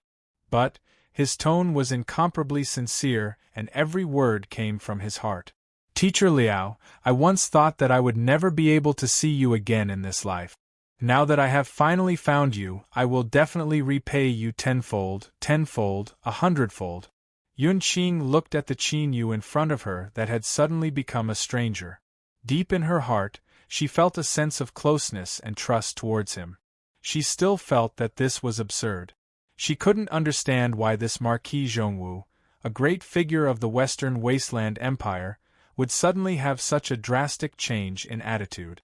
But this didn't affect Yunqing's feeling of sincerity, and also the excitement in her heart. Her heart began to race. She thought for a moment and lowered her head. Little Butterfly glanced at Marquis Zhongwu, who was staring at her miss. She clenched her teeth and suddenly fell to her knees. Marquis, if you really want to protect my miss, then please help her. On the road to the border army camp, she nearly died. Little Butterfly, Yunqing shouted. She suddenly panicked. You, Marquis, there is no need to listen to her nonsense. What happened in the past is already in the past. I'm perfectly fine. Qin Yu frowned for a moment before relaxing. He nodded. It's good that you're fine. He knew that haste made waste. His eyes swept over the maids and attendants around him. Miss Yunqing, serve her well. If anything happens to her, I will not forgive you. His tone was cold and callous. When he looked at Yunqing, it was like a warm sun. He cupped his hands together and bid his farewells. After leaving the small courtyard, Qin Yu's complexion darkened. Cold waves surged in his eyes. Yunqing had nearly died. At that time, he didn't know that she was Teacher Liao. Although she was fine now, just thinking about how he would never be able to see her again left him flustered and filled with endless anger. Someone, come! Wang Datu quietly appeared behind him. General, please give me your orders. Qin Yu lightly said, Go to Li Yi's palace and tell him that I know why Yunqing nearly died, without missing a single word. Tell him exactly what you said. Wang Datu respectfully bowed. Yes. He turned and walked away, his heart filled with emotion. My general is truly amazing now. He can even speak to a highness of the western wilderness with such an attitude and tone. He is honored, absolutely honored. Then, he discovered that he was completely ignorant of the imperial capital. He simply didn't know where the 6th Highness Palace was.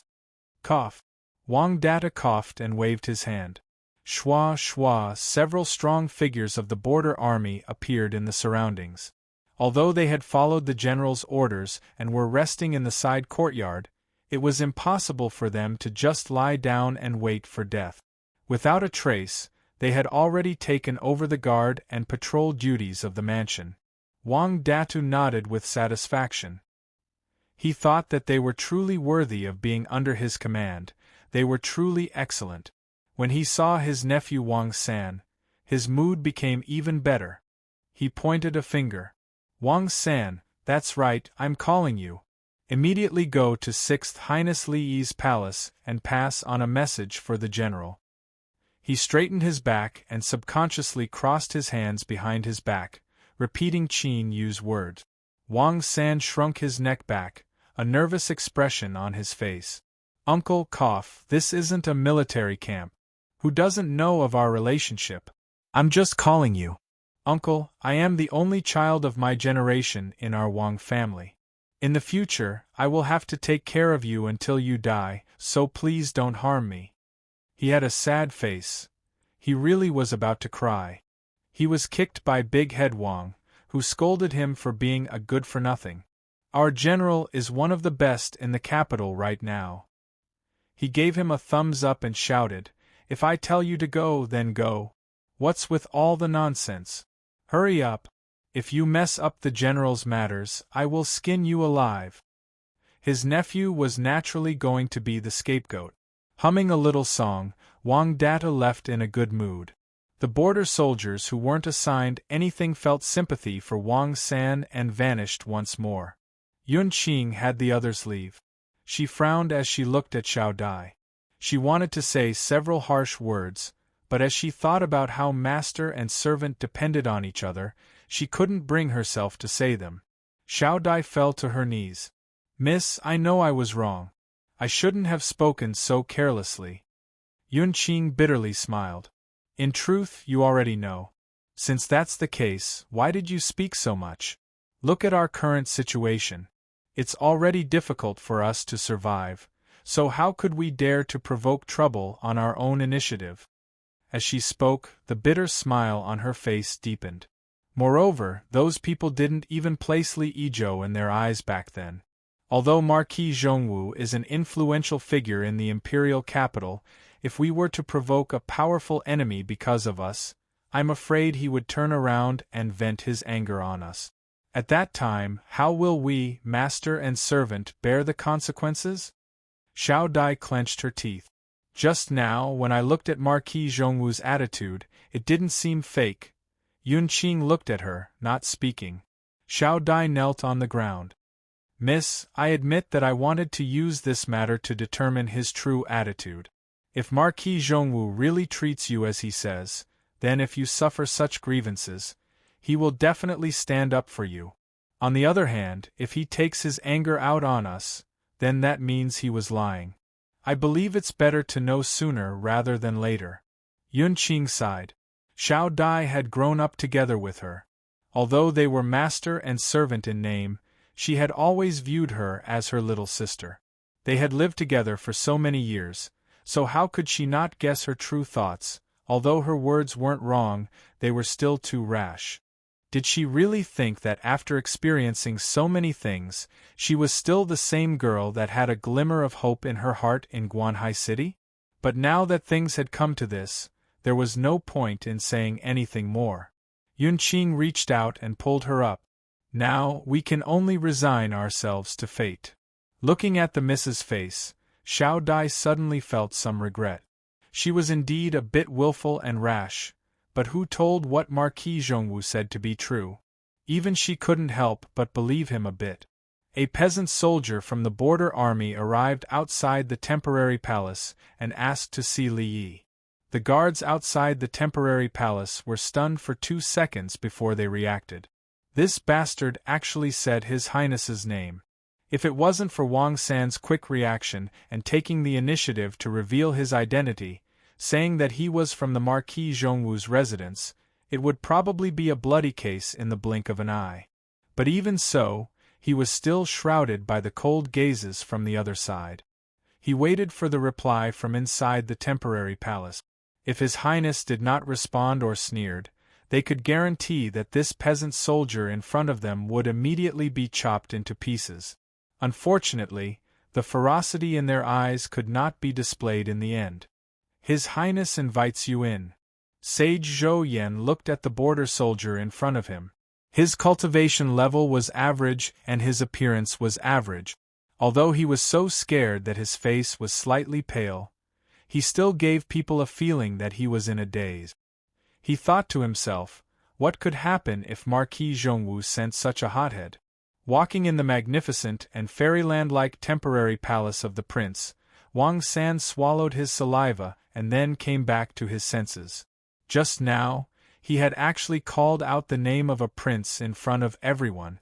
At first, he was afraid and broke out in a cold sweat. Then, he came to his senses. Not only was he fine, he was even invited to the temporary palace. My general is simply too awesome. I, Wang San, am honored. Ahem, from this angle, the uncle and nephew of the Wang family were indeed two branches of the same bloodline. Birds of a feather flock together. Chapter 1570. Huang Zhou's surname was Zhou, but he was called Li Yizhou Sixth Highness. As he looked down at the stunned border army soldier Wang San, he frowned and revealed a bitter smile. Marquis Zhongwu's words were filled with dissatisfaction and dissatisfaction. He really couldn't understand why a pair of brothel girls who met by chance, even if they had a moment of happiness, would care so much. Could it be that Jinwu General Ning Qin was truly an infatuated seed? But if this was true, then how would that madam in the manor be explained? He couldn't figure it out, but he still had a headache. The reason was because Marquis Zhongwu wanted to be on good terms with him. This was likely related to the future inheritance of the throne. But the Li family were even more difficult to provoke. Although he was Huang Zhou Highness, he was still restrained in front of them. Wang San didn't know that the Sixth Highness in front of him was currently in a state of melancholy. Thinking about his Marquis's domineering aura, he unconsciously felt more confident. He cupped his hands together and said, "Your Highness, the Marquis is waiting for my reply. Please hurry up." Li Yizhou was so angry that he almost laughed. He thought to himself, "I don't want to offend the Marquis of Zhongwu, but you're just a peasant from the border army. Even if I killed you on the spot, would there still be people who would jump out and cry injustice?" But killing intent only flashed for a moment before it was suppressed. He was just a little border army soldier. What meaning was there in killing him? It would only cause trouble. Taking a deep breath, Li Yizhou said, "I don't know the details of this matter. You can wait outside the hall. After I ask, I will give you an answer." Wang San was a bit dissatisfied, but his courage wasn't greater than the heavens. He cupped his hands together and said, "I will wait outside the hall." His words were still hurrying him. Saint Zhou Yen rubbed his temples. He looked at His Highness, thinking that it wasn't easy for this border army soldier called Wang San to still be alive. Li Yizhou stood up and left. This involved Marquis Zhongwu and the Li family, so he didn't dare to make a decision alone. Asking was just an excuse. As for the specifics, he had to ask for instructions first. As for Wang San, he was just an idiot. He wasn't in the mood to waste time with him. He turned and entered the hall. Li Yizhou cupped his hands together and said, "Son Li Yizhou asks your majesty to descend." This time, the wait was slightly longer. The air fluctuated, and the blurry figure of the great emperor, who was rarely behind the bead curtain, appeared. "What is it?" His tone was indifferent and lofty. Li Yizhou was extremely respectful as he recounted everything that had happened just now. He didn't conceal anything in the slightest, nor did he mix in the slightest bit of his own attitude. "This matter is of great importance. I dare not act on my own. Thus, I took the liberty to disturb your majesty. I hope your majesty will forgive me." In the trembling space, the great emperor's shadow was silent for a moment, then he slowly said, "You have considered this matter thoroughly." He paused for a moment. "From now on, you don't need to interfere. I will deal with it myself."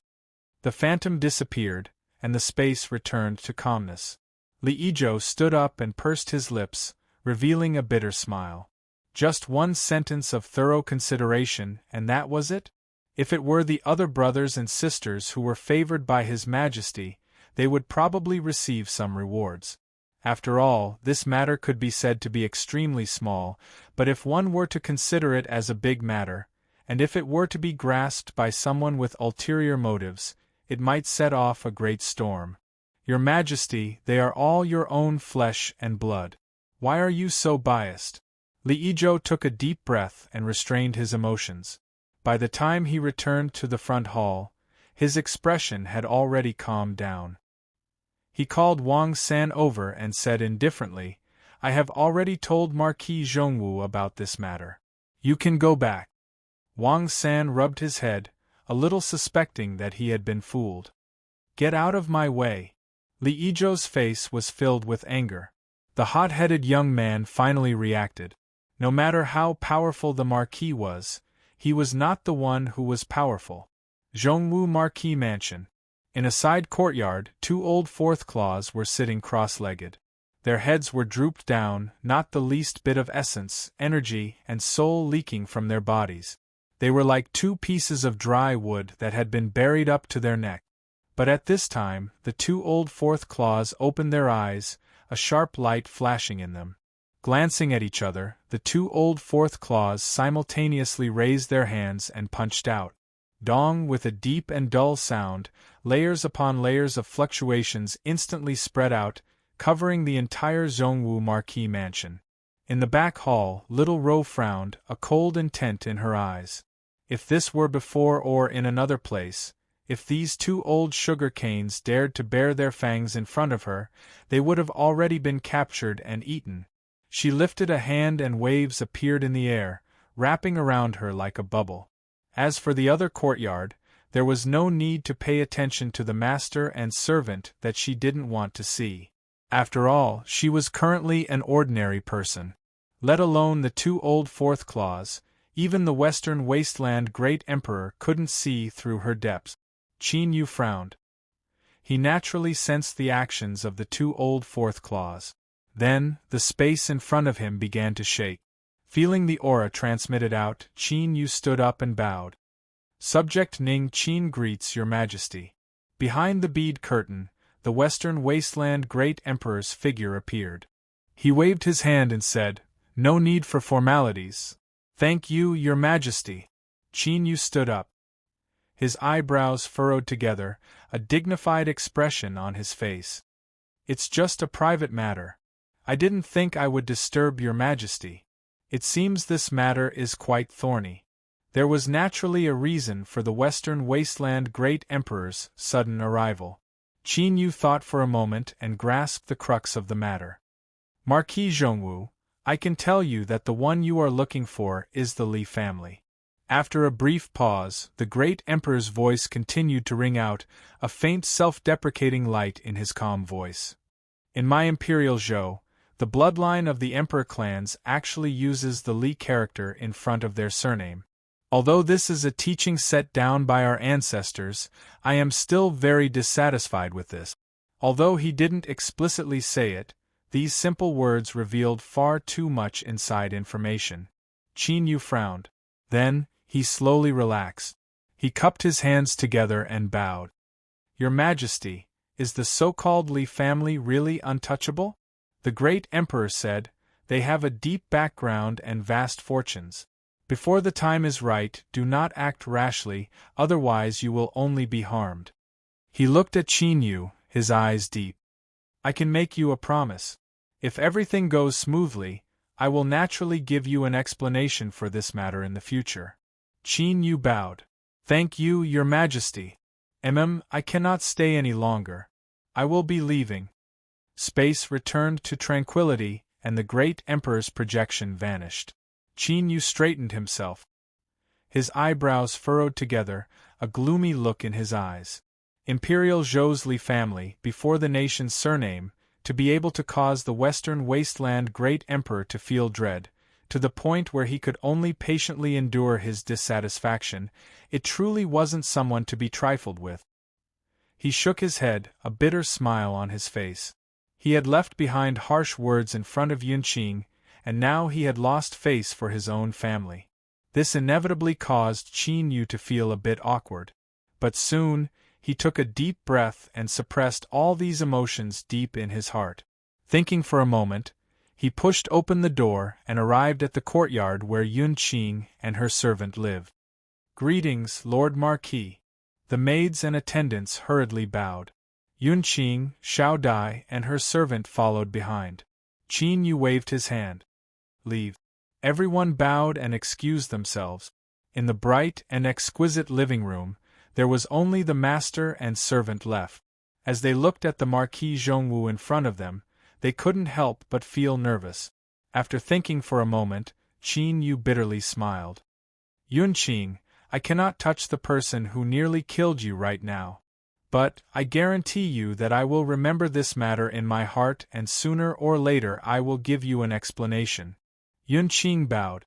She earnestly said, Lord Marquis, there is no need to be like this. I have already said that since he is fine, there is no need to pursue the past. Xiao Dai lowered her head, not speaking.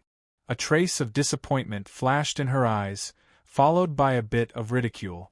She thought to herself that the men of this world were truly skilled with their mouth.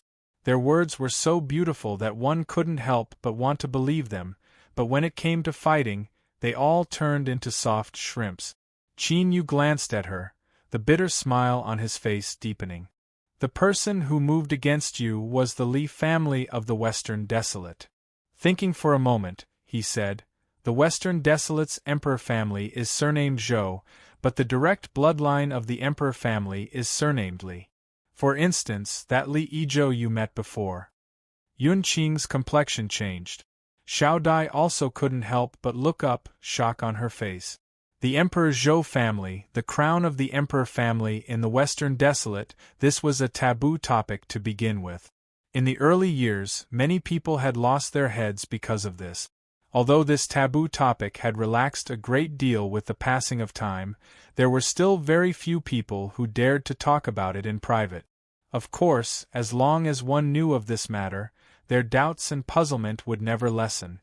Although Qin Yu didn't say much, the meaning he conveyed left the master and servant startled. Qin Yu bitterly smiled as he met their eyes. I won't go so far as to lie to you too about this matter. Yunqing bowed, her complexion pale. I believe what Lord Marquis says. So, I ask that you do not ask about this matter again. She thought back to when those people who called themselves the Li family faced the subordinates of 6th Highness Li Yizhou without any scruples at all. If this was true, then this was the Li family from before the nation's surname. Disregarding how much karma and inside information was hidden, their strength must have been extremely formidable. Otherwise, how could they have sat peacefully in front of the nation's surname until today? Qin Yu nodded. Don't be afraid. I can guarantee that I won't provoke the Li family on my own initiative for now. But I will do what I promised you. He smiled, his expression calm. From now on, I will protect you so that no harm comes to you. In the abyss in the past, you have done countless things for me. Now, it is my turn to repay you. Seeing that if he stayed, the master and servant would feel even more uneasy. Qin Yu stood up and left. Xiao Dai timidly looked up. Miss, this Marquis loyal marshal. Halfway through her words, she didn't know what to say. Yunqing bitterly smiled. I don't know what to do either. She was also at a loss. She always felt that he was amiable and trustworthy, but she didn't know why his attitude had suddenly changed. Just what was going on? The two old fourth claws glanced at each other, puzzlement in their eyes. They couldn't figure out why the dignified Marquis loyal marshal, someone who was destined to have a limitless future, would treat this master and servant so differently. Now that everything in this mansion was under their eyes, they could clearly see that Yunqing and Xiao Dai were only ordinary people. In terms of beauty, they could indeed be called extraordinary. But, as old watchdogs of the imperial palace that had lived for countless years, they had seen countless beauties. These two couldn't be considered peak beauties. Could it be that they really were infatuated with each other? If this was true, then this could be considered a good thing for His Majesty. After hesitating for a moment, one of the old fourth claws took out a blue jade talisman. He lifted a hand and touched it. After several breaths of time, he flicked his finger. With a loud hum, the jade talisman trembled and ripples spread out before it instantly vanished from sight. As the Son of Heaven's trusted aides, They were naturally the son of heaven's eyes and ears. It was true that they guarded the loyal Marshal Marquis mansion and obeyed his orders, but deep down, they were still His Majesty's lackeys. Chapter 1571. Little Meat sneered, not concealing her ridicule at all. They were just two puppies. Did they really think that their noses were sharp enough? This Zhong Wu Ho estate, if I let you see it, then you can see it. If I don't let you see it, then you can only be two blind people with your eyes wide open. However, at the thought that one day she would be forced by two little paparazzi to cover her tracks and aura, her expression turned gloomy. As he looked at Qin Yu, his expression darkened. I already said, don't even think about asking me about that woman. Even if you did, it would be useless. Qin Yu frowned. He thought for a moment and then said, I don't ask about the past and I don't investigate the cause and effect. I only want to know what I should do to make her remember me. Do you have any ideas? Meaty shook her head and firmly refused, no. However, her eyes flickered, and it was unknown what she was thinking. She suddenly said, It's not like you only have me behind you. Since you can't cling on to me, why don't you beg someone else? These words weren't pleasant to hear, but this was the truth. Qin Yu's expression was calm, without the slightest bit of anger. He knew who Meaty was talking about, but it was too late to hide now, so he really didn't want to take the initiative to summon her. Little Meaty seemed to see through Qin Yu's thoughts. She sneered. Sometimes I think you are very smart, but sometimes I think you are really stupid. She tapped her fingers on the table. Her movements were a bit strange, as if she had learned them from Qin Yu. That person, what boundary and level is she at? Do you really think that she can't sense anything that happens to her? Humph, humph, humph. What you're doing now is merely burying your head in the sand. Qin Yu's complexion changed. Just now, His Excellency ruler had been in a state of deep sleep in front of him, as if he had been sleeping for many years. As a result, he was able to take advantage of a loophole and was able to live in peace during this period of time. Qin Yu took a deep breath and a thoughtful look crossed his face. Then, he suddenly glanced at the meat across from him. Your Excellency, it seems that you wish to see me summon the Sovereign Lord. Ro sneered, so what if you can tell? I didn't intend to hide it from you. She pointed at the door. I've already pointed you in the right direction. Whether you're willing to try it or not, it's up to you. Take care, I won't see you out. It was only after Qin Yu left the courtyard doors that he reacted. This was his home, okay? But now, he was not in the mood to argue with her. Although the one in Meaty's body had many problems, one of its few merits was that it didn't like to lie. Previously, it was because of this that Qin Yu had used some methods to find out Yunqing's identity. Moreover, if she said she couldn't say it, then she couldn't say it. She clung to this point and didn't make up some random excuse to fool Qin Yu. In that case, there was a high chance that this sentence was true. The sovereign and Yunqing, or rather, Liao Shi, had a close relationship. As for Liao Shi, when he left the abyss and returned to the vast Yang world, Qin Yu had already asked His Excellency the ruler. In other words, for some unknown reason, she had lied to Qin Yu. This could clearly support Qin Yu's judgment. The Lord Ruler was related to Liao Shi.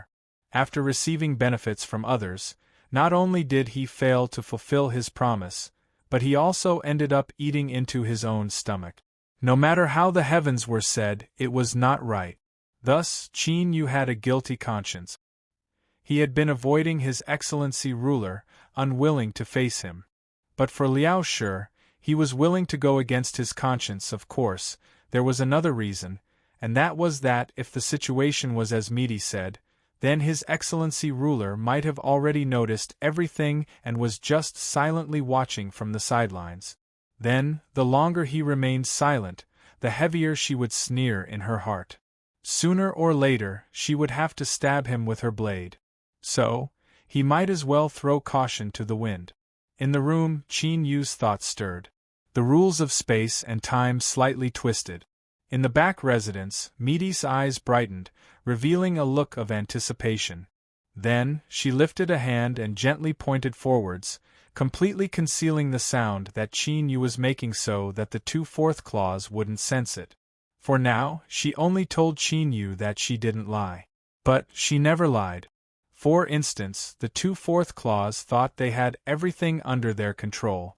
But in her eyes, they were 2 old sugar canes that could be gnawed on at any moment, blind. Qin Yu took a deep breath and spread out his arms. The phantom of a sun and moon appeared above his head. Then, there was no then. As his cultivation rose and his strength grew, Qin Yu could faintly feel that his summoning had found its target. But for some unknown reason, His Excellency Ruler was like air, not responding at all. Responding. After trying for a long time, Qin Yu frowned. He let out a deep breath, a helpless expression on his face. If His Excellency Ruler didn't respond, then there was nothing he could do. After all, this was a summoning ceremony, not a method to forcefully imprison someone. In the back residence, Meaty, who was helping Qin Yu conceal his aura, had a gloomy expression. It was clear she was in an extremely bad mood. She endured it for several moments, but in the end, she found it hard to dispel the anger in her chest. She clenched her teeth and cursed, "You old woman, you sure are thick-skinned enough." She had lived for countless years, so she certainly knew how to curse. Not only did she know, but her cursing skills weren't bad either. In that moment just now, there were countless vicious words swirling around in her heart, but for some reason, she couldn't speak.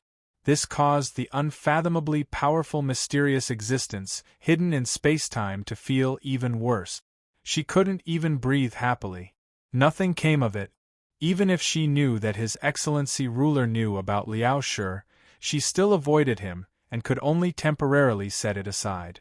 Luckily, Qin Yu had already found Liao Shi, so there was no need to be too anxious. Second, there was a time limit to hiding.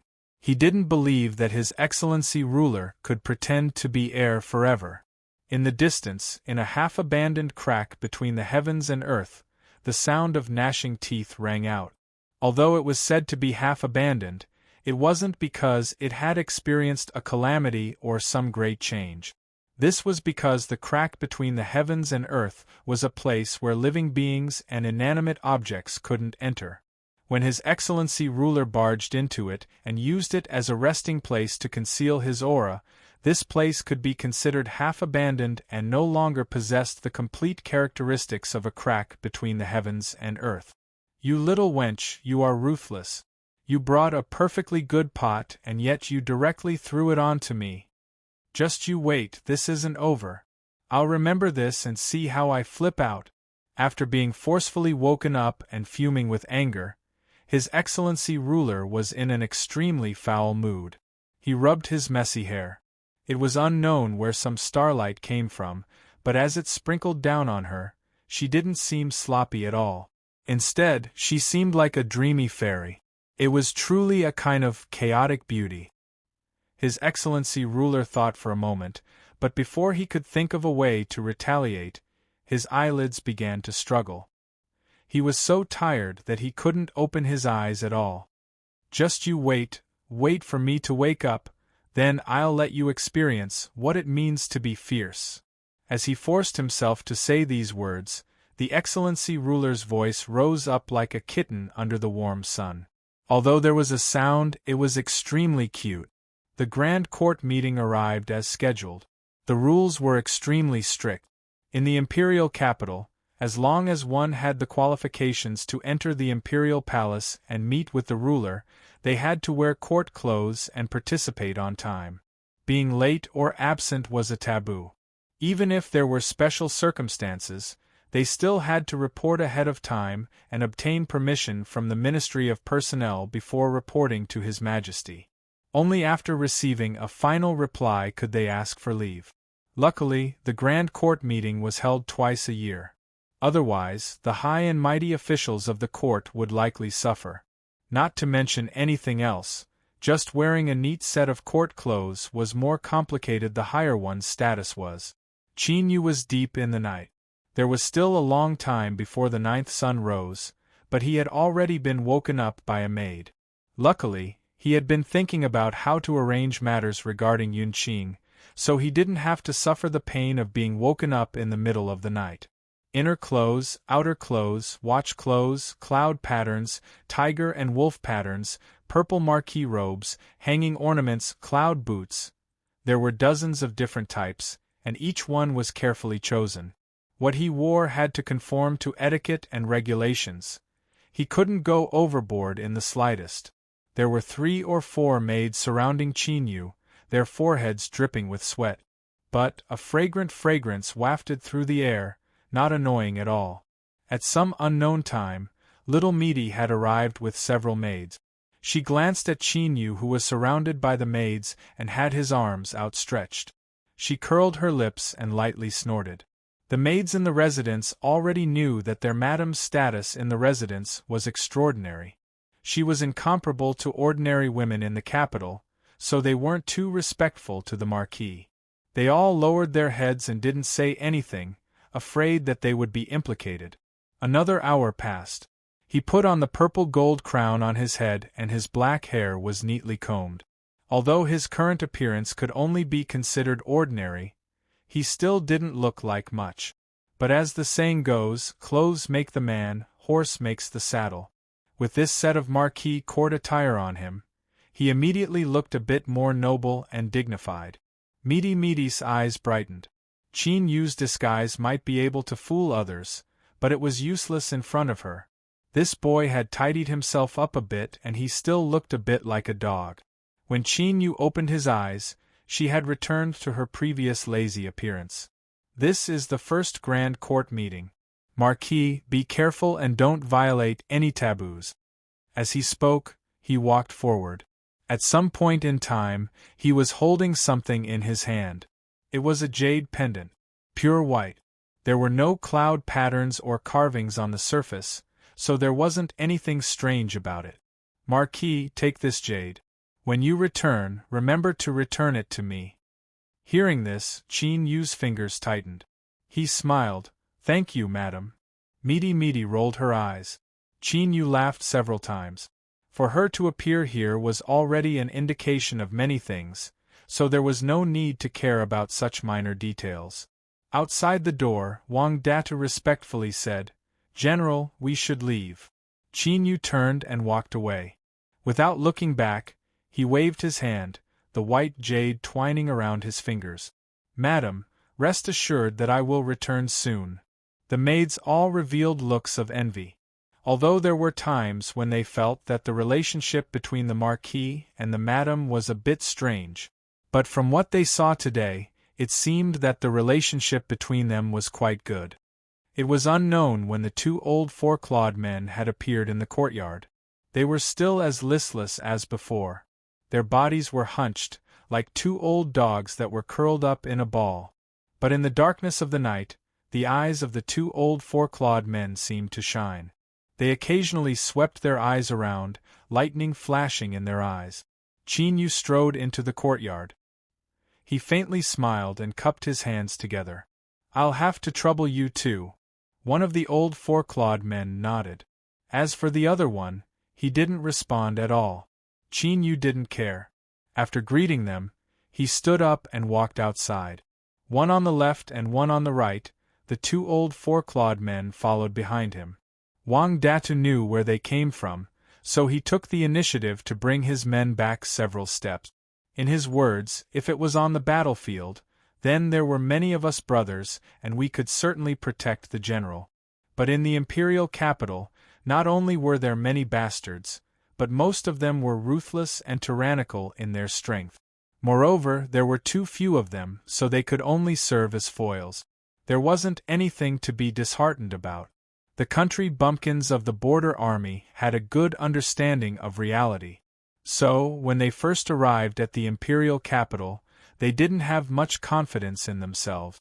They felt that the people of the imperial capital were truly extraordinary. Once the general was bestowed the title of Marquis of Loyal Marshal, he would become a hot and powerful figure in the imperial capital. At that time, Wang San would even dare to put on airs in Li Zhou's temporary imperial residence. Little Meaty watched Qin Yu leave. A smile lifted the corners of her lips, but it disappeared in a flash. She yawned and said, "Stop looking. You sluts are doomed to have no chance. Hurry up and disperse." She prepared to go back and sleep. As for Qin Yu's safety, she had even given him the jade, so he would naturally be fine. Little Meaty was confident in this. As he stepped out of the residence, Qin Yu frowned. He glanced around at the darkness where the light couldn't reach. But behind him, the two old four-clawed men had calm expressions. He thought for a moment and then ignored them.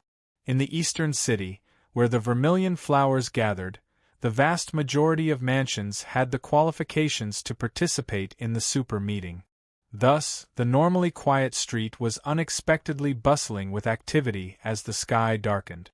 As Qin Yu walked towards the carriage, he became aware of several gazes from the surroundings. Looking back, most of these people were dressed in court attire and cupping their hands in greeting from afar. Compared to the surrounding mansions, the loyal Marshal Marquis mansion was a completely new upstart. But their authority couldn't be faked, and the trust they had in the imperial palace was even more enviable. The various elders of the emperor clans had already chosen to retreat. Although the agreement of 100 years was a secret, those with the qualifications to know would naturally know. Disregarding everything else, at least for the next 100 years, the loyal Marshal Marquis Ningqin's status would be as stable as Mount Tai, and it might even rise further. The matters of the future could be discussed in the future. Right now, he had to maintain good relations with them. Qin Yu cupped his hands together in return.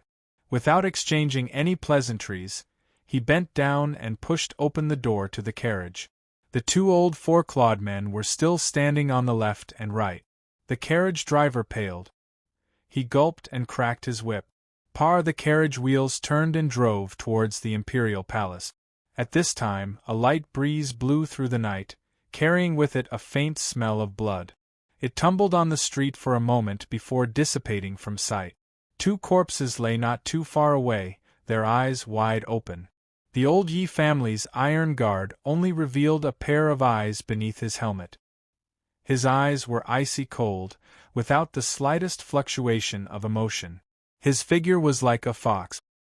His feet were silent as he passed through the darkness, rapidly chasing after the carriage. And at the same time, the other iron guards, as well as the other 9, walked through the darkness, completing their bloody harvest.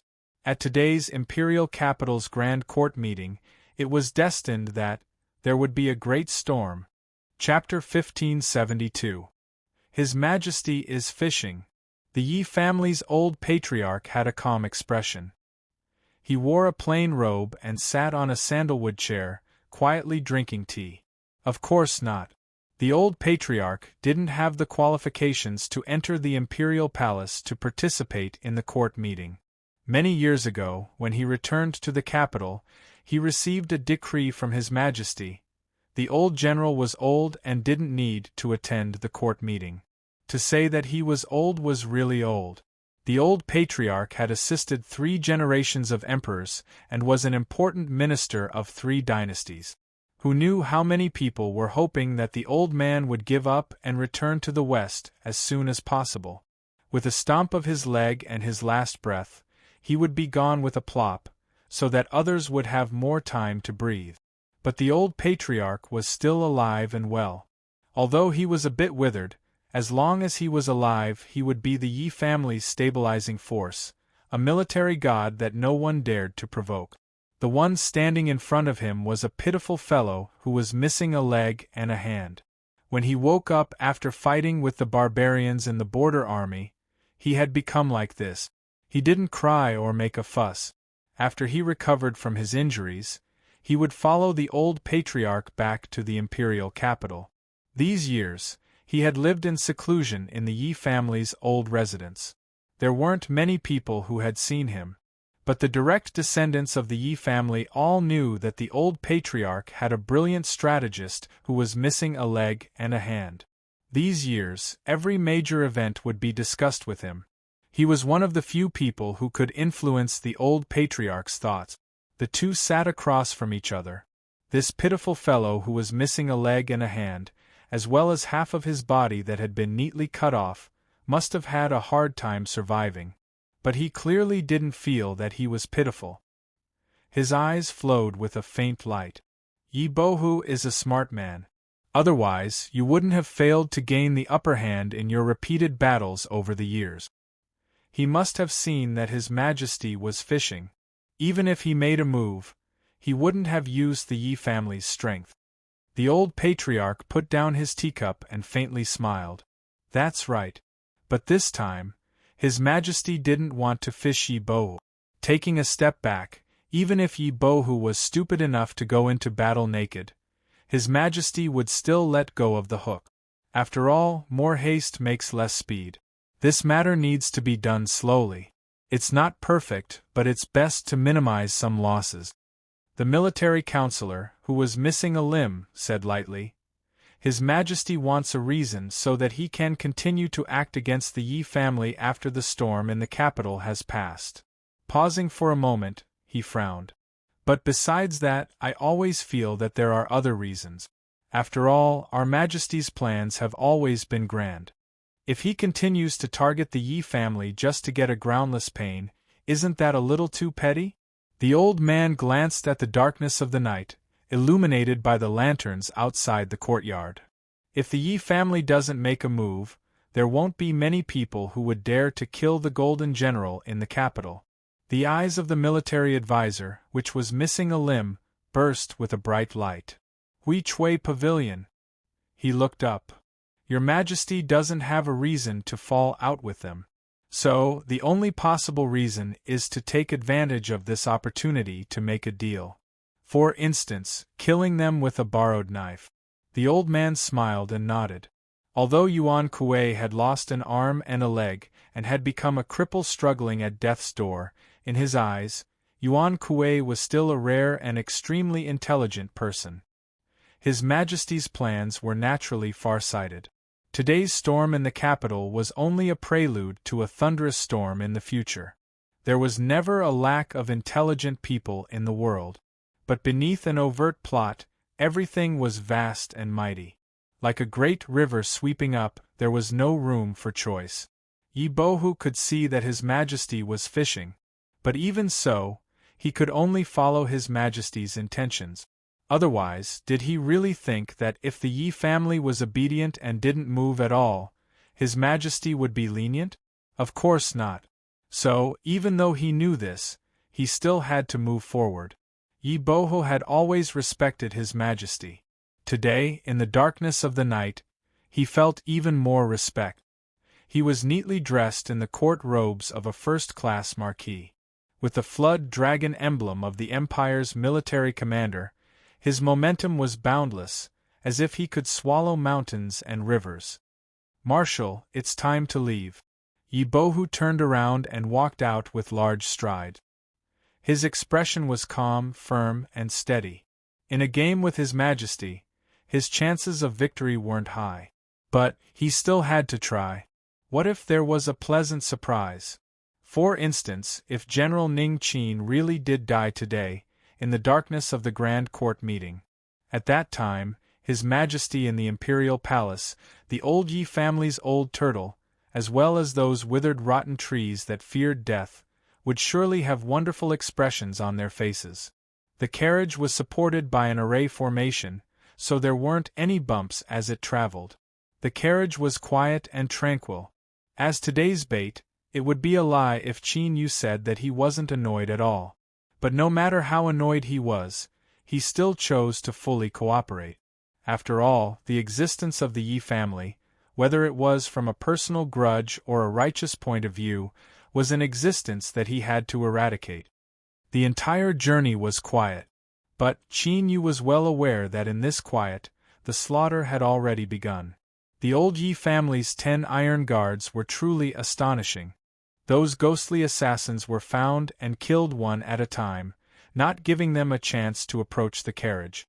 The 2 old guards sat on the driver's left and right. Their heads were drooped, as if they had woken up too early and were exhausted. Calculating the time, the residence and the imperial palace had already crossed more than half the distance. In just a moment, the carriage would arrive at the imperial palace. At that time, today's assassination attempt would become a joke. The imperial palace was the absolute home field of the western wasteland great emperor. No one dared to provoke his dignity. If they dared to do so, they would undoubtedly die. There was simply no chance of success. The place where the destiny of a country gathered was tyrannical and tyrannical. So, if they wanted to kill Qin Yu, they could only do it before the carriage arrived at the imperial palace. The red rope wrapped around his fingertip. The white jade in his hand released a cool feeling, making Qin Yu's consciousness unprecedentedly clear.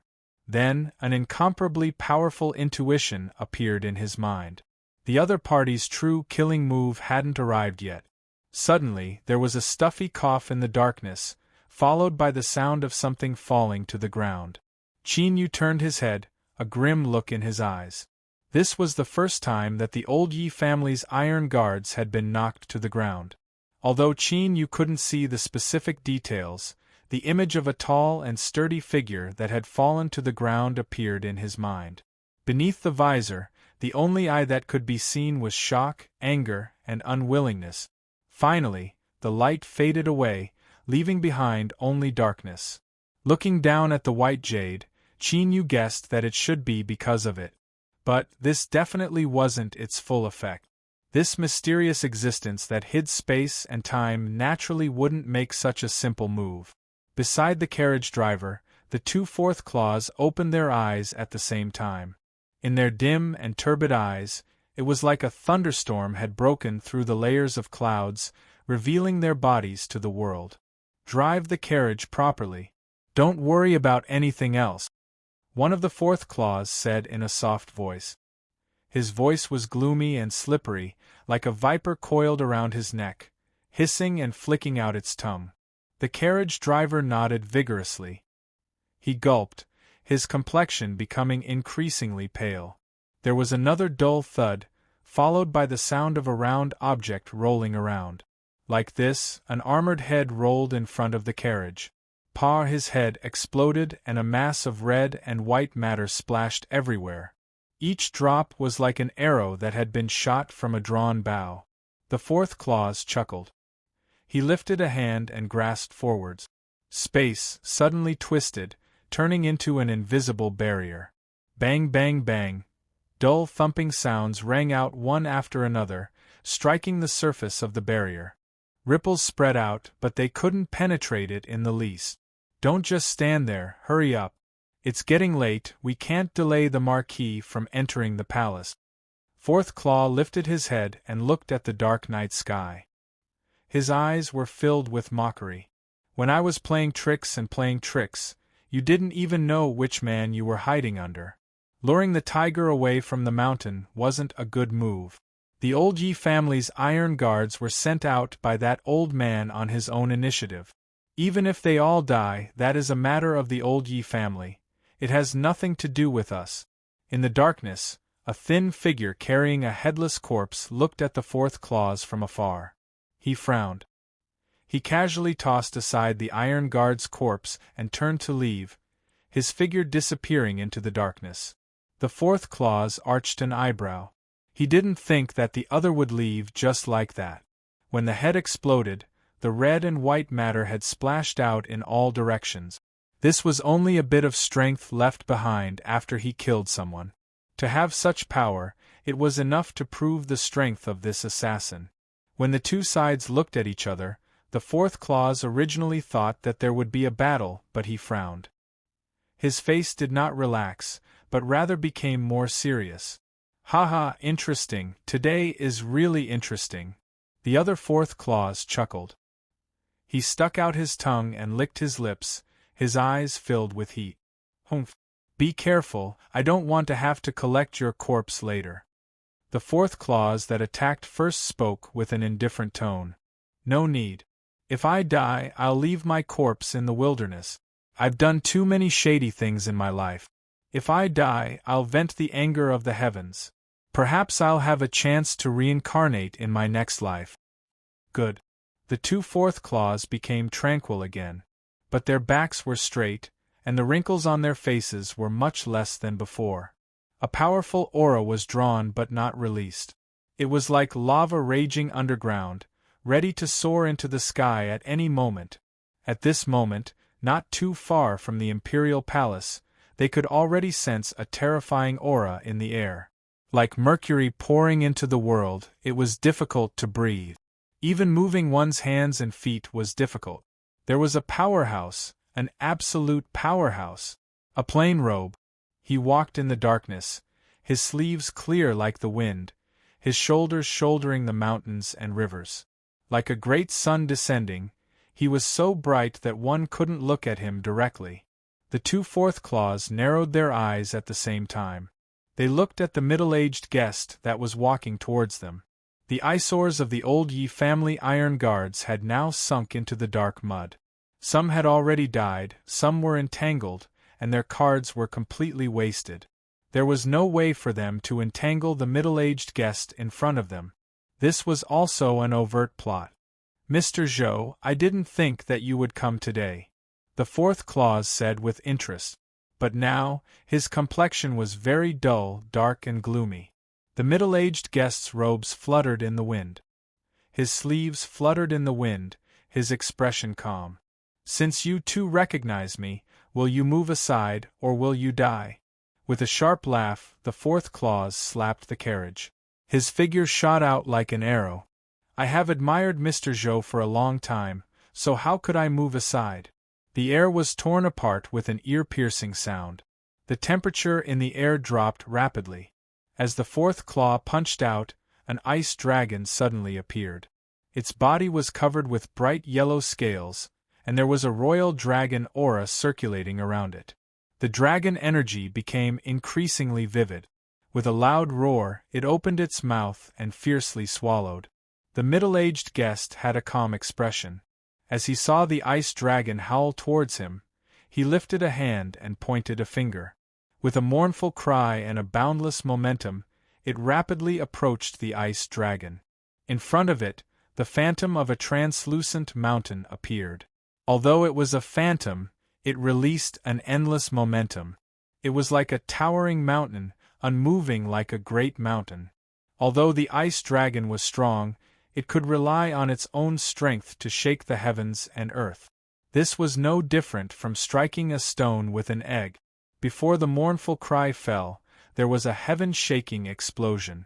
The mountain phantom didn't even tremble, but the ice dragon had already been smashed into countless pieces.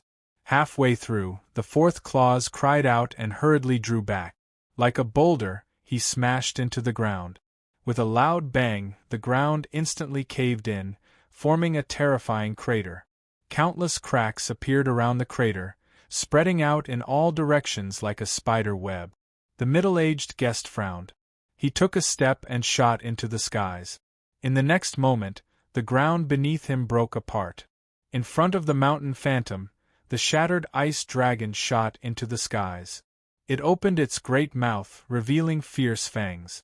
It was just a hair away from tearing the middle-aged guest to pieces. But this tiny bit of awareness was an insurmountable moat. The middle-aged guest flicked his sleeves and space suddenly twisted. Like a net, it sucked in the soaring ice dragon. Then, space twisted, wildly collapsing and contracting. Angry roars echoed out, turning into pained wails. Finally, the ice dragon that was sucked into the twisting space turned into a white bead, completely lifeless. Puff, the fourth claws, spat out a mouthful of blood, his face pale. He lifted a hand and wiped it away. He chuckled. "Mr. Zhou is truly fierce." The middle-aged guest said, "Today I want to kill someone, so I don't have time to waste with you. If you don't move aside, don't blame me for not giving His Majesty face." The fourth claws laughed. "Mr. Zhou's words don't make sense. After you came to the imperial capital, His Majesty has treated you with respect." The middle-aged guest stepped forwards, not giving him a chance to delay for time. The Western Wasteland's imperial capital was the place where the destiny of a country gathered. Even with his cultivation, he was absolutely powerless to resist it. Since he had attacked, he had to kill Marquis Zhongwu in the carriage in the shortest possible time. Bang! With a loud explosion, the fourth clause was sent flying backwards. Blood spurted out from his nose and mouth. But it was unknown what material his robe was made of, but it was still intact. In fact, after being stained with the blood that the fourth clause had spat out, the eyes of the python on his robe brightened, as if it were about to come to life. "Guard the carriage!"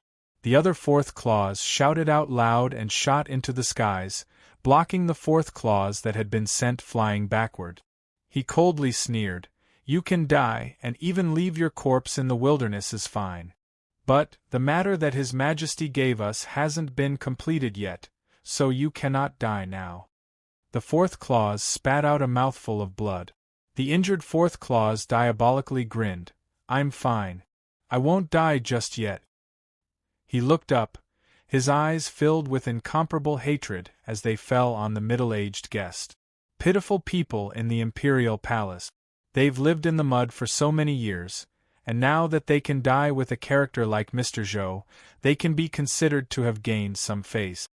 The middle-aged guest, Mr. Zhou, remained expressionless, unmoved in the least. He didn't feel any fear just because the two fourth claws had joined forces. He continued forwards. His feet were steady and calm, as if even 1,000 mountains and 10,000 rivers could be trampled flat. 1 step, 2 steps, 3 steps, the two fourth claws seemed to withstand a weight of 10,000 tons. It was only by struggling that they didn't fall down. Their eyes flashed with an ominous light. This time, it wasn't just their nose and mouth that were bleeding. Fine cracks began to appear on their exposed skin. Dark red beads of blood appeared from these cracks, gradually seeping into the robe on their bodies.